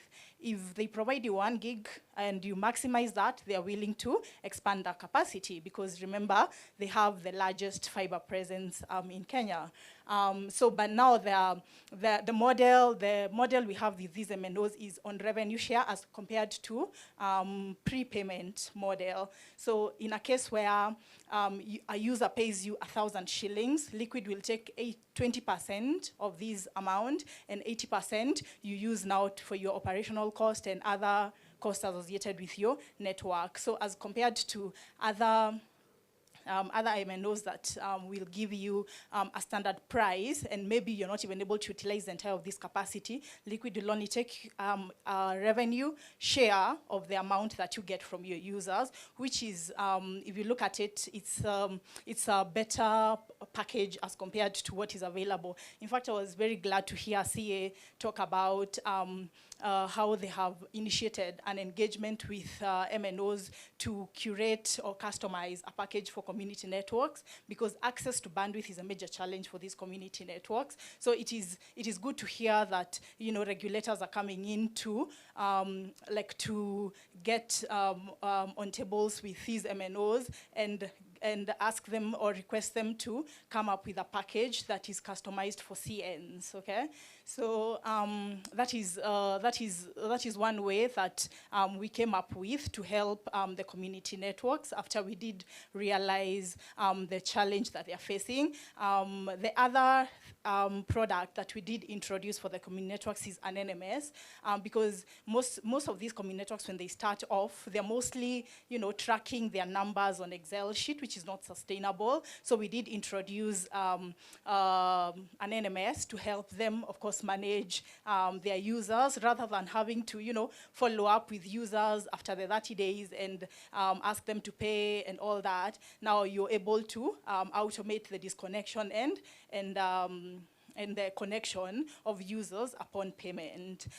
There's I think it's Tanda that mentioned about a reseller model. So the main difference of the NMS that we do provide is the reseller model. So this reseller model is where, as compared to providing just connectivity, I provide connectivity to my users and I give them an option to become resellers of my connection. So if you do have users that you have reached to and me as an ISP I don't have reached to, then you can become a reseller and get a commission for every new connection that you provide, which means these users will get motivated, or they will see the value of the connection, which is what we are going for. Because remember, we are as community networks, we are providing meaningful connection, not just internet connectivity. So this is one of the ways that we have come up with to help, of course, the growth of community networks, and we hope to continue, working together with different community networks and come up with solutions that are going to be sustainable for this ecosystem. So thank you. Beatrice, thank you so much for that. Beatrice was almost putting me in a tight spot where some of your colleagues here will start asking me, Lawrence, what's going on? The rest of us, you are very keen on time. Now comes in Beatrice. Your alarm is not even going off. But again, Beatrice, I thank you so much for that. The last speaker in my capacity that I would like to invite, 3 minutes, is Mr. Jones Baraza from CTF room, after which I will be handing over the program to SG. Please get ready to clap to take over the reminder and closing ceremonies. Jones? Thank you so much, Lawrence. Thank you for reminding me that I have 30 minutes. I'm not going to disappoint you. I'll stick to the 30 minutes. I know most of you at this point are basically quite agitated when you hear our voices, because we're standing between you and lunch, or standing between you and leaving. But nonetheless, my 30 minutes start now. So my name is Jones Baraza, co-founder CTF Room. So what do we do at CTF Room? CTF Room is a cyber range platform where we simulate attacks. Good things that I've heard so much that you guys have done in terms of being able to build community networks. One thing that maybe it was spoken previously, but I have found more or less a gap that really needs to, for us to be able to fill, is the security aspect. Thankfully, we have DT here in Resilio and other partners around. But how about the security aspect? So this is where CTF Room comes in. So for example, you want to be able to identify talent, cybersecurity talent. We have capture the flag competitions, like the ones we hosted with Internet Society of Kenya, which I believe will have some few awards after this. Through capture the flag competitions, we're able to not only identify talent, but we're also able to nurture that talent, so that growing or moving forward, you're able to know that we have a skills gap in this particular area. Let's say forensics, we're very good at offense, but we are lacking some skills maybe in incident response. Other than capture the flag competitions, we have cyber drills. Cyber drills, these are highly targeted, scoped challenges, live fire exercises where we pit individuals against real life scenarios where you encounter them out there in the wild. So through cyber drills, we're able to equip skills, and also we're able to, just through, as I mentioned, through the CTFs, you're also able to identify gaps within your teams, gaps to yourself as well, so that you're able to upskill. Then here comes the upskilling part. So CTF Room has a learning path that allows you to be able to advance your skills as you progress. We have introduction to cybersecurity, which I would really like to encourage. I've only spoken for 2 minutes. So, which I would really, really like to encourage many of us here to be able to test it out. It's an introductory course on cybersecurity that will be able to help you gain knowledge on how to safeguard and maybe equip your infrastructure, for instance. Other than that, we have trainings where we're able to scope different trainings where, for instance, could be a managed training where you would like us to come and help your team identify weaknesses within the team. Let's say you face a lot of phishing emails and you would like us to test those skills. Let's say you want us to be able to train on cyber hygiene. We'll also be able to assist you with that. So CTF Room basically gives you a whole package when it comes to cybersecurity training, upskilling from an individual level, from a team's level, and also from an advanced level. I think I'm doing well on time. As I wind up, I would just like to briefly mention that we had a CTF with, that's my cue. Wow.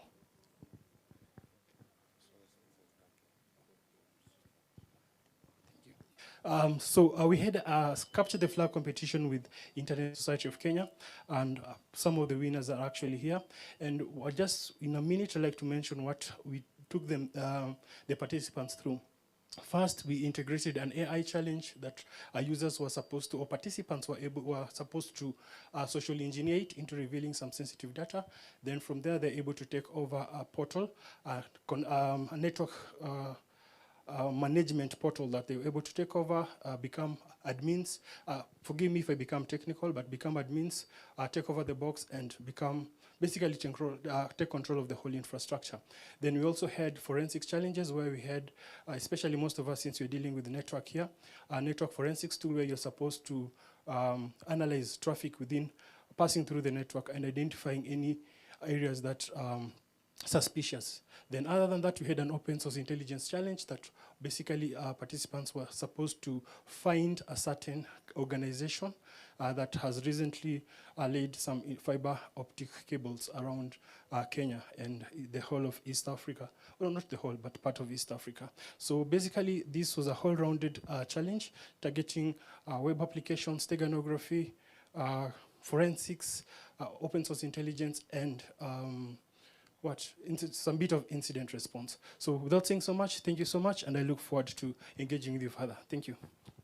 Thank you so much. As now I start handing the program back to SG. So CTF have been a very good friends to ISOC. The easiest way for me to summarize the impact I've seen. So right now, if you're a person, all technical people, a lot of us CN, we are running a Linux system, right? All of us are running a Linux system. A few weeks ago, using AI, people who know these things better than I do, they mentioned, if you have a Linux machine, and on that machine, you have given people SSH, and because you have hardened the machine, you have not given everyone maybe root privileges or pseudo privileges. So these are privileges that they stop people from making changes to your system or taking over the system. So a group said that they released a vulnerability. We talked about vulnerability during the pre-summit. This vulnerability, what it does is anyone who is an admin user can exploit this vulnerability and become a root user. So maybe you are running infrastructure, and in your infrastructure, you have given, say, these are standard users, they cannot make any changes. If I get this vulnerability, I'm going to be able to make changes to your machine. It's too many words, very technical. So how do I actually leverage a CTF room? I'll go to CTF room. They already have a lab that has that vulnerability. So I'll actually go to it and they'll train me and tell me, this is how this vulnerability is exploited, without me having to touch my machine. Second thing, they'll also tell me, this is how you detect whether there's someone who has exploited that vulnerability and maybe has a privileged access on your machine, or they are misusing your machine, again, from that specific platform. Importantly, knowing vulnerabilities is easy. Shida iko when it comes to patching. Shida means problem. The problem is, is there. The problem is on patching. So for you to fix a vulnerability, you don't want to try and fix it on your production machine. You might do a mistake, you break your system. So ideally, you want a separate machine that you can actually use to test your changes, and once you're comfortable with testing those changes, you fix. So I use CTF Room for those purposes. So highly encourage her, talk to them. If they don't give you the support you need, please talk to ISO Kenya. Using the friendship, partnership, collaboration we have, ISOC will be able to support you as an ISOC member or as a CN. And with that, I would like to welcome my SG to lead us into the next session. The last session. And just to abuse my power, SG, due to the seniority of your position, I'll give you 5 minutes. Thank you so much. You'll never give me time because I run the systems of the organization, which you cannot understand the back end and the front end. Thank you. So one thing that I want to say, we are not talking about time, we are talking about closings. We are talking about doing the declaration. So in every process that we do, there's a declaration that we, based on everything that I know not be able, but I need someone to read me this so that we can. Okay, someone who can read. Okay, so I need someone who can read for me this. But what you're saying, we the participants in this third National Community Network Summit of 2026, convening up in Machakos under the leadership of the Internet Society Kenya, bringing together representatives of community network, academia, civil society, partners, and government, acknowledging inputs from various entities such as community network, government, partners, institutions, citizens, to affirm commitments towards the right of every person to access information communication technology as a foundation for dignity, opportunity, and sustainable development. We also recognize the continued reality of digital divide, because this was coming out very clearly, which disproportionately affects rural and urban underserved communities. During our discussions,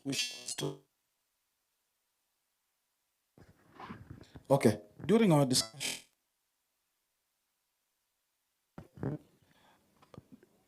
discussions, we shared stories. Thank you. Let me continue. Thank you. We are doing a declaration. During our discussion, we shared stories emphasizing on the importance of community network in extending affordable and locally relevant last mile connectivity. That came out very clearly. We stressed the need of skill development. Someone can come and hold for me this or move for me this so that I can move.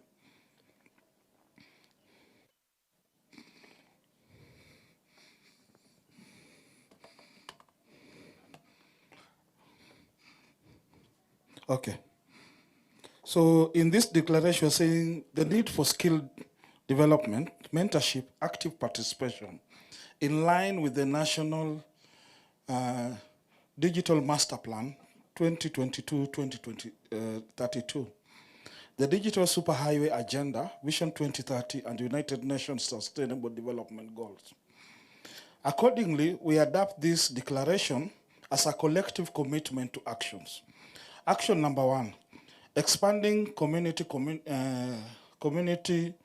connectivity. We commit to support the growth of community network as a practical, sustainable approach to the last mile, ensuring that underserved and unserved communities can access affordable, reliable, and meaningful digital services.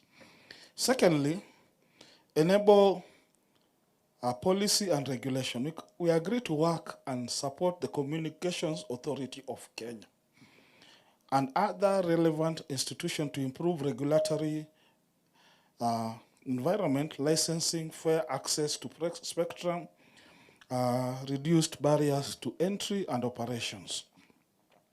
Thirdly, strengthening partnerships. We commit to collaborative partnership with government, private sector, development partners, academia, civil society to accelerate inclusive digital infrastructure innovation at the community. It can be at the community, it can be at the county level, it can be at the national level, given that we work a lot as community network in the sub-county level.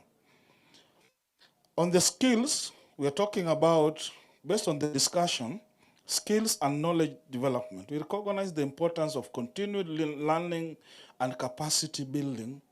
We therefore commit to strengthening partnership with university and technical institutions to support digital skill development, innovation, research, evidence-based policy. Digital inclusion, I'm just reading this and then we go into the wording. Inclusion, digital inclusion and local innovation.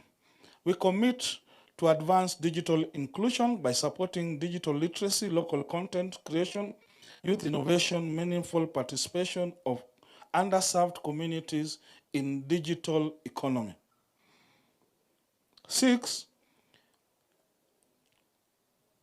community ownership and sustainability. We affirm the value of community-led connectivity models that are inclusive, locally governance, financially, and operationally sustainable to ensure long-term impact and resilience. Data protection and digital safety. We commit that we are going to upload the Kenya Data Protection Act, strengthen cybersecurity, privacy, digital rights, so that all users can engage in a safe and trusted digital spaces. Climate responsible connectivity. We encourage adoption of an environment responsible and climate resilient approaches to digital infrastructure, including the use of renewable energy, sustainable network design and operation. The ninth and the last action, multi-level digital cooperation. We support robust collaboration to promote knowledge exchange, innovation, financing, policy alignment in support of community-connected connectivity. Our call of action. We call upon the government of Kenya, the Communications Authority of Kenya, the county governments, development partners, private sector actors, financial institutions, civil society, to encourage to increase investment, support policies, policy support, coordinate efforts to scale community networks and small internet service provider. We affirm that community network are not just an alternative model, but a critical part of the Kenya inclusive digital future. Adoption. This declaration was adopted at the 3rd Community Network Summit 2026 in Machakos, Kenya, on the 15th of May 2026. For many as of this opinion, can you say hi? Sorry. For those ones of the contrary opinion, can you say nay? The ayes have it. So what you are saying, this is the commitment that you're making out of this, because this is going to make actions that are going to and come up with a strategy. and come up with a strategic direction of where we want to go. Because now in the next, we want when you reach the next coming community, the community summit, we want to evaluate these actions. So we are asking all organizations that are here, including the CNs, to get a copy of this. And also we are going to sign this so that you can have it in your emails and make a commitment so that we know which actions do you want to undertake. So with that, those many words, first of all, I want to call the president here. So we want to move to the next action, which is now the award-winning section, which as the Secretary General of the Internet Society, now I take officially this to ensure that now we move into the closing ceremony and ensure that at the end of it, we are able to recognize some of the efforts. Mr. President, just come in. As the President is coming in, we also have to have a vote of thanks. I don't know we'll be able, but I think it's within my capacity to do the vote of thanks so that I had over.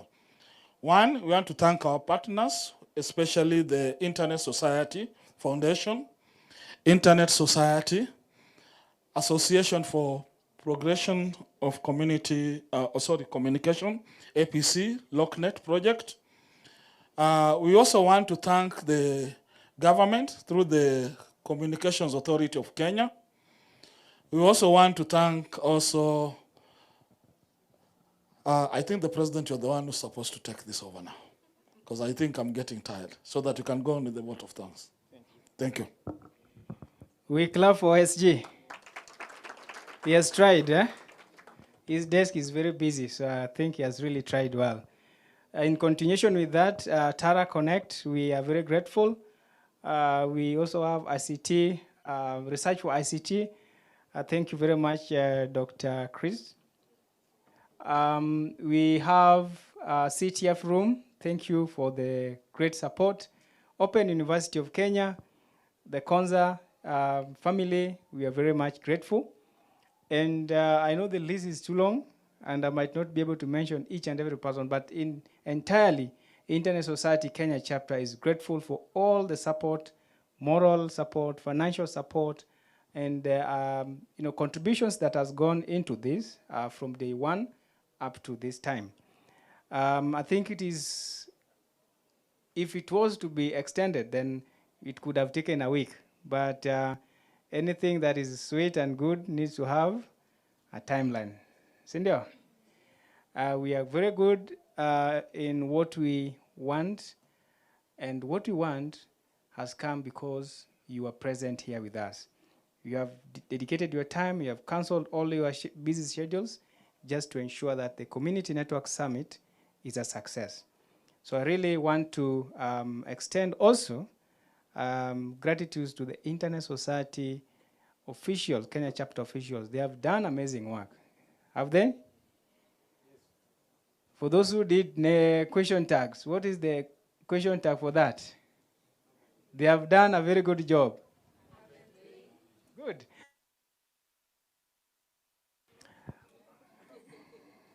Someone said, don't they? All right, so allow me then take it to the next stage. Lawrence, if you can join me on stage. Purity, if you can come, please. I know we are now at the last critical hour, and we don't want people to faint. Eh? So we had a very interesting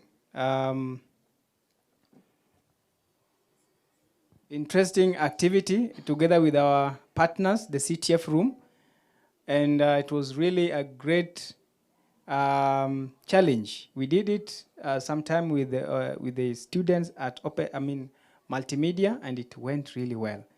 And then we said, something good must continue. Sindio? And as ISOC, we are trying to bring on board diversity, not only just connecting people, we also know what internet comes with. So CTF Room, please, will you join me in the stage? Na hii hoodie ikitakikana inapatikana wapi? Nyuma ya tent. All right. I'll give it to Lawrence. We did a challenge online, and it had a very good participation, over 210 participants, but we were only taking the best 3, right? And I hope those best 3 are here with us. We have something small for them, and we will also go ahead and award our community network groups that are here. Madam President, thank you so much. So for the CTF, one will not be able to have done it without the support of the President, the SG, and our Vice President, Madam Edna. Fun fact you might not be aware of, as far as we know, ISO Kenya, again, ISO Kenya is me and a lot of you. We are most likely the only ISOC chapter that has introduced CTFs into our standard programming as a way of building capacity, as a way of creating awareness around cybersecurity challenges, not only affecting the community networks, but again, generally affecting all internet users. So, as you sit there, you should be very, very proud of yourself. You might not have contributed much into it, but you did the biggest contribution by consistently and constantly asking my president's team to push the boundaries. What new thing are you doing? So without that positive pressure and influence, we will probably not have done that. So again, huge appreciation to our membership for making us continue pushing the barriers.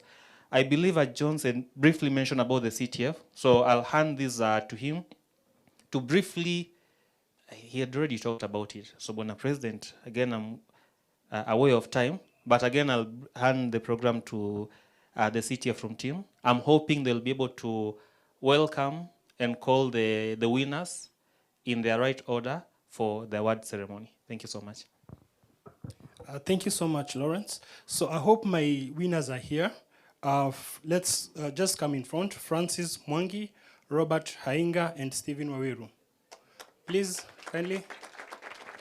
So these are some very bright minds, by the way, that were able to solve some of the challenges we put up in record minutes, which I have. I'll talk to you about it. I suspect some AI somewhere. But that is the good thing about creativity anyway. So without spending so much time, I would like to call position 3. Position 3 was taken by Francis Mwangi. Francis Mwangi, I think you'll move over there.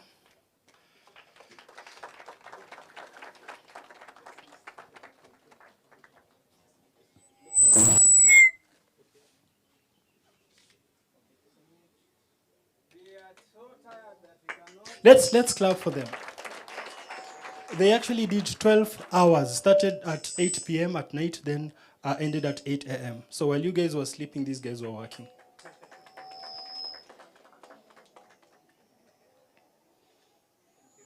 Thank you so much. Position 2, Robert Hainga.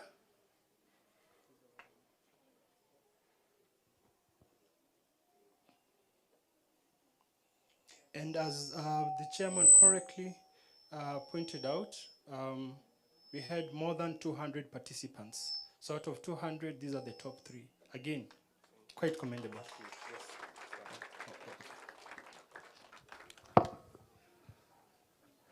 Then the man who took it all. And actually something, fun fact, I was tracking his progress when he was going through the challenges. He was actually quite commendable. Guys were trying to catch up, but he's pushing harder. And for that, congratulations so much. So position 1 was taken by Stephen Waweru. So if you're hiring, very good talent here. These are guys that will hack your system before the bad guys do.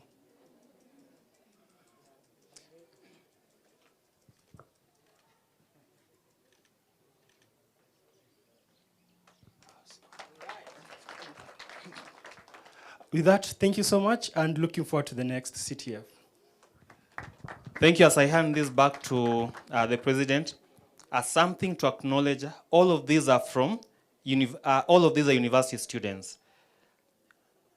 If I was in their position, I would have really, really loved to be given an opportunity to say a few words.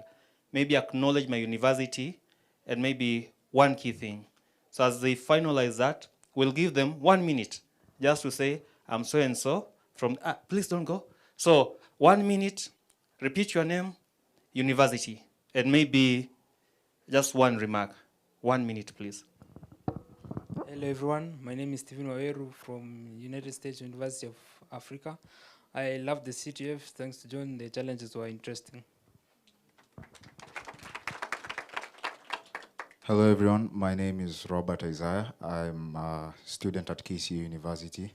I really enjoyed the challenges. They were fantastic. In fact, the fact that for the Linux box that we were supposed to hack into, it was based off a recent vulnerability, the one that he was actually talking about here. It's called the copy fail vulnerability. Either that, you would have gone with the copy fail vulnerability, or the copy fail vulnerability, or the dirty frag vulnerability, which is pretty recent. Yeah, so I really enjoyed it. Thank you. Hello everyone, my name is Francis Mwangi from United States International University, Africa. The CTF was really eye-opening. I really loved the OSINT challenge, made me learn more about networking, Djibouti and everything else. Can't wait to be part of this organization and to work with everyone. Thank you. Thank you so much. You can have your seat. Last thing, to our winners, please reach out to these CNs, offer them your technical skills. We pay forward. They might pay you a bit, they might not pay you, but I think be assured that the support you'll give them will be impacting lives, meaningful impact. So please reach out to all these CNs, ask for opportunities, ask for internship, whether on-site or physical. Asanteni sana. Right, we can clap better for CTF. We are building engineers, we are building cybersecurity experts, we are building all professionals so that a community network have a place to go when there is a problem, right? All right, thank you very much. Very quickly, then, we are going to the very last stage. We want to recognize the great work that community networks have also done in their respective regions.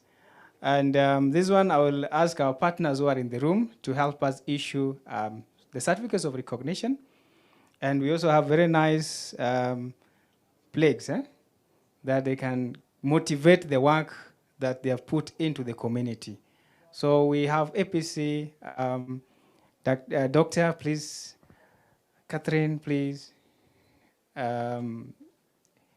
Beatrice. Let us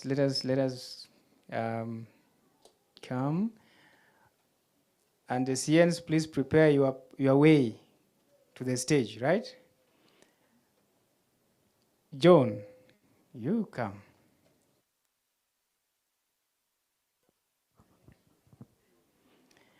Lawrence, you'll help me?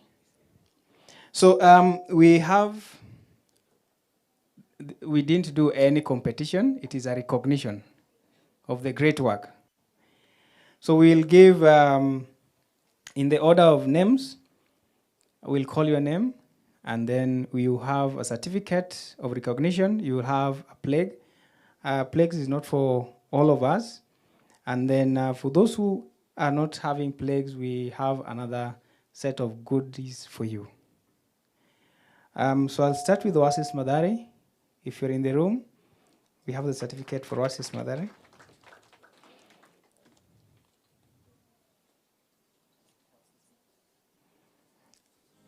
Oasis Madari. All right, you can just remove the certificate and hand over to,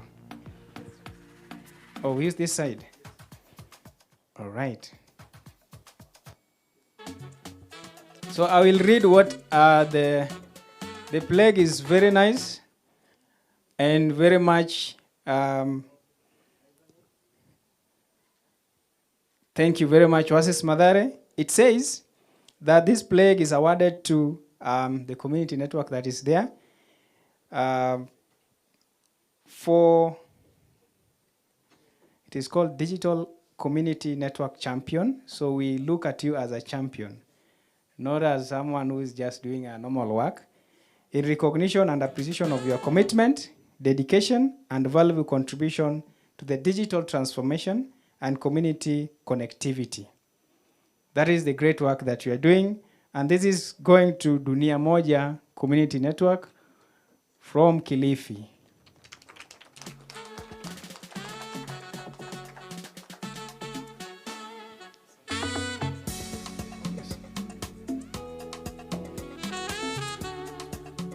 Thank you very much. So that we prepare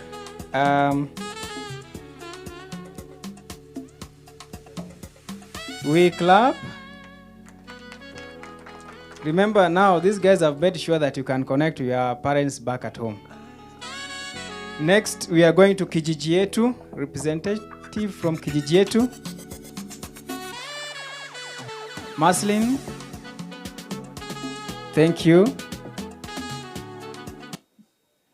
All right, Kijiji Yetu.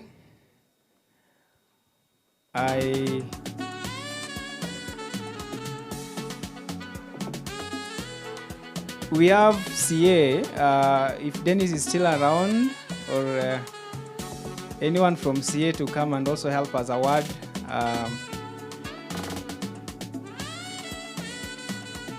Action le progrès.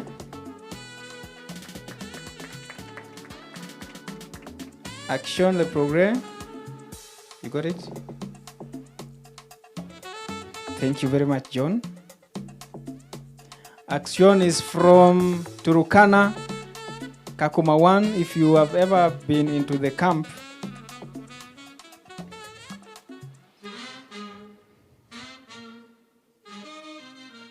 thank you very much. And this is going to Athi Community Network, all the way Meru.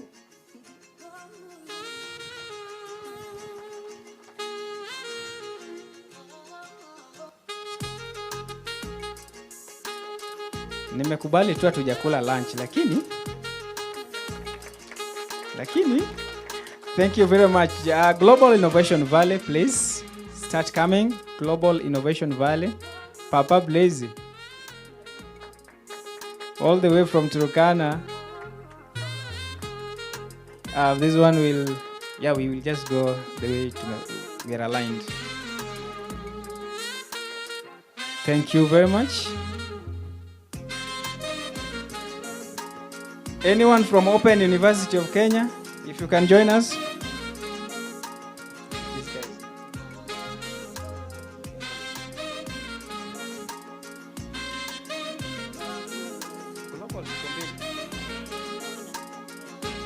Blaze, how come you have two? But it's okay. All right, we are going to Gonland, Africa. Alfonso Uma. Thank you. The clapping ceremony imeisha. Open University is here. Okay. Hii ni ngumu kusoma. Ngekiokok. Ngekiokok. Ngekiokok is coming. Ngekiokok. Dominic is here. Dominic is here. You are awarding that. Who is next?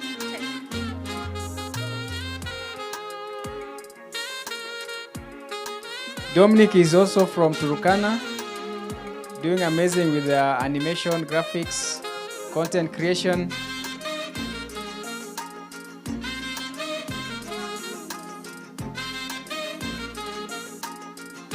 Tech Village. Tech Village. Tech Village, we give to Catherine, please. Tech Village from Busia, Bungoma. Bungoma County. Hii Nairobi. Tuko kwa Tanda. Guys, no. No. Sasa unaweza toka hapo upate mesa ya nini imeanguka. All right, this is Tanda. Ruth, karibu sana. John, thank you.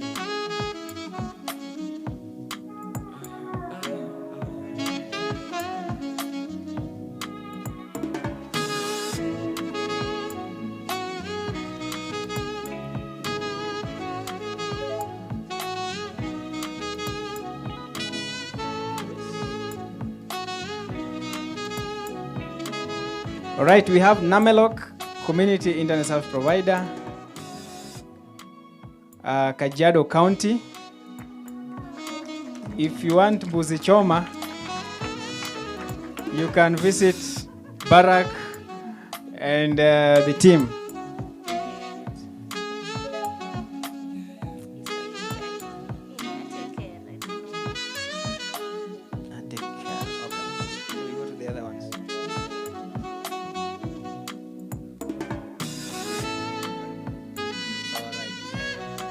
Of course, we had for our HeriNet is not in. We are going to the next level.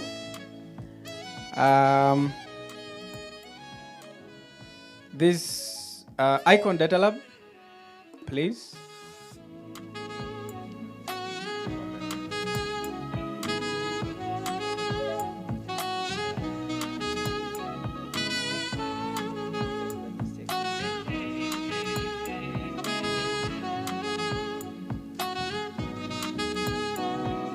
You're such a rush, my baby, slow down, come find your love.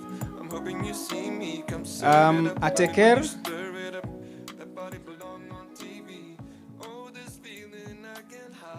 Then followed by iWatts. And I just don't know why. iWatt is coming. Raylin Kwambo. Bahari CBO. Kwale County. This is next.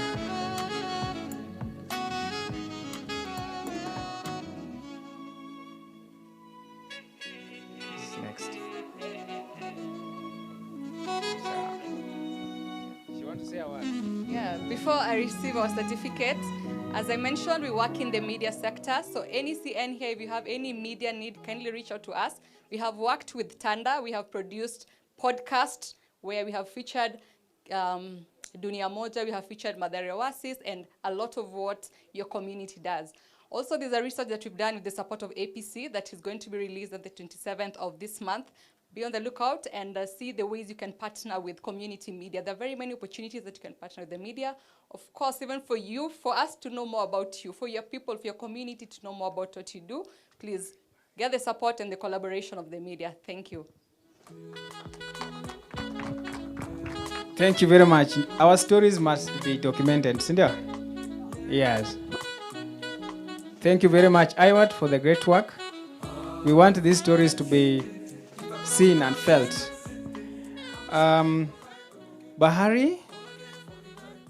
Bahari was here. Ken Odari is coming, all right.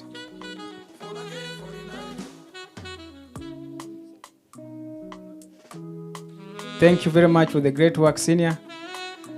We want to connect. In fact, even the fish should feel the presence of the internet. Kaya. Kaya should be here now.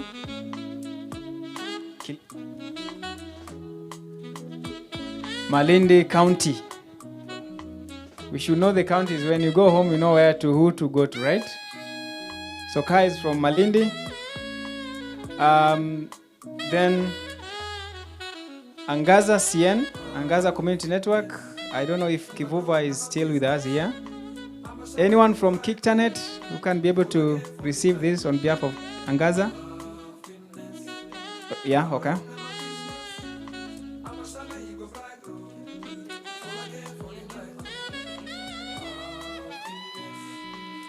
That is Kiktanet. They are running Angaza Community Network in Madare. All right, Union Community Network. Union is based in Kalobe Settlement, Turkana County, also serving the refugee communities. Karibu sana.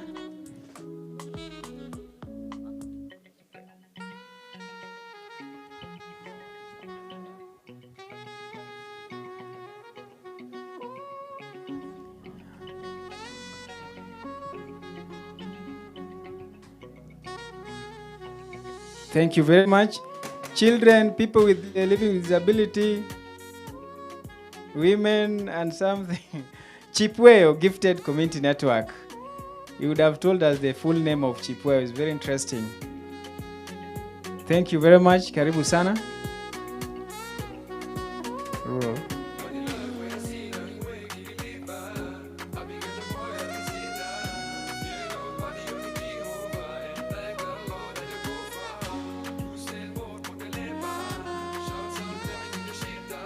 Thank you very much. Rural Momentum. Rural Momentum. All right. Tanui is here.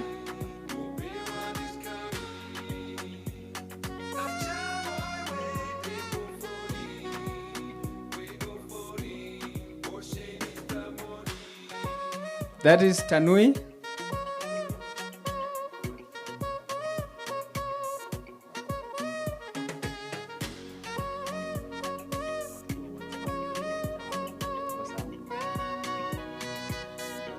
Then, if anyone can receive on behalf of the Arid Lands Information Internet, anyone? Yeah. I think you can. This one is run by James Nguo.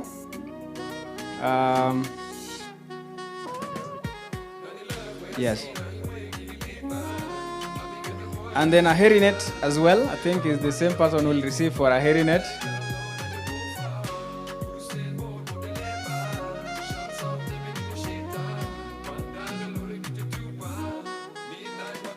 A HeriNet is located in Kisumu County.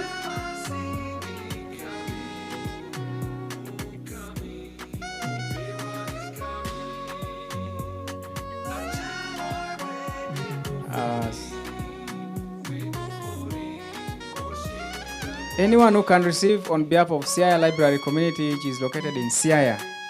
If not, where they could be able to pick it from the office. Thank you very much, Senior, for the service. We appreciate.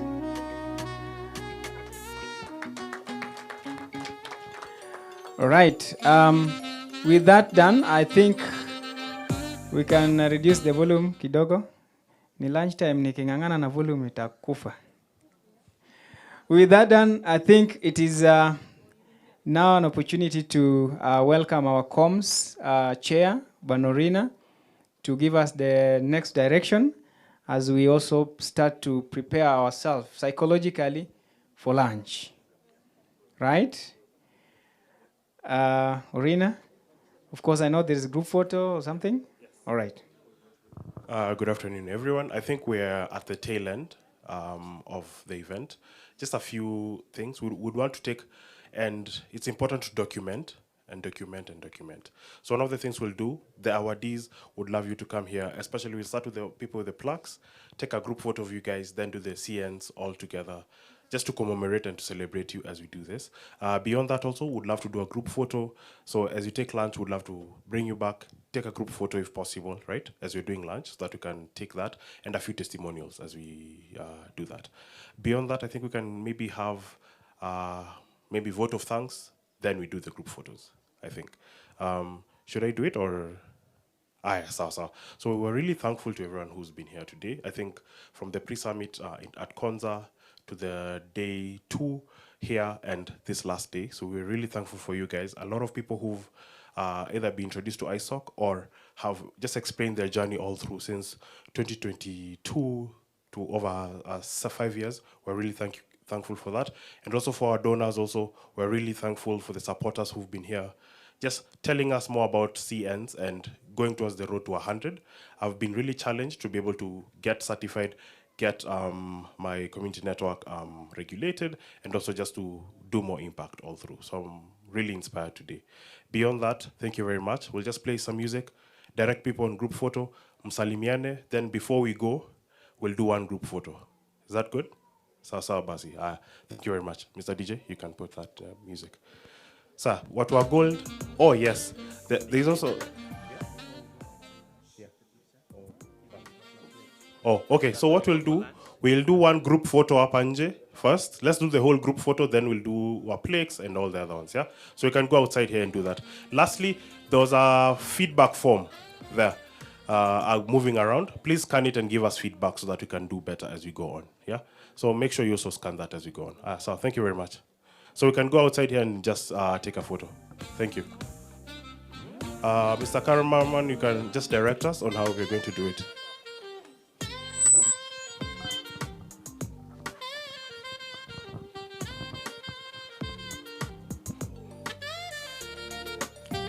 Sorry? Yeah, dunia moja.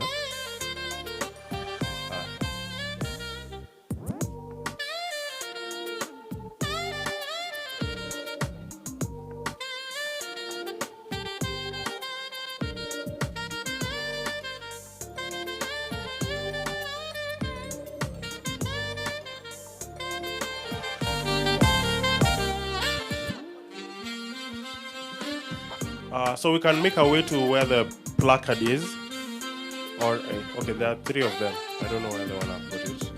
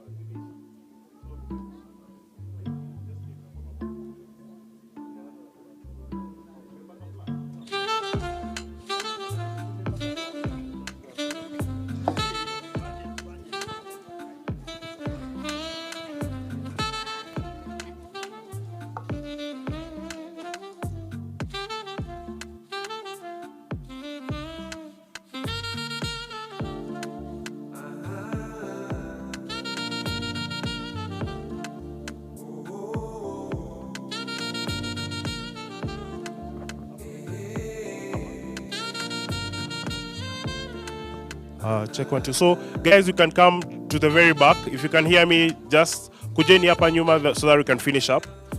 Thank you.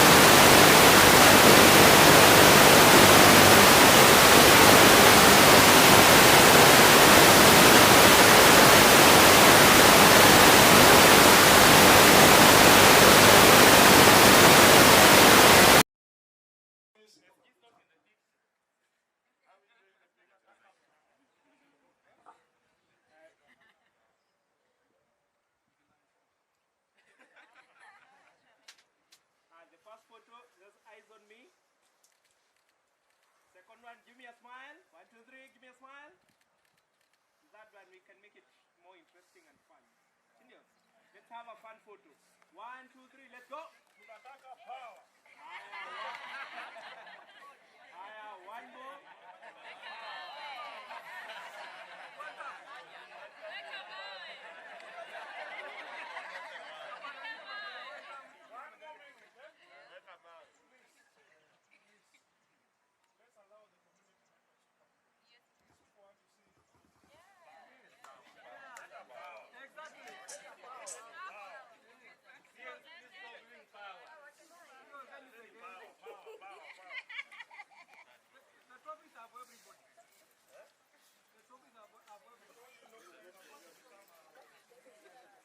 Haya, leta power, leta power.